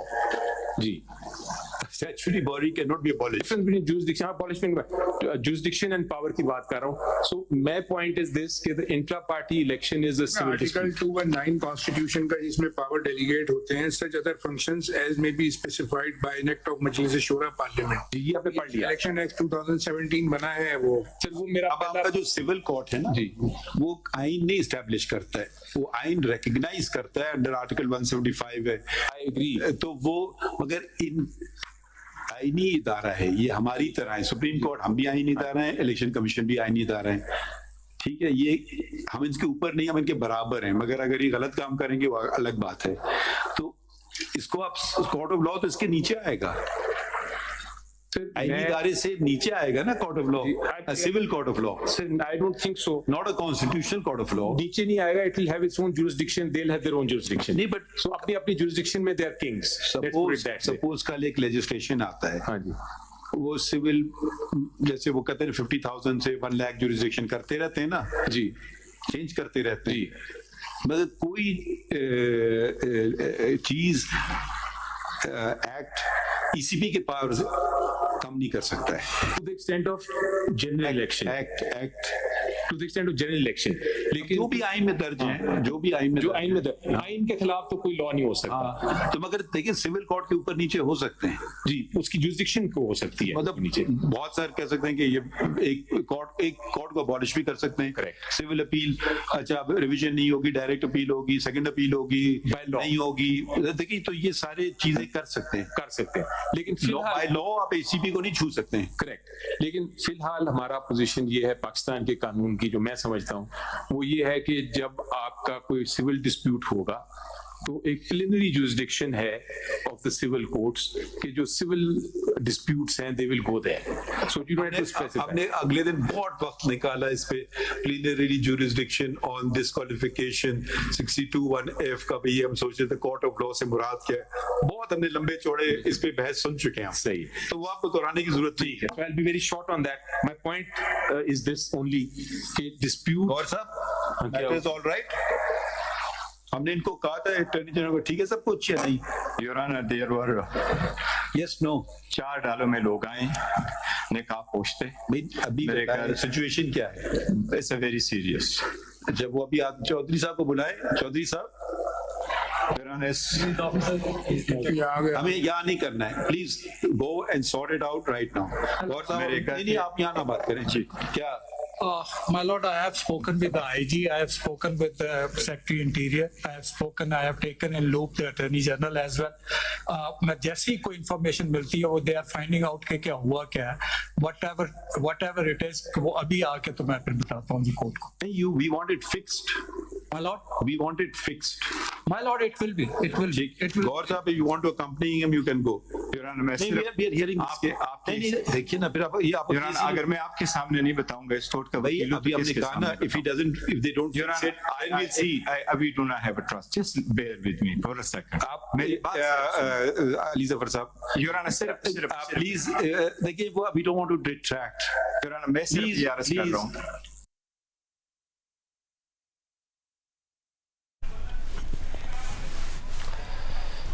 Supreme court में इस वक्त समाअत जारी है। Election commission ने Peshawar high court के फैसले के खिलाफ सुप्रीम कोर्ट में अपील दायर की थी और उसी की समाअत हो रही है। समाअत के दौरान अली जफ़र पाकिस्तान तहरीक इंसाफ की तरफ से दलाल दे रहे हैं और चीफ जस्टिस ऑफ पाकिस्तान इस्तफसार कर रहे हैं, सवालात कर रहे हैं और उसमें ये सवालात हुए हैं कि कोई भी इसमें अली जफ़र ने कहा एक मौके पर कि कोई भी इंतखाबी निशान हमें दे दें, हम इसके लिए तैयार हैं। पार्टी के इंतखाबी निशान के बगैर उम्मीदवार आज़ाद हैसियत में लड़ेंगे। हर उम्मीदवार का अलग निशान हो तो मसला होगा। बल्ले के इंतखाबी निशान से मुताल्लिक केस में ये PTI के वकील अली जफ़र ने दलाल दिए हैं और ये जो समाअत हो रही है इसमें यही डिस्कस किया जा रहा है, इसमें यही जानने की कोशिश की जा रही है कि पाकिस्तान तहरीक इंसाफ के इंटर पार्टी जो इंतखाबात हुए थे वो आइन और क़ानून के मुताबिक, पार्टी आइन के मुताबिक हुए थे, क़वायद और ज़वाबित के मुताबिक हुए थे या नहीं हुए थे।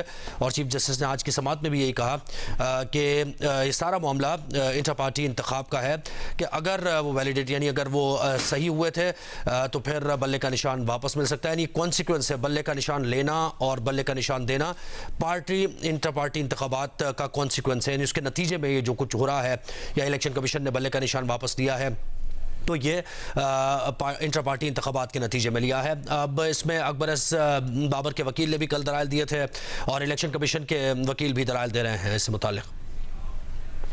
Let us say dispute भी हो जाए तो in order to determine the controversy, it cannot assume a jurisdiction of a trial court. A member has to go to the court and get a decision from the trial court itself. And इस case में कोई proper trial हुई भी नहीं। ये तो summary matter में, summary proceedings में कोर्ट ने, इलेक्शन कमीशन ने फैसला कर दिया। They just decided, there hearing हुई, क्वेश्चंस पूछे और ने कहा जी we are not satisfied with your appointments.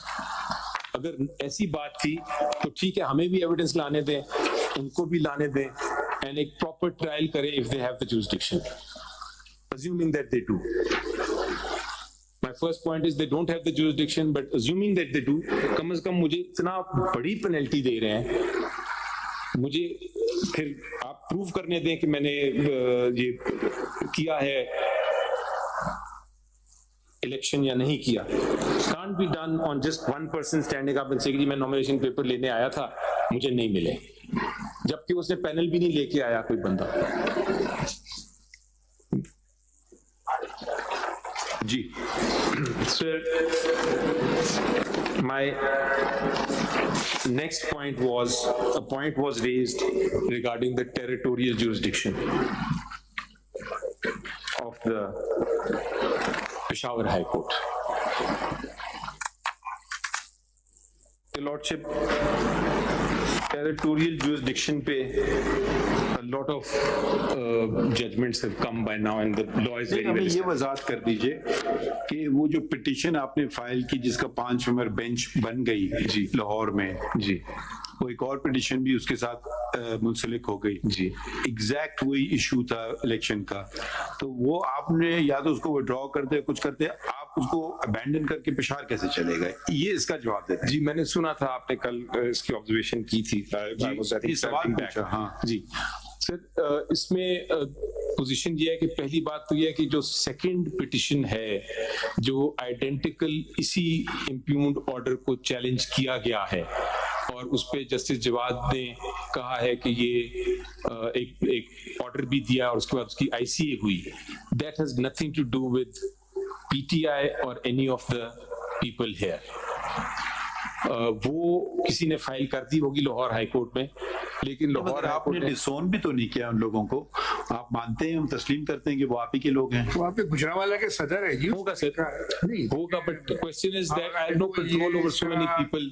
बिल्कुल ताल्लुकी का इजहार करेंगे, वो तो उसके टाइटल में लिखा है गुजरांवाला का सदर है वो पीटीआई। मैं तो खुद पिटीशन को आप कह रहे हैं वो किसी इंडिविजुअल ने फाइल कर दी होगी, इंडिविजुअल ने फाइल की, पीटीआई की नहीं है ये बात। डोंट उसको आप डिसोन कर रहे हैं, वो तो उसने लिखा है। तो हम ये आपकी पेशावर वाली पिटीशन को क्यों ना तस्वुर करें कि वो भी इंडिविजुअल ने फाइल कर दी है, फिर वो तो पीटीआई लिखा है एंड आई एम उसने भी लिखा है। नहीं एनीवे वो उसमें सर हुआ ये कि नहीं, मैं उसकी बात नहीं कर रहा था, मैं वो दूसरी मैं पहले 5 मेंबर की बात कर रहा हूं। अब वो जस्टिस जवाद ख्वाजा साहब ने एक बड़ा अच्छा ऑर्डर पास किया, उसमें उन्होंने ये कहा कि ये चूंकि ख्वाजा साहब या जवाद हसन साहब, जस्टिस जवाद हसन साहब, उन्होंने कहा कि आपने वो ये 215 को चैलेंज नहीं किया है, वो तो कहा उन्होंने, आपने नहीं, वो जो भी पिटिशनर था, लेकिन उन्होंने साथ ये कहा कि मैटर चूंकि पेंडिंग है पेशावर हाई कोर्ट में और पेशावर हाई कोर्ट वो भी बात की टेकन कॉग्निसेंस, तो I don't want to deal with it. Opinion भी दे दिया अपना दे दिया,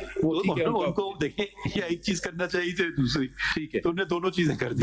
बट बेसिकली मैं उसको जरा पॉजिटिव देखता हूं और मैं कहता हूं चलिए उसको नजरअंदाज करें 2 मिनट के लिए, मगर वो दूसरी जो 2 पिटीशन है उसकी बात करें। जो पहला ऑर्डर था, जो पहला ऑर्डर पास किया था, वो पास किया था इलेक्शन कमीशन ने, जिसमें ये कहा था कि आप 20 दिन के अंदर पहला इलेक्शन हमारा कलअदम करा दे दिया उन्होंने जी।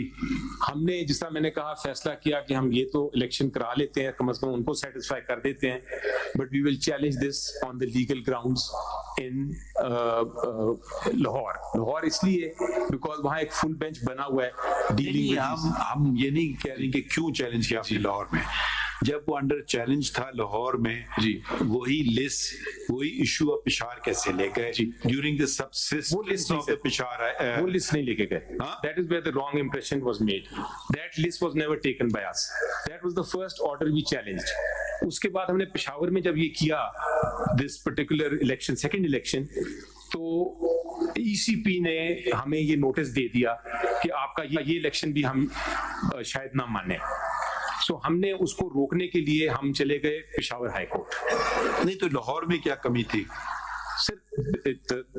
कोई कमी नहीं थी, कोई कमी नहीं है, बट कंकरेंट जुरिसडिक्शन चला आ रहा है ना पुराना, कोई नया इशू तो उन्होंने नहीं खड़ा कर दिया, but it was now relevant only to this particular. ये इसमें क्या इनको गलती नजर आई? पहले की गलती तो चले हम भुगतेंगे या उसको करेंगे बहस, इसमें क्या गलती लगाई हमने? We went to the Peshawar high court. Peshawar high court ने क्या कहा? Why? Because that was a concurrent finding and it was my choice. It was by choice. We wanted to go there, so we went. Plus, how can you do that? So 3 of the petitioners, एक तो पेशावर में था और 3 of the petitioners जो थे वो वहाँ के हैं, KPK के. So अफगानिस्तान के होते तो अफगानिस्तान चले जाते. I don't know what I would have done, लेकिन basically that was the reason. As I'm saying. अब हुआ ये सर कि जब हम गए पेशावर हाई कोर्ट, तो पेशावर हाई कोर्ट ने कहा नहीं, मैं ये इलेक्शन कमीशन को नहीं रोकता, आप इलेक्शन कमीशन को कह दें कि आप फैसला करें and then we will look at it. So high court ने वो डिस्पोज ऑफ कर दी पिटिशन. जब इलेक्शन कमीशन के पास वापस गए उन्होंने ये फैसला कर दिया, so we went back to the high court again. But Lahore is still pending. We checked with the people. They said yesterday it was fixed, both the petitions, before a 5-member bench. जी it was, और बल्कि आपके I think office ने गलत बताया आपको शायद कि it was I who sought the adjournment. I had actually gone from Peshawar to Lahore to attend those cases, लेकिन हुआ ये कि वो बेंच खुद ही डिस्चार्ज हो गया. ठीक, so पेंडिंग तो है ना, पेंडिंग है.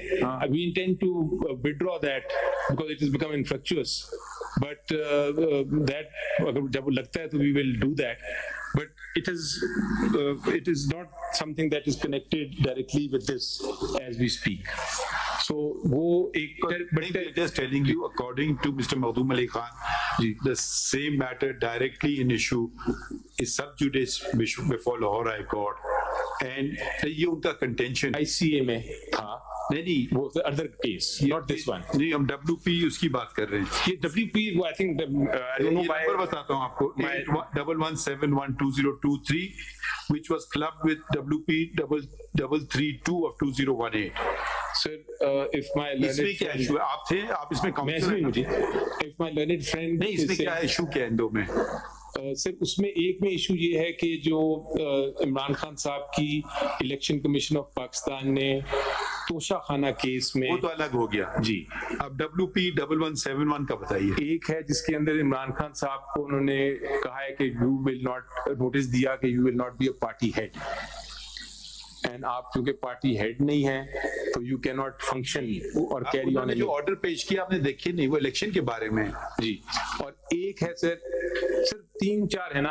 एक है इंट्रा पार्टी इलेक्शन जो कि है पहला जो ऑर्डर था 23 वाला, जिसके अंदर ये लिखा था कि आपका पहला इलेक्शन हम कल अदम करार देते हैं. वो वाली वो तो है, उसको उसी की बात कर रहे हैं सर. वो आइडेंटिकल नहीं है इसके. That is related to the previous election. That is not relatable to this particular election or these allegations. Naturally, it could not be related to this elections, nor these allegations, because this election took place subsequently. Correct. But the chain goes back to the same. तो chain की आप बात कह सकते हैं कि वो अगर आप उस तरह देखें, but it does not stop you from going to any other. Okay.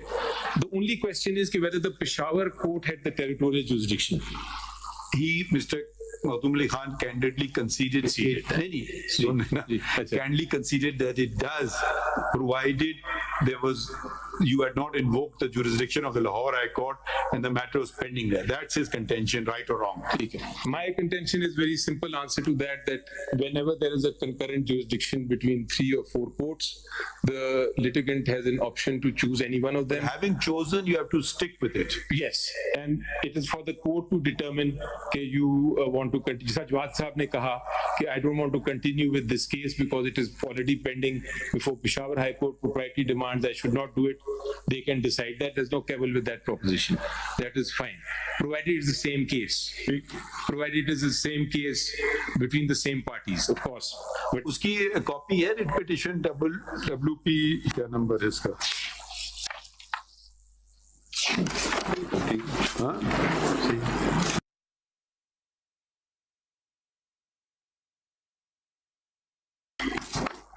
लगाई नहीं है शायद, नंबर देख.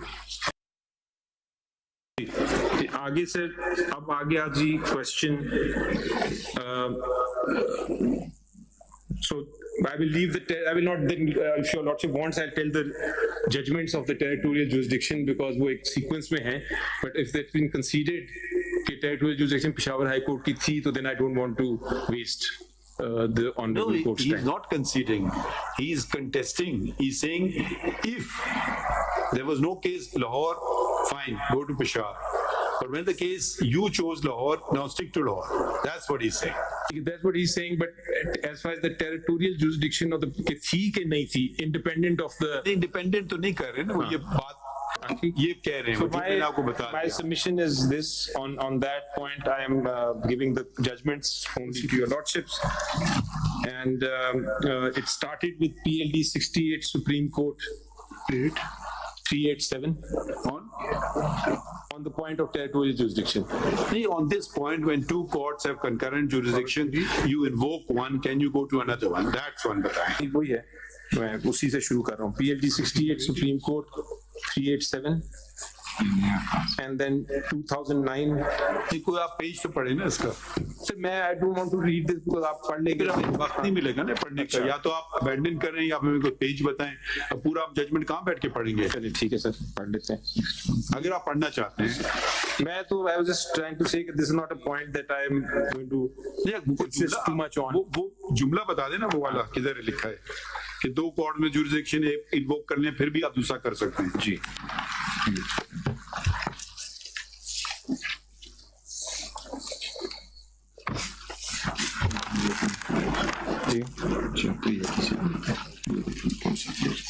How much longer time?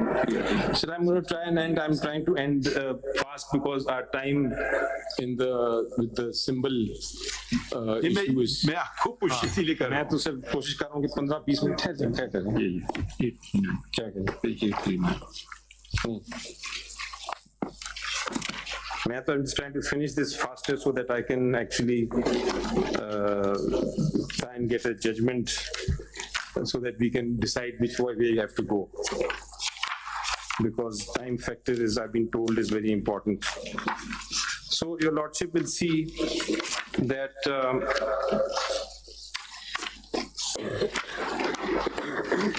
if your lordship looks at page 7 at PLD.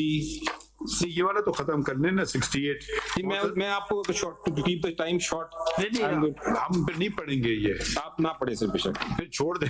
मैं आपको रेलेवेंट है, मैं बोलूंगा बात है तो वो पढ़ लेना। ठीक है सर, मैं आई थिंक 209 CLD 1498 अगर आप खोलें। कौन सी? PLD 2009 CLD 1498, ये LPG एसोसिएशन केस है।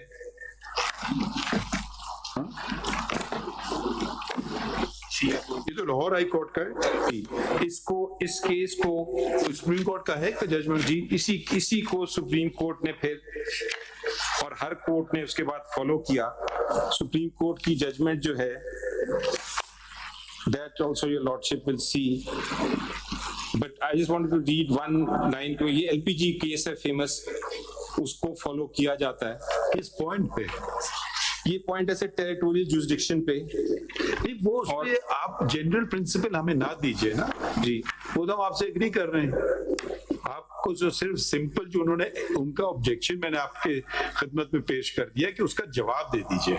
मेरा जवाब तो सिंपल ऐसे कि that does not, आपका ये कहना है कि अगर मैं कर भी दूं इनिशिएटिव लिटिगेशन फिर भी मैं जा सकता हूं, इस पे कोई मुझे प्रेसिडेंट दे दीजिए। मैं ये कह रहा हूं सर कि मेरा प्रोपोजिशन सुन लीजिए, because I think maybe I'm not that clear. My proposition is if there are 2 concurrent jurisdictions of high courts and Pakistan का सिस्टम ऐसा है कि हमारी provinces हैं, ठीक, to me each high court is a supreme court of that province, ठीक।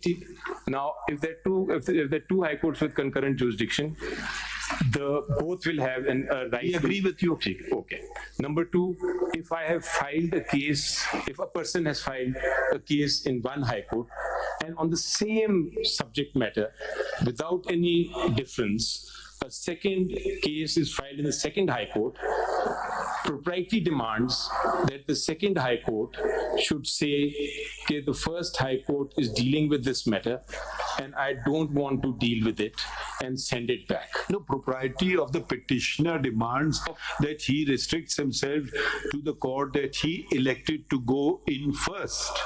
But maybe say suppose एक high court में आपने पिटिशन फाइल कर दी, ठीक है, आपको स्टे चाहिए जी। अब ये इलेक्शन नहीं, एक आम बात कर रहे हैं जी, उधर से आपको स्टे नहीं मिलता है, कोई एक्साइज ड्यूटी लग गई, कोई कस्टम ड्यूटी लग गई, कुछ भी हो गई, तो आपने कहा चलो यार मैं फला हाई कोर्ट चलता हूँ, वहां मैं स्टे ले लेता हूँ जी। ये हम आपको इजाजत नहीं देंगे ऐसे असूल। वो तो सर देखें, या तो आप उसको डिसमिस करवाएं, विड्रॉ करवाएं, जो भी, I don't know, I am not going to provide a solution, but I am saying जब आपने एक चीज का इंतखाब कर लिया फिर आप उस पे उधर से हट नहीं सकते हैं सर। बिल्कुल सही। अगर तो एक हो सकता है कि 2 अलग अलग लोग, एक शख्स ने वही लेवी बलूचिस्तान में चैलेंज कर ली, उसने सिंध में कर ली, तीसरे ने लाहौर में कर ली, मगर वही शख्स तीनों जगह नहीं कर सकता है। लेकिन सर क्वेश्चन इज रियली कि it has to be the same cause of action.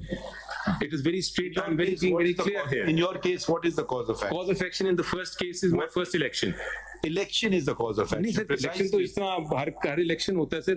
If I am supposing मेरे nomination papers जो हैं reject, same nomination paper on the same ground have been rejected in Miawali or in Islamabad or in Lahore, I will file 3 petitions on the same issue, but on different cause of actions. Yes. Right? And there could be a conflict ultimately in But you three can't go to judgments. Peshawar. Supposing I'm Peshawar से लड़ रहा हूँ मैं, तो I'll go there. या अगर उसके सूबे में आता है तो उधर जाएगा. तो मैं कह रहा हूँ territorial jurisdiction है, then question will be cause of action. Cause of action कौन सा वाला? ECP का एलिगेशन होता कि आपने बाकी तो सारे इलेक्शन सही करवा लिए, मगर ये खैबर पख्तूनख्वा वाला जो प्रोविंशियल इलेक्शन है ये सही नहीं किया, फिर भी हम कह सकते हैं. या उनका एलिगेशन होता है कि जी वो लाहौर वाला आपने सही नहीं कराया, वो लाहौर में पिटिशन है. मगर अगर सपोज ECP कल आपको नोटिस दी, आपका बिल्कुल इलेक्शन बहुत जबरदस्त हुआ, मगर आपका जो प्रोविंशियल चैप्टर है वहां के लोग खुश नहीं, उनको आपने मौका नहीं दिया, तो वो बलूचिस्तान में जाके पंजाब वाला नहीं कर सकेंगे फिर. Let me put it this way. Mr. Gohar is not, he's aggrieved by this order. He's aggrieved by the second order. ये फाइल करना चाहते हैं पेशावर में. What does stop him from doing that? Why can't he do it? Of course he can. But the parties come before us. Party है sir उस case में पेशावर वाले. यही तो issue है. He's a party in the Peshawar High Court. The question. He chooses to file in Peshawar in respect of the election that is challenged. Party. Ji. Après vous, क्या है French में क्या? Après vous le deluge. Whatever. So he can't say I'm the party. No, but he's appointed. He's the one who got elected. He has been removed. As have other. चलिए खैर आपने ये बात हम समझ गए, मगर उनका objection ये था. मैं समझ गया उनका. But my response is this: it's not the same cause of action, and there are different parties, and they are entitled to file in Peshawar, and Peshawar has the territorial jurisdiction. So simply because there is another case pending in the Lahore High Court, should not. जी ठीक. जी. Now, sir, moving on. 645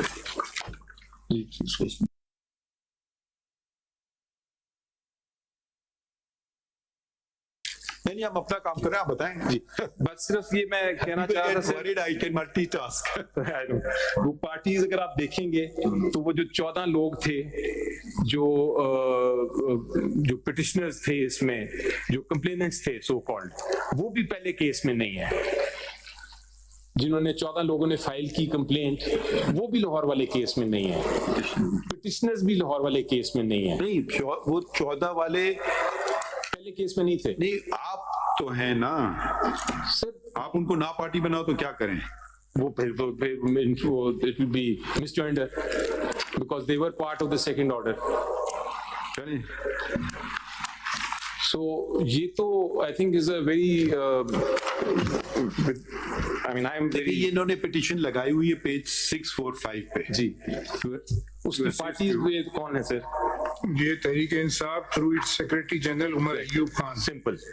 And number 2 is Imran Ahmad Khan Niazi. Correct. Both of them are not parties. Imran Khan is not party here. लेकिन ऐसे तो नहीं हो सकता. या तो say he has got nothing to do with the party. He's not party here in this second petition. देखिए ये तो नहीं कि आप किसी को पार्टी निकाल दो. हम लिस्ट पे जाएंगे. चलिए ठीक है. तो लिस्ट पे versus election commission. वो तो आप 6 लोगों को और पार्टी बना दें, आपके पार्टीज आर डिफरेंट. जी. So we have to see if the same issues raised. देखिए अब आप इसमें मांग रहे हैं declaration with regard to their order election commission का 23/11/2023 वाला. आप अपना इंटर पार्टी इलेक्शंस की ऑर्डर मांग रहे हैं, ठीक है, पहले वाले इलेक्शन का जो जून में हुआ. तो भाई यही इसके बाद मजे की बात ये कि वो फुल कोर्ट ने कहा कि ये आपकी पिटीशन तो इन्फ्रैक्चर्स हो गई. आपने कहा नहीं जी. मैंने कहा बिल्कुल नहीं, बिकॉज आई सेड कि इसको मैं आप उनकी बात मान लेते, कहते हैं हाँ जी इन्फ्रैक्चर्स हो गई है. फिर इन्होंने दोबारा मेरे खिलाफ आई वांटेड टू सी. देखिए आप ये सुन लेते हैं 657 पे. When confronted with the query that since intra-party elections of Tehreek-e-Insaf pursuant to order dated 39/23 passed by the Election Commission of Pakistan have been held as to how this petition is maintainable, Sayyid Ali Zafar, advocate representing the petitioner, submits that since similar question is already sub judice before a learned full bench of this court in WP so-and-so and other allied matters, propriety demands that instant petition be also referred to the learned full bench. Learned बाकी relevant नहीं है, ये तो आपकी अपनी इस्तिदा पे उन्होंने आपकी बात मान ली और उसके साथ लगा दिया, वही इलेक्शन का इशू है, फिर आप चले गए पेशावर। मैं देखें सर, मैं कौन गया Peshawar? Because Umar Ayubs and all these people who went to Peshawar, against whom? ECP and the 14 people, in respect of what? In respect of the second election. So it is not. हम आपको बता रहे हैं सिर्फ ये। अच्छा, और ये जो आप अभी कर रहे थे sir, you see the thing is कि at that particular point in time I was not sure कि ये मेरा election second वाला माना जाएगा कि नहीं, या इसका कोई dispute होगा कि नहीं। I was thinking कि ये तो अब खत्म हो जाएगा, and I waited to see कि वो अगर मान जाते तो फिर लाहौर ही जाते हैं ना, लाहौर के पास क्या jurisdiction थी या नहीं, ये बताएं। लाहौर के पास jurisdiction से मेरे लिहाज से बिल्कुल थी, तो फिर वहीं रहते हैं ना आप कहते जी मैंने करा लिया, लेकिन दोबारा ये नहीं मान jurisdiction थी, concurrent jurisdiction थी। नहीं, वो आपने इस्तेमाल कर ली ना जुरिस्डिक्शन, ये बात है। ये मुझे देखिए ये आपके पास है कि आप कहाँ जाएं। एक जब आप चले गए उधर, they can force me to go anywhere. We agree with you. Yes. But So it's I am not going to pending. It's still pending till today. I think it's a separate cause of action, and I think it's separate parties. So I was entitled to go to Peshawar. Your petition tomorrow, the Lahore High Court 5 judges say that the election that was held by you was correct. तो ये तो उड़ गया election. नहीं, अब तो sir देखें, नहीं देखिए ना, अगर मैं आपने कहा ये इलेक्शन मैंने बिल्कुल सही किया और इलेक्शन गलत है, तो ये आपका इलेक्शन दूसरा वाला if I persist with the case, आप पे नहीं है, अब कोर्ट ने उसका नोटिस ले लिया। तो उसमें देखिए, उसमें जो लोग मुंतखब हुए थे उनको आपने पार्टी नहीं बनाया, कोर्ट कहे कि जी नहीं, ये जो इलेक्शन हुआ था ईसीपी ने बिला वजह मसले खड़े किए, वो इलेक्शन बिल्कुल दुरुस्त था, आइन के कानून के सब के मुताबिक था, ठीक है। उसका क्या मतलब होगा, वो लोग जो उस वक्त इलेक्ट हुए थे वो होंगे, आप लोग कहीं नहीं होंगे, क्योंकि फिर इलेक्शन की जरूरत ही नहीं है दूसरे इलेक्शन की, खुद इलेक्शन सही हो गया, तो वो लोग भी अफेक्टेड होंगे। या आप पिक एंड चूज कैसे कर रहे हैं, वो उन लोगों को हम तरजीह क्यों ना दें? देखिए एक सेकेंड ना, आप क्यों तरजीह दें, और जो पहला इलेक्टेड जो आपके लोग हैं उनको हम क्यों ना तरजीह दें? आप अगर बहुत अच्छा हो, अगर पहली मेरी जो इलेक्शन है वो विल्ड रोड साहब फरमा रहे हैं ना, अगर वो वापस आ जाए, Imran Khan sahab become back to chairman and original election commission's order is set aside, I'll be the happiest man. I will not be at all, that would be a very it's a great question of law. So that is why I'm saying that is a totally different aspect. Has he been removed as chairman? Just want to know as a fact. वो in fact election commission issued a notice which we challenged, which says what? The notice says that why you should not be removed as chairman of PTI because you've been disqualified under Article 62(1). You accepted the point of view? नहीं, you challenged it. नहीं, तो आपने तो एक नया election chairman बना दिया जी, आपने तो एक नया चेयरमैन बना दिया। नया बना दिया sir, because of that. So I mean the question मुझे समझ नहीं आई। नहीं तो फिर क्या, तो चेयरमैन तो ये हो गए, वो नहीं रहे अभी, तो फिलहाल तो यही है पोजीशन जी। फिर So that is what I'm saying, आपने बताया था ना कि आपका कॉन्फ्लिक्ट ऑफ इंटरेस्ट नहीं होगा? नहीं, कॉन्फ्लिक्ट ऑफ इंटरेस्ट नहीं है सर, बिकॉज बहुत बड़ा कॉन्फ्लिक्ट ऑफ इंटरेस्ट है।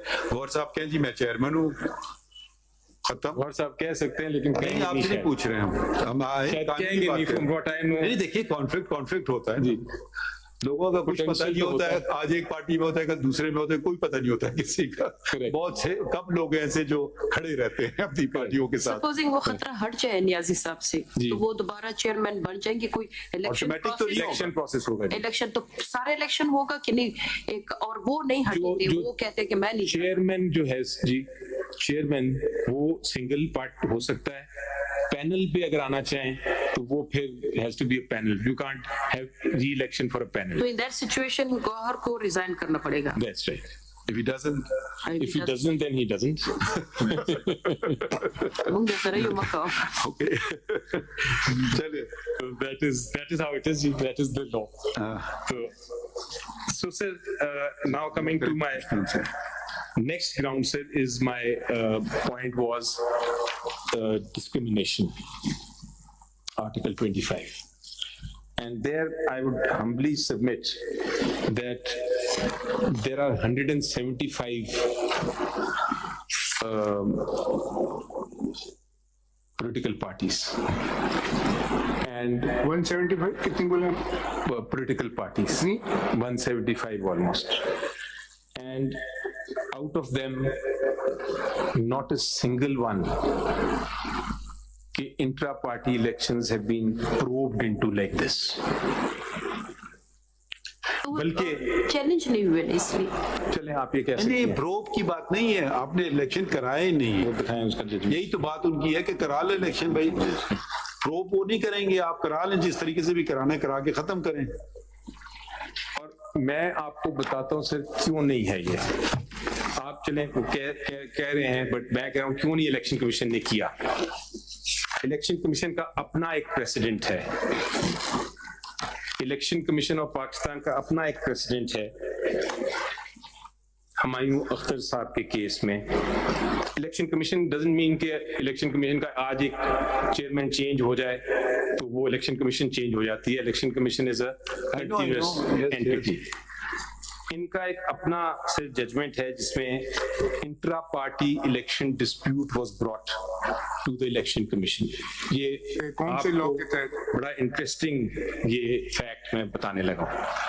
रूपा के तहत है, पुराने लॉ के तहत? वो आप नहीं पूछ that is not the issue. नहीं पूछ रहे हैं आपसे ये कौन सा जजमेंट है, बताएं ना। वो रिपोर्ट है ये 853 पे आ जाए सर। कौन सी इसी पेपर बुक में इनकी पेज में लगाया, पेपर बुक में मैंने हाई कोर्ट के सामने लिखा था। तो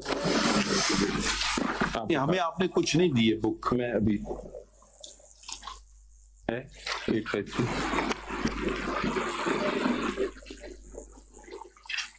मैं थोड़ी देर पढ़ दूं जितनी देर में आ रहा था। जी बता दीजिए। इन view of such provisions for resolution of internal disputes of a political party in its own constitution.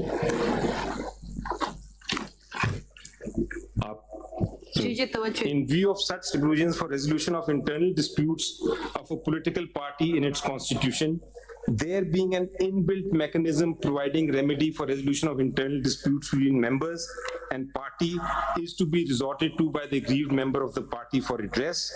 The petitioner's learned counsel could not point out any provision of law in the election laws or the Constitution of Pakistan whereby the Chief Election Commissioner could play any role with regard to the resolution of internal disputes between members and the party. The contention that the certificate was not signed by the authorized person also has no force in that on perusal of the certificate it was observed that same was signed by the authorized person.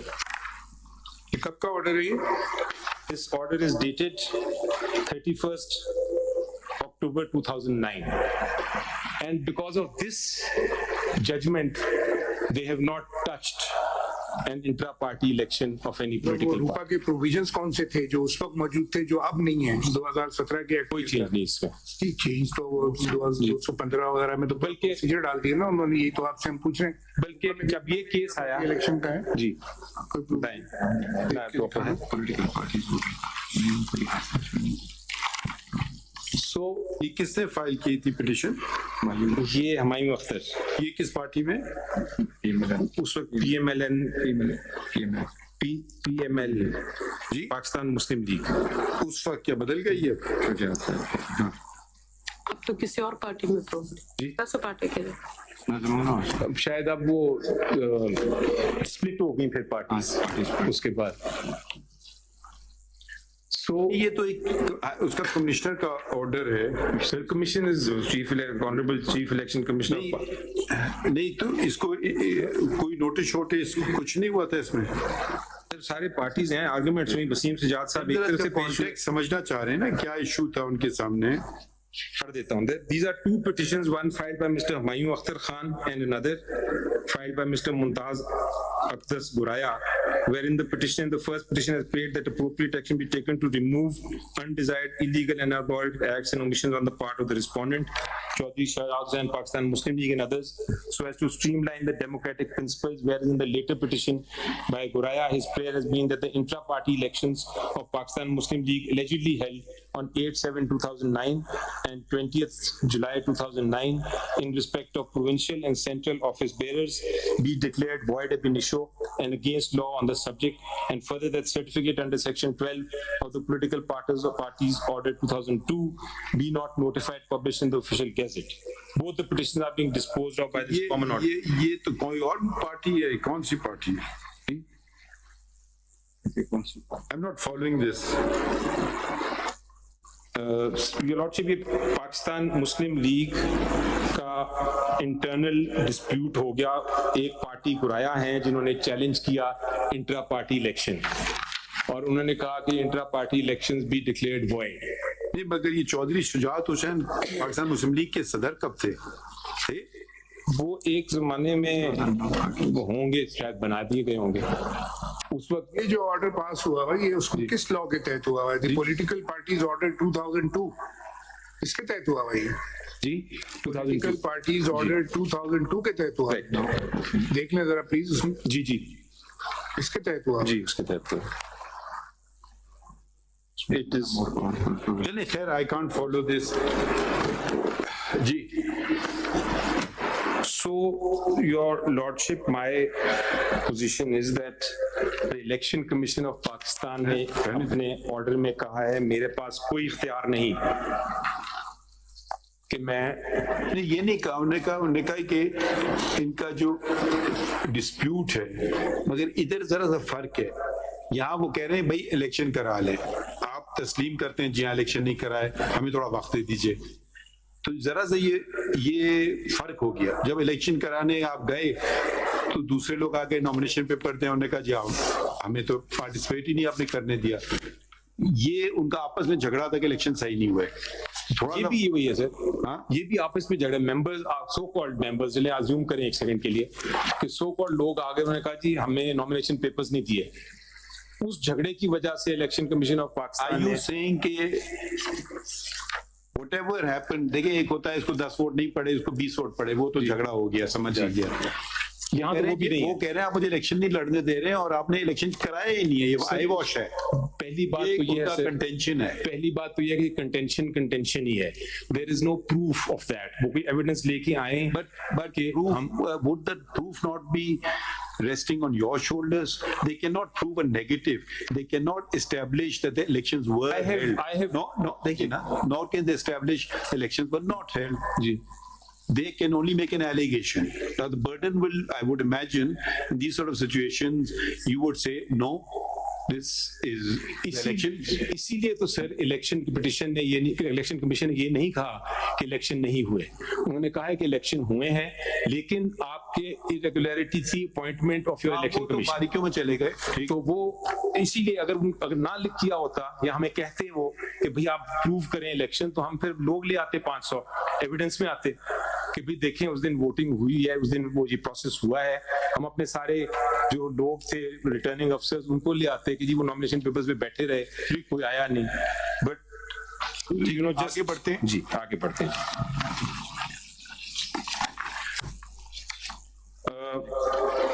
Your Lordship, next point. Where's the attorney? नहीं कुछ ना क्या attorney general is here. My lord, he is here, but he is not in uniform. एक second, let him not come here. When we rise, tell him to come and see me in chamber. ठीक?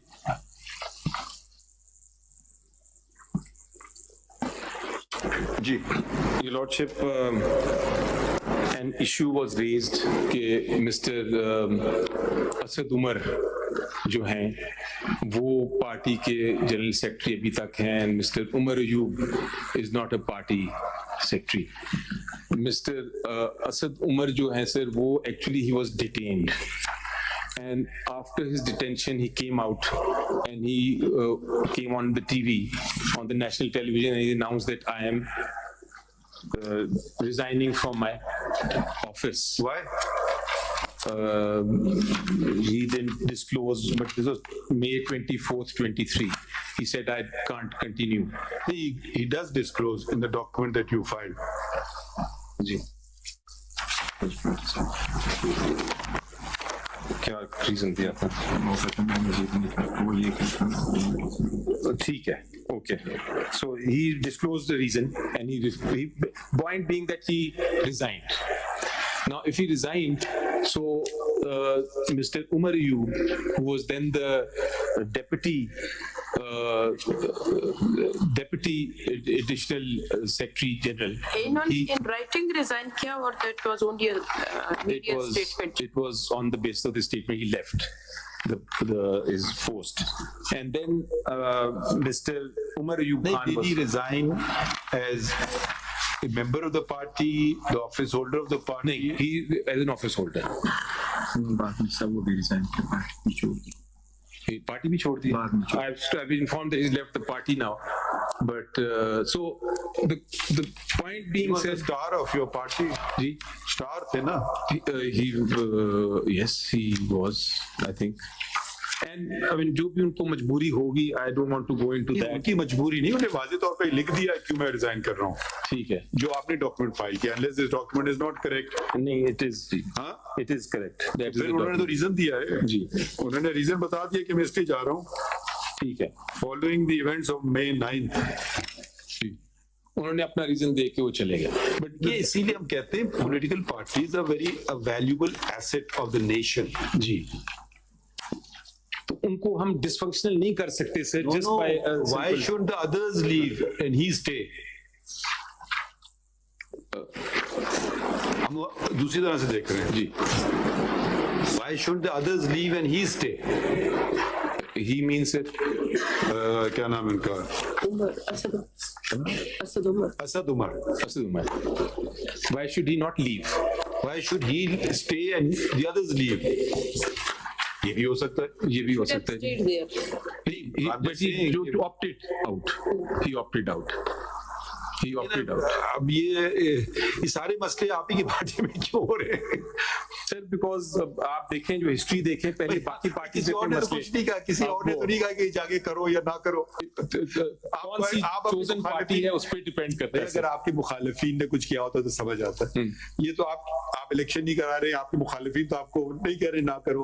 हो सकता है बहुत खुश हो election कराया, खुद ही इन्होंने अपने आप को मसले खड़े कर रहे. फिर ये भी बात मुखालिफिन आपको कुछ मतलब इलेक्शंस कराए से. So sir, to sum up, keeping you the mind and all that.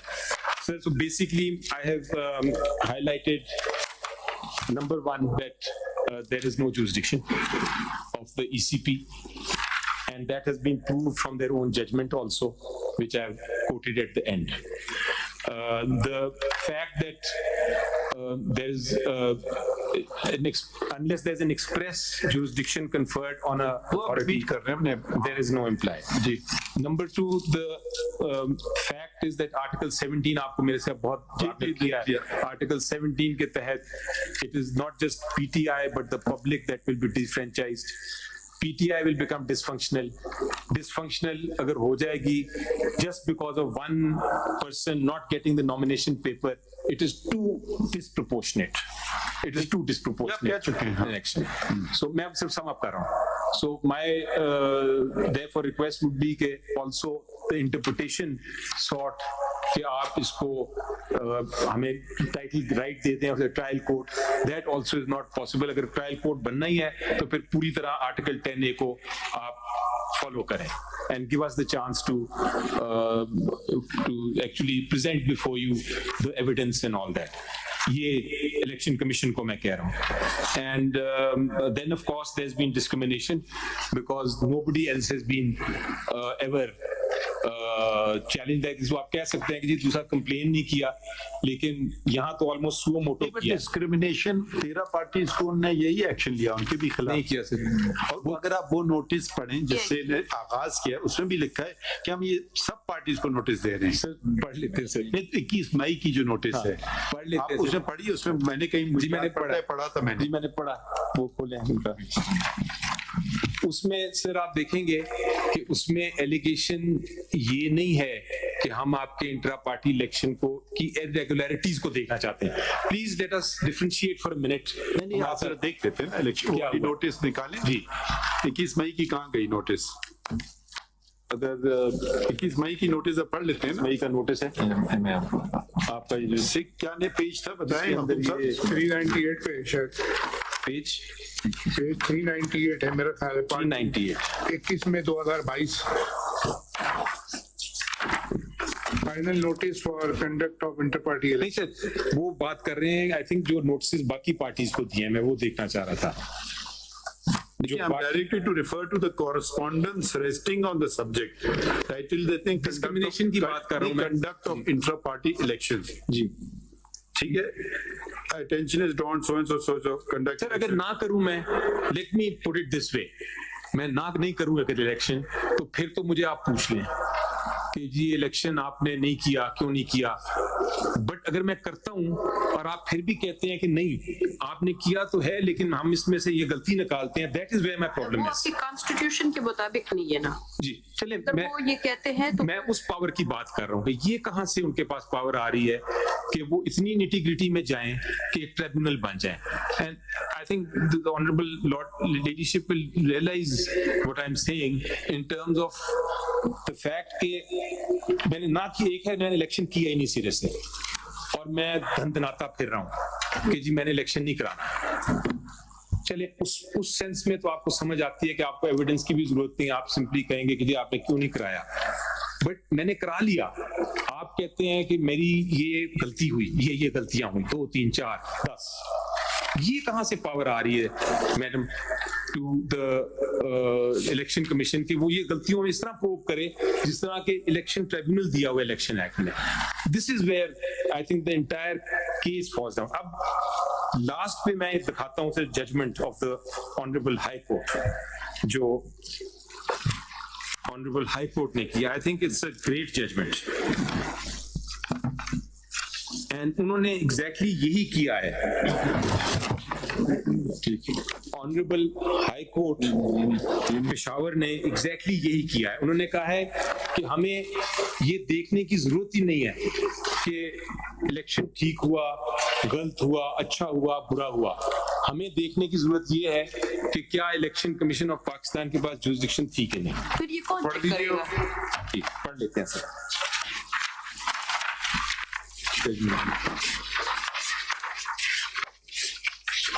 So, who will check these irregularities? अगर कुछ होती है तो कहाँ जाएगा? सिविल कोर्ट में? वही जो इलेक्शन कमीशन खुद कह रहे हैं अपने ऑर्डर में, उसने कहा है कि आप जाएं सिविल कोर्ट में, ये मेंबर्स का इशू है, हमें क्यों हर पार्टी का इन्वॉल्व कर रहे हैं। वरना होगा क्या जी कि एवरी पॉलिटिकल पार्टी, पुराने ऑर्डर की बात करें 2009 मैं जवाब दे दूं, 175 पॉलिटिकल पार्टीज में हर रोज झगड़े होंगे, हर रोज वो इलेक्शन कमीशन में आएंगे, एक क्लेम करेगा जी मेरा ये वोट नहीं हुआ, मेरा ये ठीक नहीं हुआ, तो वो तो एक सुपरवाइजरी रेगुलेटरी अथॉरिटी बन जाएगी। चलिए जफर साहब हम आपकी बात से एग्री कर रहे हैं, ये थोड़ा सा बुनियादी फर्क है। एक होता है डिटेलिंग, किसको कितने वोट पड़े, फला फला। आप कल को कह दें जी गौर साहब को 1 लाख पड़े वोट, ठीक है, बाबर साहब को 10,000 पड़े, ये तो चले आपकी बात मान ली, इलेक्शन कमिश्नर ने सर्टिफाई कर दिया। मगर यहाँ जरा सा थोड़ा सा केस फर्क है। उनका कहना है इलेक्शन हुए ही नहीं है, जो जिसको आप इलेक्शन कह रहे हैं ये बेसिक तकाजे पूरा नहीं कर रहे इलेक्शंस के, ये फर्क है। निटी-ग्रिटी में नहीं जा रहे कि जी नाम अपना अगर ये कह रहे होते नंबर गलत हो तहरीक इंसाफ को बल्ले के निशान से मुतालिक इलेक्शन कमीशन की अपील पर समाअत हो रही है। बैरिस्टर अली जफर अपने दलाइल दे रहे हैं। अहम खबर यह है कि पाकिस्तान तहरीक इंसाफ ने कौमी और सूबाई असम्बली के उम्मीदवारों को पाकिस्तान तहरीक इंसाफ नज़रियाती के टिकट्स जारी कर दिए हैं। बड़ी अहम खबर है ये, पाकिस्तान तहरीक इंसाफ नज़रियाती के टिकट्स जारी किए हैं। पाकिस्तान तहरीक इंसाफ ने कौमी और सूबाई उम्मीदवारों के लिए तमाम उम्मीदवार तहरीक इंसाफ नज़रियाती के टिकट्स RO और DRO के दफातर में जमा कराएं। एक तरफ समाअत जारी है, अभी इसका फैसला नहीं हुआ है कि बल्ला मिलता है या नहीं मिलता, लेकिन एक हिकमत अमली PTI ने बना ली है। जिसको प्लान बी भी कहा जा रहा था, अब एलामिया जारी कर दिया गया है पाकिस्तान तहरीक इंसाफ की जानिब से। पीटीआई ने कौमी और सूबाई असम्बली के उम्मीदवारों को पाकिस्तान तहरीक इंसाफ नजरियाती के टिकट्स जारी कर दिए हैं। तमाम उम्मीदवार तहरीक इंसाफ नजरियाती के टिकट्स आरओज और डीआरओज के दफातर में जमा करवाएं, ये इस एलामिया में हिदायत की गई है। एक तरफ बल्ले का निशान पाकिस्तान तहरीक इंसाफ के पास रहता है, नजरियाती का बल्लेबाज है उनका निशान। तो ये वही बात है जोहेब, जिसके ऊपर काफी दिनों से जो पार्टी कायदीन है वो बात भी कर रहे थे कि मुख्तलिफ प्लान्स तैयार किए गए हैं, मुख्तलिफ हिकमत अमली तैयार की गई है कि किस तरह से इलेक्शन में जाना है। उस सिलसिले में एलामिया जारी हुआ है पाकिस्तान तहरीक इंसाफ का, जिसमें उन्होंने अपने उम्मीदवारों को पाकिस्तान तहरीक इंसाफ नजरियाती के तहत टिकट्स जारी किए हैं और आरओज और डीआरओज के दफातर में ये जमा कराए। पाकिस्तान तहरीक इंसाफ नजरियाती के टिकट्स पर उन्होंने अपने कौमी और सूबाई असम्बली के उम्मीदवारों को कहा है कि अब जो प्लान बी की हम बात कर रहे हैं, पाकिस्तान तहरीक इंसाफ को बल्ले का निशान मिलता है या नहीं मिलता, ये तो अभी फैसला जब आएगा सुप्रीम कोर्ट से तो पता चल जाएगा। लेकिन इससे पहले ही पाकिस्तान तहरीक इंसाफ ने हिकमत अमली बनाई है कि पीटीआई नजरियाती के टिकट्स जो है आरओज और डीआरओज के दफातर में वो जमा कराएं उम्मीदवार कौमी और सूबाई असम्बली के। पाकिस्तान तहरीक इंसाफ का बल्ला निशान है, अभी वो रहेगा या नहीं रहेगा। पीटीआई नजरियाती का जो निशान है वो बल्लेबाज है, जो कि हम दिखा भी रहे हैं। तो ये एक यूनिफाइड निशान एक हिकमत अमली ये सोची जा रही थी कि पाकिस्तान तहरीक इंसाफ किसी छोटी जमात के साथ या किसी और जमात के साथ इत्तेहाद कर सकती है और फिर उनके इंतखाबी निशान के ऊपर अपने उम्मीदवारों को टिकट जारी करेगी, और इसी हिकमत अमली के तहत ये खबर और एलामिया सामने आया है। बिल्कुल, इस वक्त एक बार फिर आपको लिए जुरिसडिक्शन की के हवाले से बड़ी बात कर रहे हैं, तो वो सुनते हैं। करने की जरूरत क्यों पेश आई? जी, आप एक इलेक्शन मेरे हो गए, फिर ना बात करते, वो सिंबल नहीं दे रहे थे, नहीं तो आप सिंबल बात करते ना कि मुझे सिंबल चाहिए, आपने ही कहा एंड में। आप पढ़िए अपनी इलेक्शन, आपकी पिटीशन पेज 33 पे आइए। मैं जरा ये पढ़ दूं ऑर्डर से, फिर मैं आता हूं। एक सेकंड, ये पढ़ रहे हैं चूंकि I don't want to leave it in between, let me finish this. Paragraph आप पढ़ रहे हैं? Paragraph 16 at page 16. After quoting the Election Act, admittedly ECP is not a court or a tribunal. Muhammad Hanif Abbasi's case, PLD 2018 Supreme Court. However, Article 2183 of the Constitution entrusts the Election Commission with the duty to organize and conduct the election and empowers it in general terms to make such arrangements as are necessary to ensure that the election is conducted honestly, justly, fairly, and in accordance with law, and that corrupt practices are guarded against. The power so conferred is restricted to the fulfillment of the duties specified, that is, to organize and conduct the election. Therefore, in order to understand the amplitude of this power, we need to find out the meaning of the term election as used in Article 2183. Do we need to do that? Okay. It's such a profound thing that we have to discover what is 18 पे आ जाते हैं, 18 पे आ जाते हैं, ठीक है, 18 पे। I'm going to go along with your lordship thing. I think you're right. In order to sum up the aforesaid discussion, 18 para. It is trite law that Election Commission of Pakistan, despite being a constitutional body, has the jurisdiction to exercise its powers either under the Constitution or the Election Act 2017. Its general power under 218 cannot be abridged by any legislative instrument, Act of Parliament. However, its other functions arising out of the Election Act. In effect, the court is striking down the statutory provision. ये आप दोबारा पढ़िए, ये जो आपने अभी पढ़ा ना, बिल्कुल यही कह रही है। Its general power under 2183 cannot be abridged by any legislative instrument, Act of Parliament.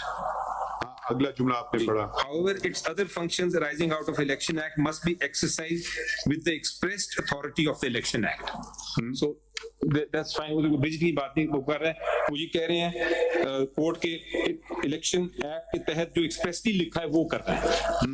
Indeed, it is settled law that a jurisdictional fact is a fact that must exist before a court, tribunal, or authority assumes jurisdiction over a particular matter. A jurisdictional fact is one on existence or non-existence of which सारी बातें depends jurisdiction. आप हमें बता दें, jurisdiction ने लिखा है कि सिविल कोर्ट का है, जी मैं पढ़ रहा हूँ सर। नहीं बता देना कहाँ लिखा है। नहीं आप पूरा पैराग्राफ पढ़ लीजिए ना। जी पढ़ रहा हूँ sir. A jurisdictional fact is one on existence or non-existence of which depends jurisdiction of a court, a tribunal, or an authority. It is the fact upon which an administrative agency's power to act depends. If the jurisdictional fact does not exist, the court, authority, or officer cannot act. If a court or authority wrongly assumes the existence of such fact, the order can be questioned by writ of certiorari. The underlying principle is that by erroneously assuming existence of such jurisdictional fact, no authority can confer upon itself jurisdiction which otherwise does not possess. Existence of jurisdictional fact is sine qua non for the exercise of power. If the jurisdictional fact exists, the authority can proceed with the case. या mutually destructive हो गया यहाँ पे आके, वो आप कह रहे हैं कि जुरिस्डिक्शन फैक्ट है तो अथॉरिटी कर सकता है। If it exists. वहाँ के तो इफ इट इज तो उन्होंने आपको शो कॉज दे के एक्सरसाइज किया ना अपना जो 215 के अंदर। सर वो तो अगर आप नहीं, मैं सिर्फ जजमेंट की, अब देखें जजमेंट के अंदर मुख्तलिफ पैराग्राफ हैं जो आपस में कॉन्ट्ररी हैं to the findings of the learned जजेस। With respect, it is not. Destructive है वो।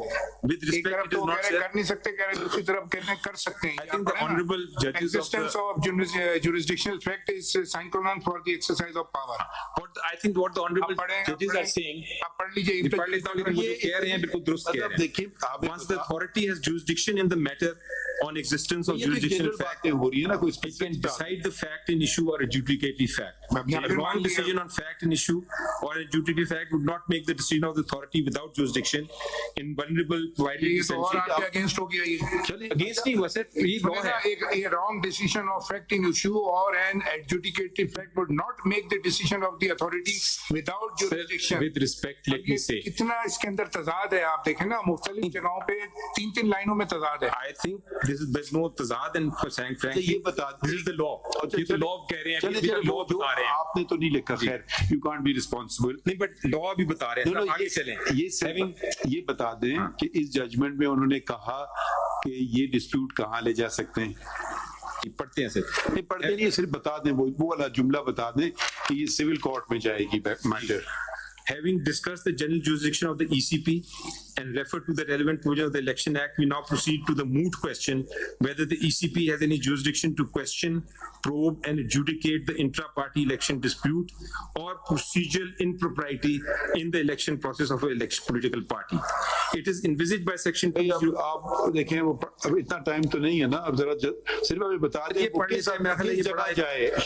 ये जजमेंट के चैलेंज की हुई है, इसलिए आई थिंक ये बड़ा जरूरी है कि इसको हम थोड़ा सा देख लें, क्योंकि आप देख लें ना, आगे पीछे करना है। बिल्कुल देखें आप। हो सकता है मखदूम साहब से के बाद वो राइट ऑफ रिप्लाई एक्सरसाइज करना चाहेंगे या नहीं करना चाहेंगे। ठीक है ठीक है, तो हम ये एक या ये कर लें, अगर आप सिर्फ यही पढ़ना चाहते हैं। हमें 1, 2, 3 सवाल हैं। जी पहला सवाल ये है कि इस जजमेंट में, इम्प्यून जजमेंट में उन्होंने ये बताया है, या तो वही आर्गुमेंट रखें जो पहले ईसीपी ने खुद लिया था कि ये तो कॉस्मेटिक कानून है। वो सुप्रीम कोर्ट ने या तो आप करें, मगर आप भी मान गए कॉस्मेटिक नहीं है। ये उन्होंने कहा इनके पास जुरिस्डिक्शन नहीं है।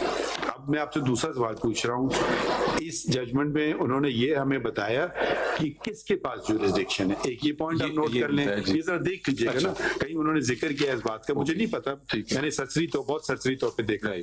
दूसरी बात ये है कि अब आप अपनी पिटिशन पे आ जाइए जरा। जी ये पढ़ने के बाद सिर्फ के नहीं आप पूछ लें, नहीं हम आपको आप देखिए आप खड़े होके पढ़ रहे हैं ना, हम मखदूम साहब को जो सुनेंगे फिर आप हमें जब पढ़ लेंगे पूरा, फिर आप नोट कर लेता हूँ सर। जी अच्छा, अब आप अपनी पिटिशन पे आ जाइए, पेज 33 पे जी, पेपर बुक पे जी, ठीक है जी। इसका पैराग्राफ 2 पढ़िए।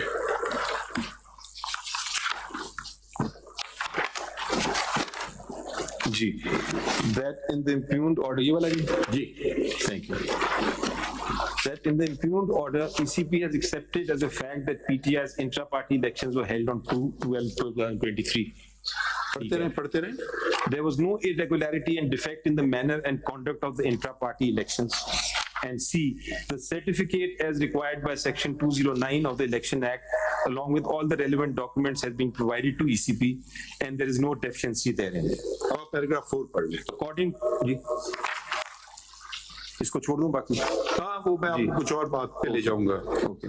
4. The irrelevant, unjustified, arbitrary, malafide, and illegal reason given for setting aside PTI's intra-party elections, declaring the same void, and making PTI dysfunctional as a political Declaring party. the same void. जी, सही है ना? जी. अब आप अपनी prayer clause में आ जाइए. आपको अब कॉन्ट्री डिक्लेरेशन सीक करना चाहिए कि my elections were good, proper, जो भी लफ्ज इस्तेमाल करना चाह रहे हैं, वो डिक्लेरेशन आपने कहाँ सीख किया है? I don't. My respect. आप चले गए स्ट्रेट अवे सिंबल पे. जी. वो इलेक्शन से उठेगा ना बात. जहां तक मेरा, अगर आप इलेक्शन सही है तो सिंबल वगैरह सारी चीजें आपको मिल जाएंगी. इलेक्शन नहीं हुआ या अगर इतना गलत तरीके से हुआ कि उसको तस्वुर नहीं किया जाए इलेक्शन, फिर आपको एक डिक्लेरेशन तो सीख करें ना उसका. अब आप देखें, आपने जो व्यू में पॉइंट नोटेड है, लेकिन मैं इसका जवाब दे देता हूँ जल्दी से. नहीं अभी देना चाहेंगे या मैं सिर्फ आपको ये पॉइंट के छोड़ रहा था. ओके. या मखदूम साहब के बाद आप सोच के जवाब देते हैं? ठीक है. मैं देना चाहे अभी दे दें. मैं अभी भी दे देता हूँ जी, बाकी सोच भी लूंगा. दोनों कर लेता हूँ. Choose both options. Concurrent jurisdiction exercise करते हुए. In view of the foregoing, it is respectively prayed, मैंने एक pray किया सर कि hold and declare that the impugned order is without jurisdiction. So if the impugned order is without jurisdiction, then all that is stated in it would automatically come to an end. That would be my. Don't you think a separate declaration would be sought? क्योंकि बाकी देखें, आप specifics में चले गए हैं, A B C D E F, मगर जो प्राइमरी डिक्लेरेशन है, I think the most important declaration on the election, because ये इधर उधर की मीन मेखे निकालने हम नहीं, हम आपके साथ हैं. ठीक है, बुनियादी बात पे हम चल रहे हैं बस. इलेक्शन क्यों? क्योंकि जमहूरियत है. या तो आप कहते हैं जी फिर वो one person one man show चले, फर्क ही है. फिर वो उसी तरफ से चले, वो आपके आर्गुमेंट्स हम नोट कर लेंगे जी, हमारे लीडर ये जो वो हम कहें करेंगे, इलेक्शन वगैरह की कोई जरूरत नहीं पार्टी में. ये भी आपका मौके हो सकता है, मगर ये आप मौके ले नहीं रहे. ठीक है, तो आप जब जमहूरियत चाहते हैं, इनका सारी बहस इशू सब कुछ एक नोटिस से शुरू हुआ, भाई इलेक्शन करवा लें. फिर उन्होंने धमकी देना शुरू कर दी, शो कॉज नोटिस, अगर नहीं करेंगे तो हम आपका इलेक्शन सिंबल ले लेंगे. अदरवाइज इनके पास कोई हथियार तो नहीं है कि आपको इलेक्शन करवाएं. तो कुछ उन्होंने ये हथियार इस्तेमाल किया. सिर्फ आपको ये सवाल पे आप जवाब देना चाहें, इसको दे या फिर ये वापस देंगे? ये कंक्लूजन भी पढ़ लीजिए पेज 25 पे ना. मैं अभी 19 पे था सर. हाँ नहीं, अगर आप बाद में देखना चाहते हैं बाद में सुन. ठीक है, आप एज योर कॉल. ठीक है सर. मैं आई जस्ट कंक्लूजन तो जरा पढ़े ना, इसमें क्वेश्चन है, कंक्लूजन का पढ़ लीजिए जरा, छोटा पैराग्राफ. हाँ सर, लास्ट पेज 25 पैराग्राफ 19 और 20 ना पेज ना पढ़ लें सर. आप ये पढ़ लेना, पहले पे पढ़ लीजिएगा. नहीं, आप बाद में मौका देंगे, माय लॉर्ड कह रहे हैं, पढ़ लें जरा. 25 पढ़ लें. पूछना चाह रहा हूँ, ये किसका जिक्र कर. The survey of the case law stated above and the enabling provision of the Constitution as well as the Act lead us to the conclusion that it is the fundamental right of every citizen of Pakistan not only to form political party, but the political party should be provided a conducive atmosphere to contest elections for the Parliament, Provincial Assembly, Senate, and to form a government. ये सब हम agree करते हैं. आगे बढ़िए. It has the right to contest election under a common symbol. This constitutional right cannot be denied to it on the basis of ये jump हुआ जरा. They cannot be मेरा भी केस ये है. on the basis of absurd provision of law. absurd provision of law कौन सा? I think वो कह ये रहे हैं कि on the basis जो interpretation, अगर वो absurd है तो उसको strike down होना चाहिए, because वायरिस तो अंडर चैलेंज है ही नहीं. अगर अंदर पढ़ेंगे तो it is not the provision of law, वो इसको absurd कह रहे हैं. वो कह रहे हैं जो interpretation based upon it. आगे चलें, 3 लाइन और पढ़ लीजिए. Therefore, the impugned decision of ECP is backed by no legal provision either under the Act or under the Constitution.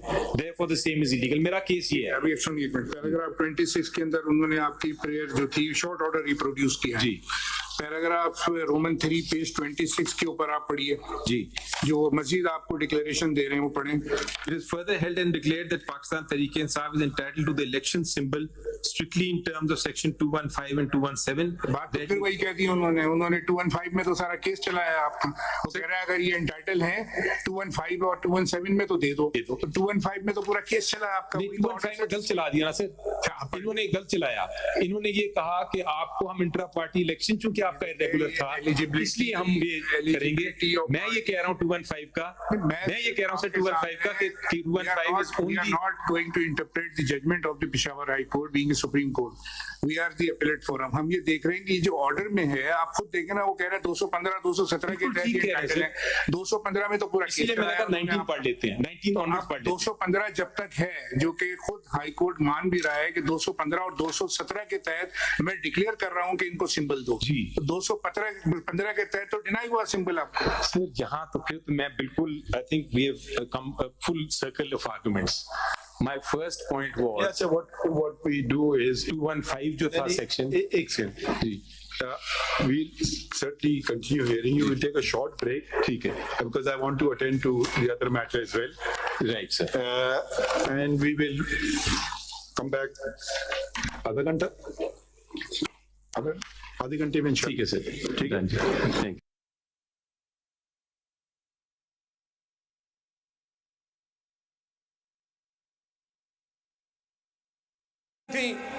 अब इंशाअल्लाह ताला आप अपना हुकूमत बनाएं, अब तीर पे थप्पा लगाए, ताकि मैं पाकिस्तान के गरीब अवाम के लिए 30 लाख घर बनाना चाहता हूं।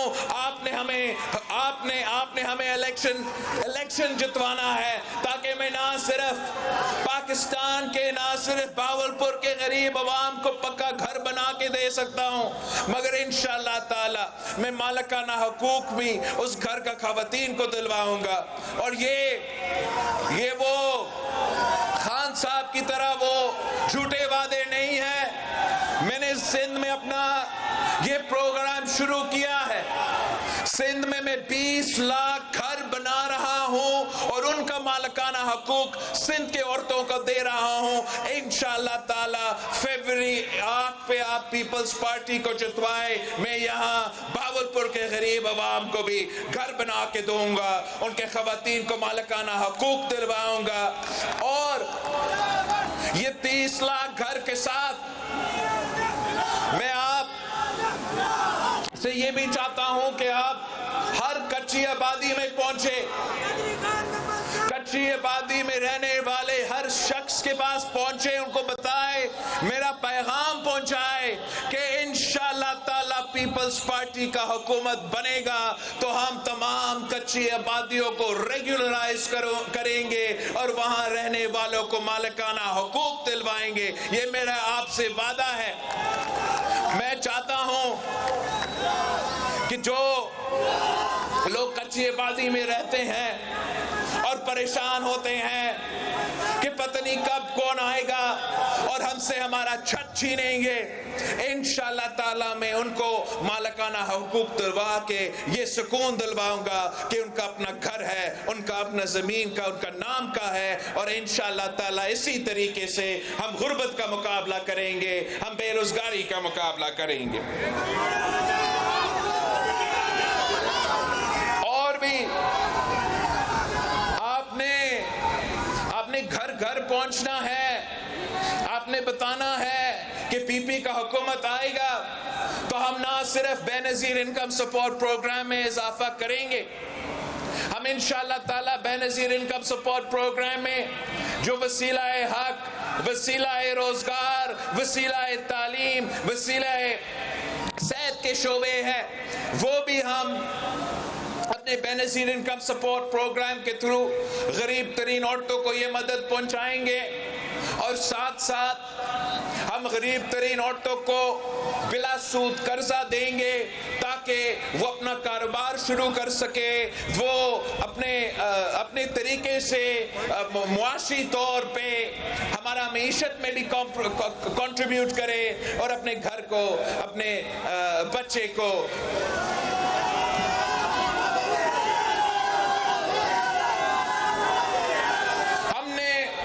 पिछली बार हम हुकूमत में आए थे तो हमने बेनजीर इनकम सपोर्ट प्रोग्राम लेकर आए थे। इस दफा आप तो मर्द है, आपको कैसे बेनजीर इनकम सपोर्ट प्रोग्राम मिले? मैं आपको बताता हूँ, बेनजीर इनकम सपोर्ट प्रोग्राम के साथ साथ आपके लिए भी कुछ लेकर आ रहा हूँ। सुनो, हम इंशाअल्लाह ताला आप मेरा पैगाम लेके जाए तमाम मजदूरों को बताएं, इस मेहनत करने वालों मेहनत कशों को बताएं कि इंशाअल्लाह ताला बिलावल भुट्टो का हुकूमत बनेगा तो हम बेनजीर मजदूर कार्ड भी लेकर आएंगे और अपने मजदूर भाइयों को उनका मेहनत का सिला दिलवाएंगे। आप मेरे किसान भाइयों को बताएं कि इंशाअल्लाह ताला बिलावल भुट्टो का हुकूमत बनेगा तो मैं बेनजीर किसान कार्ड के नाम पे इस मुल्क के हारियों को, इस मुल्क के किसानों को बेनजीर किसान कार्ड के थ्रू अपना आपके जेब में मैं माली मदद पहुंचाऊंगा इंशाअल्लाह ताला। हम आपको इसी कार्ड के थ्रू अगर फर्टिलाइजर सब्सिडी देना है तो इस कार्ड के थ्रू आपको मिलेगा। अगर आपको बीज पे सपोर्ट देना है तो किसान कार्ड के थ्रू दिलवाएंगे। हमें इंशाअल्लाह ताला इस किसान कार्ड के थ्रू मैं क्रॉप इंश्योरेंस भी शुरू करूंगा ताकि अगर किसी कुदरती आफत की वजह से मेरा छोटा किसान को कोई नुकसान हो तो इस किसान कार्ड के थ्रू उनका इंश्योरेंस होगा और उनका नुकसान इंशाअल्लाह ताला नहीं होगा। और मेरे नौजवान साथियों, आप नौजवानों को समझाएं कि वो अपना वोट जाया ना करे। आप नौजवानों को बताएं कि तीर पे थप्पा लगाए ताकि मैं जो नौजवान के लिए यूथ कार्ड लेकर आ रहा हूं और यूथ सेंटर्स हर डिस्ट्रिक्ट में बनाना चाहता हूं, इससे इंशाअल्लाह ताला हम ना सिर्फ नौजवानों को, गरीब तरीन नौजवानों को माली मदद पहुंचाएंगे, हम इंशाअल्लाह ताला आपको रोजगार दिलवाएंगे, वो तमाम स्किल्स आपको सिखाएंगे जिससे इंशाअल्लाह ताला ये पाकिस्तान पीपल्स पार्टी का तारीख है कि जब भी पीपी का हुकूमत बना है तो सबसे ज्यादा रोजगार पाकिस्तान के अवाम को मिला है। इंशाअल्लाह ताला इस बार जब आपका हुकूमत बनता है तो जब हम यूथ कार्ड लेकर आते हैं तो नौजवानों को न सिर्फ हम माली मदद देंगे मगर उनको रोजगार भी दिलवाएंगे। और 10वीं जो मेरा आखिरी वादा है वो हमारा भूख मिटाओ प्रोग्राम है कि पाकिस्तान में हम नहीं चाहते कि कोई भी भूखा सोए। तो इंशाअल्लाह ताला हर यूनियन काउंसिल से मैं ये भूख मिटाओ प्रोग्राम का इफ्तिताह करूंगा और गरीब अवाम के लिए इस भूख मिटाओ प्रोग्राम के थ्रू हम गुर्बत का मुकाबला करेंगे इंशाअल्लाह ताला। मैं तो स्कूल्स में भी बच्चों के लिए हम मील्स का बंदोबस्त करेंगे। नौजवानों के लिए जो नए बच्चे होते हैं उनके लिए 1000 दिन के लिए हम उनके वालदा को माली मदद पहुंचाएंगे ताकि वो खुद भी और अपने बच्चे का ख्याल रख सके। ये पाकिस्तान पीपल्स पार्टी का 10 नुकाती अवामी मुआशी मुआहिदा है, ये मेरा मंशूर है। मैं इन 10 नुकात पे इलेक्शन लड़ रहा हूं। आप हमारे पैगाम घर घर पहुंचाए, इंशाअल्लाह ताला जीत आपकी होगी, जीत तीर की होगी और मैं और आप मिलके अवामी हुकूमत कायम करेंगे। हमारा मुकाबला किसी सियासी जमात में, पाकिस्तान पीपल्स पार्टी तो शहीदों का जमात है, हमारा मुकाबला किसी सियासी पार्टी से नहीं है, ना ही हमारा मुकाबला किसी सियासतदान से है। हमारा अगर मुकाबला है तो इस बेरोजगारी से है, इस गुर्बत से है, इस महंगाई से है और इंशाअल्लाह ताला आप हमें मौका देंगे तो हम आपको दिखाएंगे कि कैसे अवामी हुकूमत बनाया जाता है, कैसे हुकूमत गरीब का ख्याल रख सकता है, किसान का ख्याल रख सकता है, मजदूर का ख्याल रख सकता है। ये पाकिस्तान पीपल्स पार्टी ही है जिसमें ये सलाहियत है कि हम ये काम कर सके।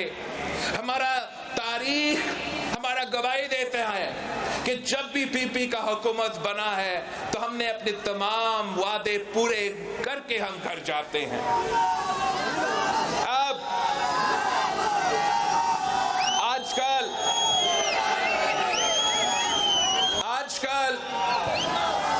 इलेक्शन का सीजन है, इलेक्शन का सीजन है और पंजाब पे खास तौर पे पाकिस्तान पीपल्स पार्टी का फोकस है। आपको मालूम है कि मैं खुद लाहौर से इलेक्शन लड़ रहा हूं और इंशाअल्लाह ताला पाकिस्तान पीपल्स पार्टी ही, चाहे वो लाहौर हो, चाहे वो जनूबी पंजाब हो, चाहे वो सिंध हो, चाहे वो बलूचिस्तान हो, पाकिस्तान पीपल्स पार्टी ही जीतेगा। पाकिस्तान पीपल्स पार्टी ना सिर्फ वफाकी हुकूमत बनाएगी मगर पाकिस्तान पीपल्स पार्टी सूबाई हुकूमत भी बनाएंगे। पाकिस्तान पीपल्स पार्टी इंशाअल्लाह ताला एक जियाला वजीर आला पंजाब बनाएगा। अगर आप चाहते हो कि अवाम दोस्त हुकूमत बने, अगर आप चाहते हो कि पाकिस्तान पीपल्स पार्टी अपने 10 नुकाती अवामी मुआशी मुआहिदा पे अमल दरामद करे, आपके मसाइल का हल करे, तो आपको जिदोजहद करना पड़ेगा, आपको मेहनत करना पड़ेगा। आपको ये इलेक्शन ऐसे लड़ना है जैसे ये जिंदगी और मौत का मसला है। इसलिए हमारे पास ही वो तमाम मंशूर और प्रोग्राम है जो मुल्क को इस मुश्किल से निकाल सकते हैं। आप अगर किसी भी सियासी जमात को देखें, आप मुझे बताएं उनमें कोई दिलचस्पी है आपका मसाइल हल करने का? उनको एहसास भी है कि कितना महंगाई, कितना गुर्बत में इजाफा हो रहा है, कितना बेरोजगारी में इजाफा हो रहा है। उनका सिर्फ शौक अगर है उस कुर्सी का, और उस कुर्सी के लिए जिस तरीके से वो उन्होंने सियासत को जाती दुश्मनी में तब्दील कर दिया है, इसका नुकसान मुल्क का हो रहा है, इसका नुकसान आपका हो रहा है। सिर्फ पाकिस्तान पीपल्स पार्टी वो जमात है जो मुल्क में ये नफरत की सियासत को, ये तकसीम की सियासत को, ये अब पुरानी सियासत हो चुका है और हमने सब मिलके इस पुरानी सियासत को हमें दफन करना पड़ेगा। इंशाअल्लाह ताला हम एक नई सियासत शुरू करेंगे, हम एक नई सोच के मुताबिक सियासत करेंगे जिसका मकसद ये होगा कि अवाम की खिदमत करे, जिसका मकसद ये होगा गरीब की खिदमत हो, जिसका मकसद ये होगा कि मेरा किसान, मेरे मजदूर, मेरा नौजवान का खिदमत हो। जो भी सियासी जमात है, एक सियासी जमात अगर इलेक्शन लड़ रहा है तो वो इसलिए कि वो जेल से बचना चाहता है, तो दूसरा सियासी जमात इलेक्शन में हिस्सा ले रहे हैं ताकि वो अपना लीडर को जेल से निकाल सकते हैं। पीपल्स पार्टी ही वो वाहिद जमात है, वो वाहिद सियासी जमात है जो इश्यूज की वजह से, जो इस मुल्क के जो मसाइल हैं उनकी वजह से हम इलेक्शन लड़ रहे हैं। और हम ही वो जमात है जो इनको हरा सकते हैं।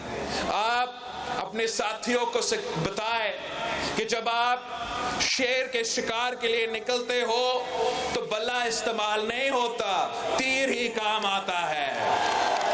तो अब शिकार का मौसम है और मेरे शिकार का मौसम है और हमने इस शेर का शिकार करवाना है। आपने फरवरी 8 को तीर पे तप्पा लगा के ये साबित करना है कि आज भी भुट्टो जिंदा है, कल भी भुट्टो जिंदा था। मेरा जो इस इलेक्शन में भावलपुर डिवीजन से या भावलपुर जिला से जो मेरा उम्मीदवार है, बिल्कुल गिलानी साहब भी हमारा उम्मीदवार है। अली हसन गिलानी साहब को आपने जितवाना है। अगर आप तीर पे मोहर लगाएंगे तो अली हसन गिलानी साहब को भी आप जितवाएं।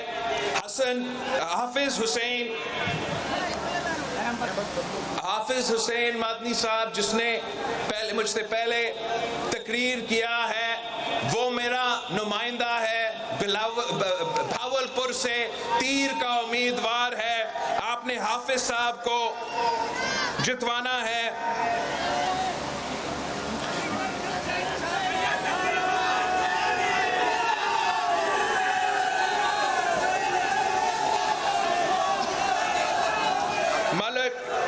शाहरुख मेरा भाई है, आपका उम्मीदवार है नेशनल असेंबली के लिए भी, तीर पे भी और एमपीए पे भी। तो आपने तीर पे थप्पा लगा के मेरे उम्मीदवार को जितवाना है ताकि मैं आपके काम आ सकूं, आपके मसाइल हल कर सकूं। आपने अब्दुल मजीद चनर साहब को जितवाना है, तीर का उम्मीदवार है। नसीम शाह साहब को, अमीम शाह साहब को, रफतुर रहमान साहब को,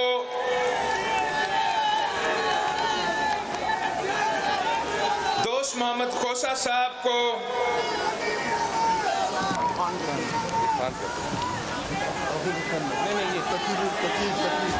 ततीरुल हसन साहब को, गर्देजी साहब को, तमाम आपने 8 फरवरी को तीर पे थप्पा लगवा के पीपल्स पार्टी को जितवाना है, शहीदों का जमात को जितवाना है, किसानों का जमात को जितवाना है, मजदूरों का जमात को जितवाना है, भावलपुर का जमात को जितवाना है। तो फिर इंशाअल्लाह ताला फरवरी 8 को जीत आपकी होगी और फरवरी 9 को हम हुकूमत बना के आपके तमाम मसाइल हल करेंगे। जिए भुट्टो। जफर बराइट साहब कहीं स्टेज पे, हाँ जी, जफर बराइट साहब ने पाकिस्तान पीपल्स पार्टी में ना सिर्फ शामिल हो चुका है मगर इंशाअल्लाह ताला रहीम यार खान से भी एक हमारा उम्मीदवार होगा। जफर साहब को हम खुशामदीद कहते हैं पाकिस्तान पीपल्स पार्टी में। Thank you. Pakistan peoples party का बहावलपुर में जलसा, बिलावल भुट्टो जरदारी खिताब कर रहे थे और उन्होंने जनूबी पंजाब की तरक्की से मुतल्लिक अपने मंशूर में क्या क्या रुकात है वो बताए, उनके प्लान्स बताए, पार्टी के प्लान्स बताए। उन्होंने कहा शेर के शिकार में बल्ला नहीं तीर काम आता है, शेर के शिकार का मौसम है और तीर ही काम आएगा।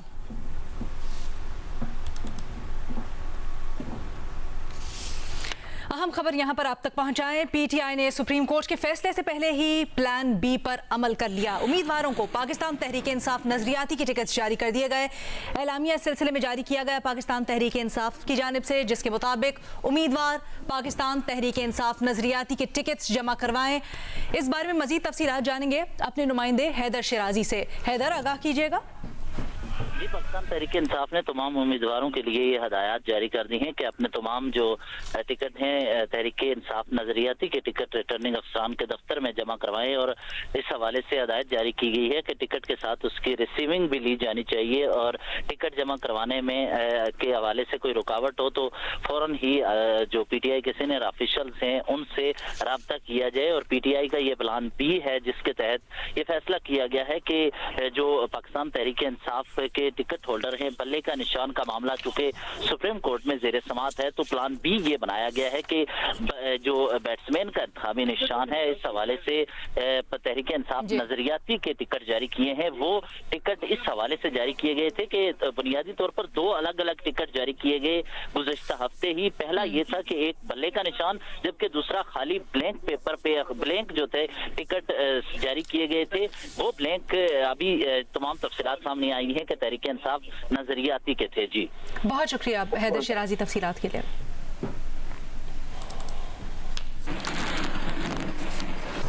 अलियाला जेल में तोशाखाना केस की समाअत कारकुनों ने बानी पीटीआई के सामने टिकट्स की तकसीम पर शिकायत के अंबार लगा दिए और ये कुछ कारकुनों की तरफ से कहा गया कि मुझे टिकट्स के बारे में मुशावरत करने की इजाज़त नहीं दी गई है। बानी पीटीआई ने ये कहा है, उन्होंने कहा कि मुझे नहीं मालूम किसको टिकट मिला किसको नहीं मिला। बानी पीटीआई ने कहा कि 850 टिकट्स के बारे में ज़बानी कलामी कैसे फैसला कर सकता हूँ।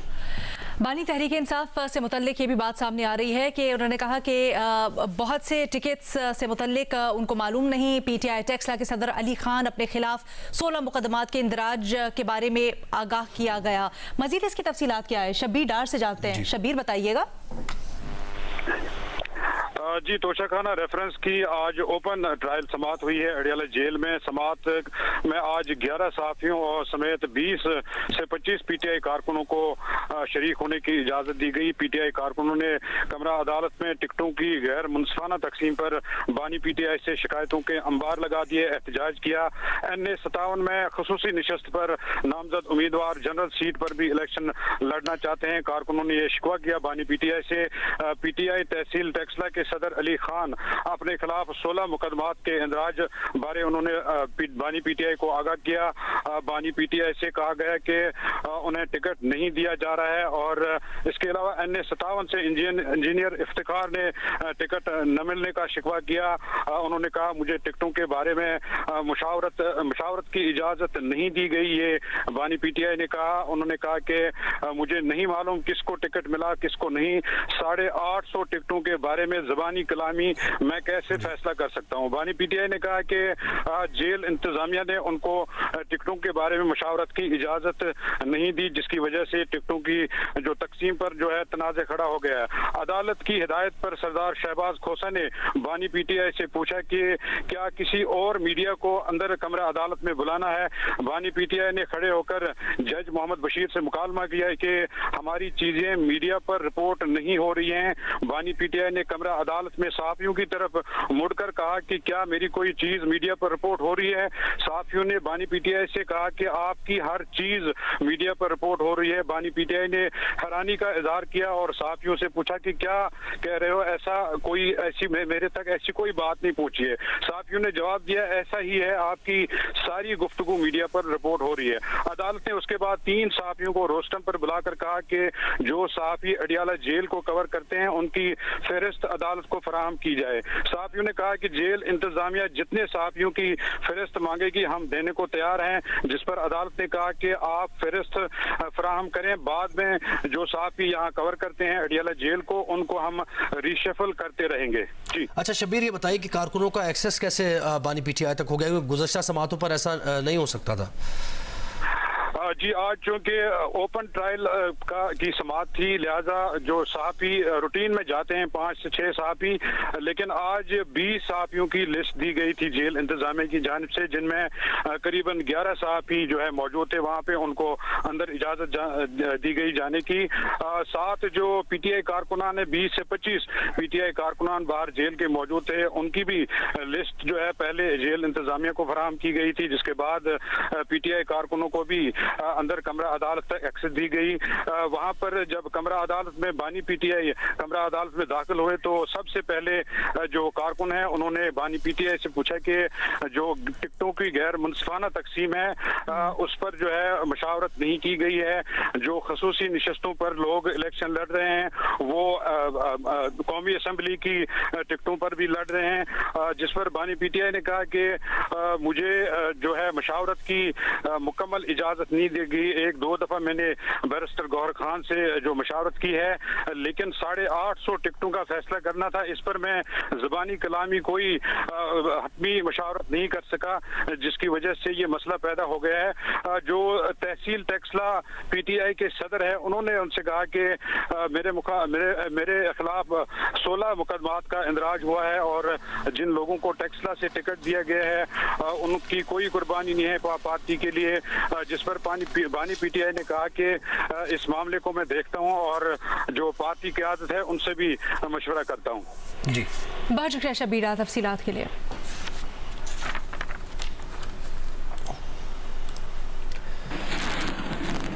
सुप्रीम कोर्ट में समाअत के दौरान चेयरमैन पीटीआई बैरिस्टर गौहर ने कहा कि उन्हें अभी खबर मिली है कि उनके खानदान पर हमला हुआ है। घर से खबर आई है कि 4 डाले आए थे, बेटे और भतीजे को मारा पीटा गया है। उन्होंने कहा कि उनके घर से कंप्यूटर और कागजात उठा लिए गए हैं। जिस पर चीफ जस्टिस पाकिस्तान ने कहा कि जो भी हुआ है ऐसा नहीं होना चाहिए था। चीफ जस्टिस काजी फायजीसा ने एडिशनल अटॉर्नी जनरल को रोस्टम पर बुलाया। एडिशनल अटॉर्नी जनरल साहब, अगर ऐसा हुआ है तो ऐसा नहीं होना चाहिए था, ये कहा है।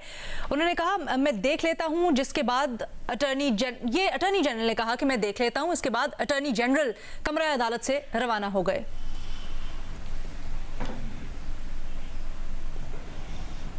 ये सुप्रीम कोर्ट में वाक़या पेश आया जब समाअत हो रही थी साहम केस की। इस दौरान गौहर खान साहब ने ये शिकायत की, चेयरमैन पीटीआई। वो भी सुनता है। ठीक है, मेरा आर्गुमेंट क्या कर रहे हैं भाई? जी सब कुछ अच्छा, sorry,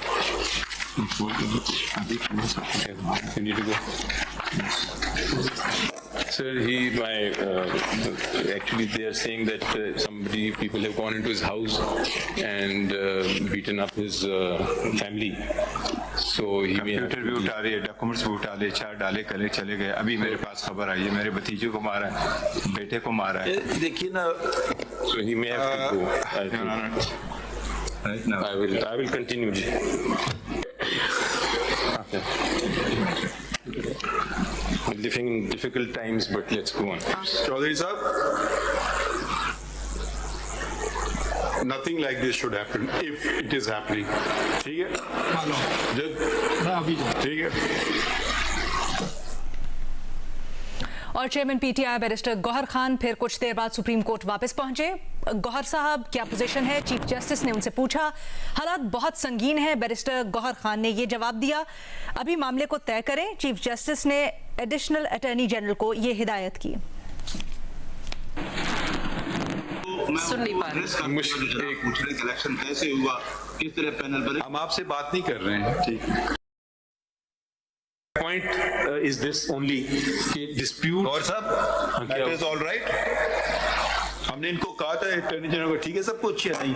Your Honor, there were yes no 4 डालों में लोग आए, निकाह पोछते। अभी सिचुएशन क्या है? It's a very serious. जब वो अभी आप चौधरी साहब को बुलाए, चौधरी साहब हमें यहाँ नहीं करना है, please go and sort it out right now. और नहीं, आप यहाँ ना बात करें। जी, क्या? My lord, I have spoken with the IG, I have spoken with the Secretary Interior, I have taken in loop the Attorney General as well. मैं जैसे ही कोई इंफॉर्मेशन मिलती है वो they are finding out कि क्या हुआ क्या है, whatever it is, वो अभी आके तो मैं फिर बताता हूँ जी कोर्ट को। नहीं, we want it fixed. My lord, we want it fixed. My lord, it will be. गौर साहब, if you want to accompany him, you can go. Your Honor, मैं we are hearing. नहीं देखिए ना, फिर आप ये आप अगर मैं आपके सामने नहीं बताऊंगा इस कोर्ट का वकील, अभी हमने कहा ना, if they don't fix it, then we'll see. We do not have a trust. Just bear with me for a second. Ali Zafar साहब, Your Honor, सिर्फ प्लीज देखिए, वो we don't want to detract. Your Honor, मैं सिर्फ ये अर्ज कर रहा हूँ। बैरिस्टर गौहर के घर पर छापे के बारे में इस्लामाबाद पुलिस का बयान भी सामने आ गया। तर्जुमान इस्लामाबाद पुलिस ने कहा कि उन्हें इत्तला मिली है कि बैरिस्टर गौहर के घर पुलिस पहुंची है। पुलिस एक इत्तला पर इश्तिहारियों की तलाश में एक घर पहुंची थी। पहुंचने पर ही मालूम हुआ कि वो घर बैरिस्टर गौहर का है और पुलिस वहां से वापस आ गई। न ही किसी पर तशद्दुद किया गया और ना ही कोई दस्तावेजात उठाई गई। ये एक मामूल की कार्रवाई थी। मजीद तहकीकात की जा रही हैं।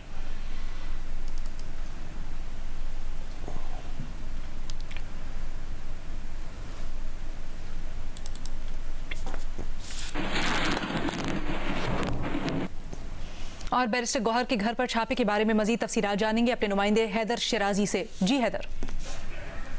जी, मैं इस वक्त इस्लामाबाद में पाकिस्तान तहरीक इंसाफ के चेयरमैन बैरिस्टर गौहर के घर के बाहर मौजूद हूँ। अगर बात की जाए बैरिस्टर गौहर के घर की, तो उन्होंने सुप्रीम कोर्ट में चीफ जस्टिस के सामने कहा कि उनके घर पर हमला हुआ है। यहाँ पर अभी हम पहुँचे हैं, यहाँ पर जो इनके घर के बाहर अहलकार मौजूद थे उनसे भी हमारी बात हुई। उनका ये कहना था कि 3 डाले थे जो कि पुलिस अहलकार भी उनके साथ यहाँ पहुँचे और 18 से 20 के दरमियान वो अहलकार थे जिन्होंने यहाँ पर आकर घर के अंदर घुसे, बैरिस्टर गौहर के बेटे और भतीजे को हथकड़ियाँ लगाई, उन्होंने रोका। इस वक्त मुलाजिम भी हमारे साथ मौजूद हैं, इनसे बात करते हैं क्या तफसीलात हैं इसकी।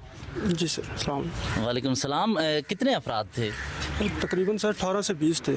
तो क्या उन्होंने किया? बैरिस्टर गौहर के बेटे या भतीजे की क्या सूरत हाल है? उन्होंने कुछ बात नहीं सुनी, आए और मुझे गाड़ी में बिठा लिया और बाजू मेरा उल्टा किया है और सीधा उधर डाला खड़ा था उस जगह पे, बस उन्होंने डाले में डाला, उस डायरेक्ट अंदर चले गए। मैं उनको कह रहा था बैरिस्टर साहब घर पे नहीं है, कुछ बंदा नहीं है, सिर्फ बाजी और 2 छोटे बेटे हैं, लेकिन उन्होंने कुछ नहीं सुना, डायरेक्ट सीधे अंदर चले गए। तो बैरिस्टर गौर के बेटे या भतीजे की कोई खबरें आ रही हैं, उन्हें भी लेके गए, वो क्या लेके गए? नहीं घर पे ही है वो, लेकिन उनको भी हथकड़ियाँ वगैरह लगाई थी इन्होंने और तशद्दुद किया उन्हें? जी। और दूसरा ये कि उन्होंने कोई सामान लिया है, क्या सूरत हाल है? जी उठाए, मोबाइल उनके ले गए साथ और लैपटॉप था, कुछ लिए सामान अंदर से अंदर बहुत उन्होंने किया, तोड़ फोड़ भी अंदर की है। तोड़ फोड़ भी किया? जी, कोई चीज वो लेने के लिए आए थे, क्या लग रहा था?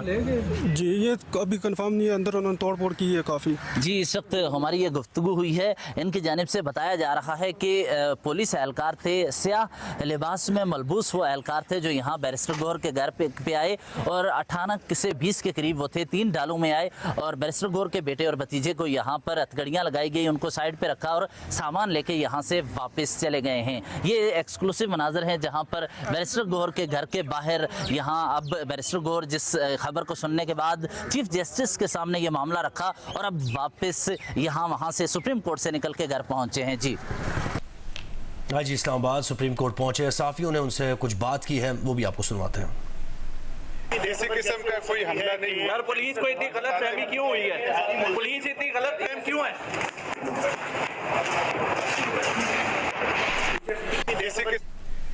मजीद खबरें ब्रेक के बाद हमारे साथ रहिए।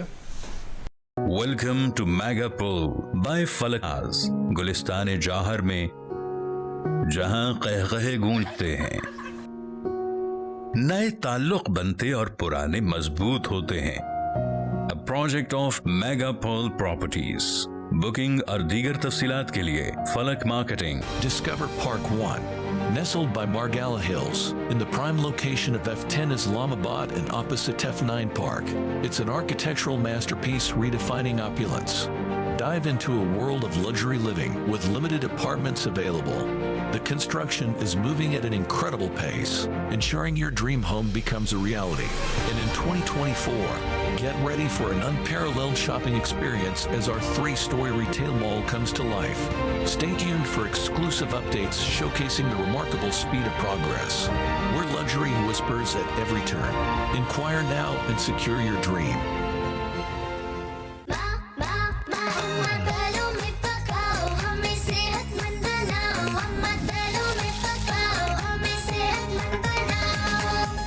चलो रखता हूँ, सुबह से कुछ भी नहीं खाया, अभी टाइम मिला है। बिजली के बिल की डेट निकल गई। हाँ पता है मुझे, इस वक्त बात नहीं कर सकता। क्यों ना इस कड़वी जिंदगी को थोड़ा सा मीठा करना। थाम के एहसास को साथ किसी के जी लिया, थाम के एहसास को। महीने का पिक एंड ड्रॉप पॉसिबल है? हाँ थाम के एहसास को साथ किसी के जी लिया। कुछ अच्छा हो जाए, कुछ मीठा हो जाए। दिल बनास्पति 100% कोलेस्ट्रॉल फ्री है, इसमें शामिल विटामिन की ताकत रखे आपके दिल का खास ख्याल। Geo News Half Hourly Clock is brought to you by Pakistan की पहली 24 carat cream bleach, Parle 24 carat gold gleam cream bleach. And 150 रुपए कम रिन, सफाई में दम 150 रुपए कम।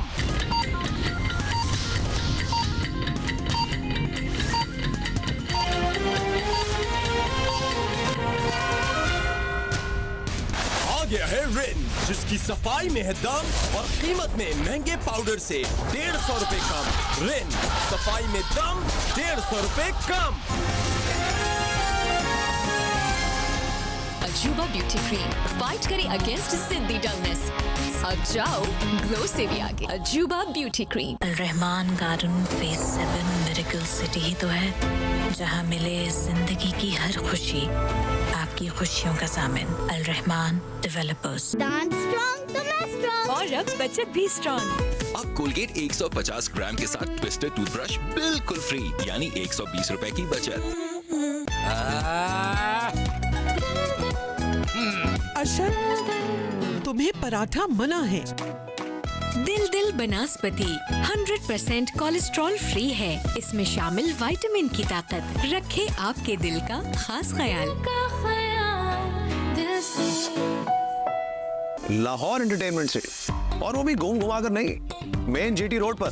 बस 3, 5, 10 मरला और 1 कनाल का प्लॉट लिया और हो गई एंटरटेनमेंट शुरू। तो अपना फोन निकालें और डायल करें 1113333987। Lahore entertainment city, happiness lives here.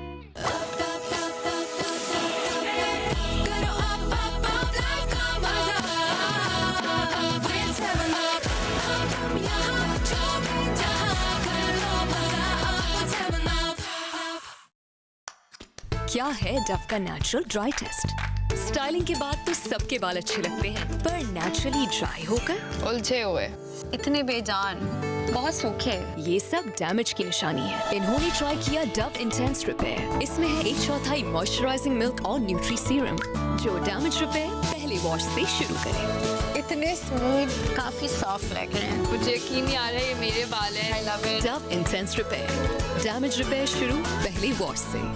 बाल कुछ ही घंटों में फ्रिजी हो जाते हैं और दिन खत्म होने से पहले पार्लर्स और सैलून्स बंद। मेरी स्टाइलिस्ट ने कहा सैलून तो तुम्हारे घर पे है। सैलून स्मूथ बाल घर पे, ट्रस्ट मी, केराटिन स्मूथ। देखिए घाटा 15 जनवरी से रोजाना रात 9 बजे सिर्फ जियो पर। Welcome to mega pull bye Falaknaz, Gulistan जौहर में, जहां कहकहे गूंजते हैं, नए ताल्लुक बनते और पुराने मजबूत होते हैं। अ प्रोजेक्ट ऑफ मेगा पुल प्रॉपर्टीज। बुकिंग और दीगर तफसीलात के लिए Falak marketing. Geo News updates are brought to you by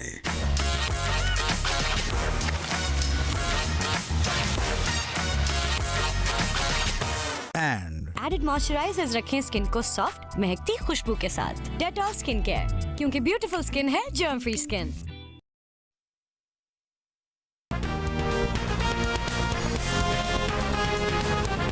शेर का शिकार भल्ले से नहीं होता, तीर ही काम आता है। बिलावल भुट्टो का बहावलपुर में इंतखाबी जलसे से खिताब। कहा वो मुल्की मसाइल की वजह से इलेक्शन लड़ रहे हैं। शिकार का मौसम है और शेर का शिकार करना है। कारकुनान अपने साथियों को बताएं कि पीपल्स पार्टी ही वो जमात है जो इनको हरा सकती है।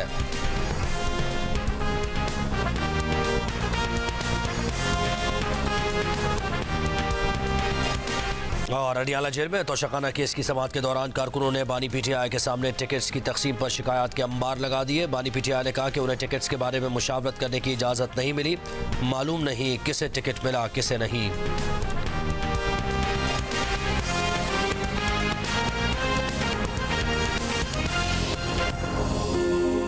डेटॉल स्किन केयर, क्योंकि ब्यूटीफुल स्किन है जर्म फ्री स्किन। इसका स्किन केयर फॉर्मूला दे पिंपल्स फैलाने वाले जर्म से हिफाजत, और इसके एडिड मॉइस्चराइजर्स रखें स्किन को सॉफ्ट महकती खुशबू के साथ। डेटॉल स्किन केयर, क्योंकि ब्यूटीफुल स्किन है जर्म फ्री स्किन। क्या आपको चाहिए शाइनी बाल?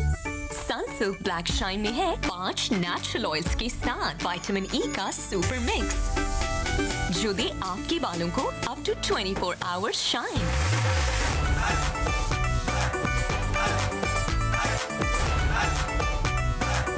बाल करें shine all the time with Sunsilk black shine.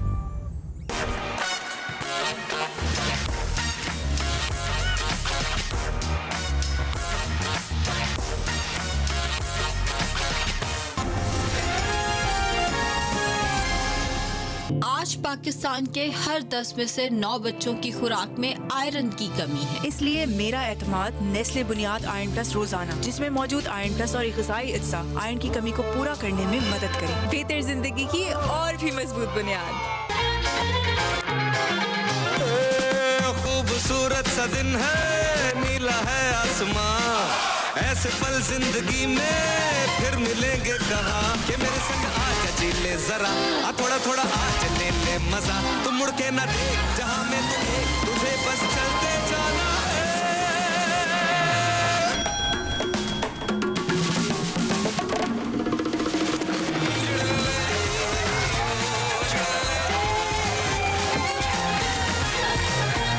अच्छा खाओगे तो अच्छा ही होगा। इनोवेटिव डाइजेस्टिव बिस्किट्स जो बने हैं वीट से और हैं रिच इन फाइबर। इसमें है सब अच्छा। अजूबा ब्यूटी क्रीम फाइट करे अगेंस्ट जिद्दी डलनेस। अब जाओ ग्लो से भी आगे, अजूबा ब्यूटी क्रीम। अशर, तुम्हें पराठा मना है। दिल बनास्पति 100% कोलेस्ट्रॉल फ्री है। इसमें शामिल विटामिन की ताकत रखे आपके दिल का खास ख्याल। पाकिस्तान जितने खाने बनाता है, नया ब्राइट उतने ही दाग मिटाता है। क्योंकि नए ब्राइट का बेस्ट एवर फॉर्मूला गहराई से दाग निकाले। निसा कोलेजन बूस्टर बनाए आपकी स्किन को स्मूदर, फर्मर एंड स्पॉटलेस। अब रहो यंग एंड ब्राइट हमेशा विद निसा कोलेजन बूस्टर। ख्वाब तो हर कोई देखता है, लेकिन हर ख्वाब को ताबीर नहीं मिलती। पर एक जगह ऐसी है जहां ख्वाब हकीकत बन जाता है, और ये किसी मिरेकल से कम नहीं। Rahman garden phase 7 miracle city ही तो है, जहां मिले जिंदगी की हर खुशी आपकी खुशियों का ज़ामिन। अल रहमान डेवलपर्स। बल्ले के इंतखाबी निशान से मुतालिक सुप्रीम कोर्ट में हेयरिंग दोबारा शुरू हो गई। आपको लिए चलते हैं। Proceeding. Where are you reading from? ये सिर्फ एक केस कोट किया हुआ है 1999 SCMR 1921 Sardar Bahadur Khan. Are you reading from the quoted portion? Quoted portion, जी। अच्छा, उसकी last 4 lines. And that the above question relates to inbuilt organizational structural disputes of the political party involved. In that event, he may ask the parties to get the above question resolved through a civil proceeding. That's the only reference to civil proceedings that I have found here. ये पूरा paragraph पढ़ने, I just want to understand the context. Okay, sir. We are inclined. Can you read the whole paragraph? Yeah, I'll do that. Ji. 1999 SCMR 1921 ने we are inclined to hold that if a plea is raised before the Chief Election Commissioner that the person who made reference on account of alleged defection is not the head of the political party involved, the Chief Election Commissioner is obliged to examine the bona fides of such a plea. If the person who makes the reference as the head of the political party involved has been acting as such in the past, the Chief Election Commissioner is supposed to proceed on the assumption that he is the head of the political party involved. However, in case he finds that there is no reliable material before him to conclude that factually the person who has made the reference is the head of the political party involved, and that the above question relates to inbuilt organizational structural disputes of the political party involved, in that event, he may ask the parties to get the above question resolved through a civil proceeding. It doesn't quite attend to the query, but anyways, ठीक है. So can I come back, Your Lordship, to para 19? I was reading that. Ji. Having discussed the general jurisdiction of the ECP and referred to the relevant provision of the Election Act 2017, we now proceed to the moot question whether the ECP has any jurisdiction to question, probe, and adjudicate the intra-party election dispute or procedural impropriety in the election process of a political party. It is envisaged by Section 208 of the Election Act 2017 that the office bearer of a political party at the federal, provincial, and local levels, wherever applicable, shall be elected periodically in accordance with the Constitution of political party. The said intra-party election must be conducted at least within 5 years, and where a political party fails to conduct intra-party election as per time frame in the Constitution, it is liable to pay a fine which may extend to 20,000 rupees. The verbiage of Section 208 does not authorize the ECP either to supervise the intra-party election or entertain any complaint regarding any irregularity in the said election. However, it is the command of Section 209 of the Election Act 2017 that a political party shall, within 7 days after completion of intra-party election, submit a certificate signed by office bearer authorized by the party head to the ECP to the effect that elections were held in accordance with the Constitution of the political party and the Act. The said certificate should inter alia include a date of last intra-party election, the names, designation, address of office bearers, the election result, and the copy of political party notification declaring the result of the election. On submission of the aforesaid documents, it is the statutory duty of the Commission to publish the said certificate on its website within 7 days. Section 209 of the Act does not confer any jurisdiction on the ECP to question the intra-party election process. Allocation of symbol to a political party. एक second. I don't know if it's appropriate for judges to start commenting about verbiage of section 208. It's not a verbiage, it's pretty short section. I mean, disparaging remarks against, it amounts to against Parliament who makes laws. Anyways. So that's the only reference. Ji. Allocation of symbol to I must keep reminding you. Ji. Kitna waqt aur?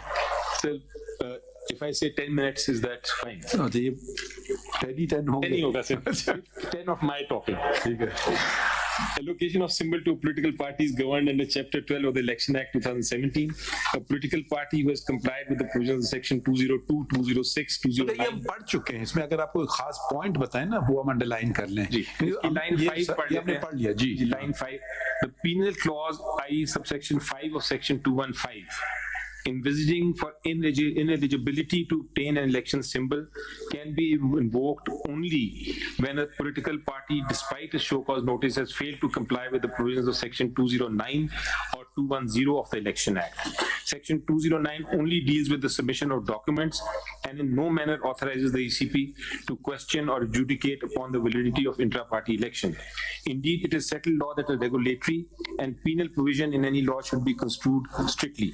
Penal statutes tending to deprive valuable rights of franchise should be strictly construed, and in case of doubt, benefit must go to the person against whom it is sought to be invoked. Disqualifying provisions in an act dealing with municipal election are penal provisions and therefore ought not to be extended beyond their legitimate limit.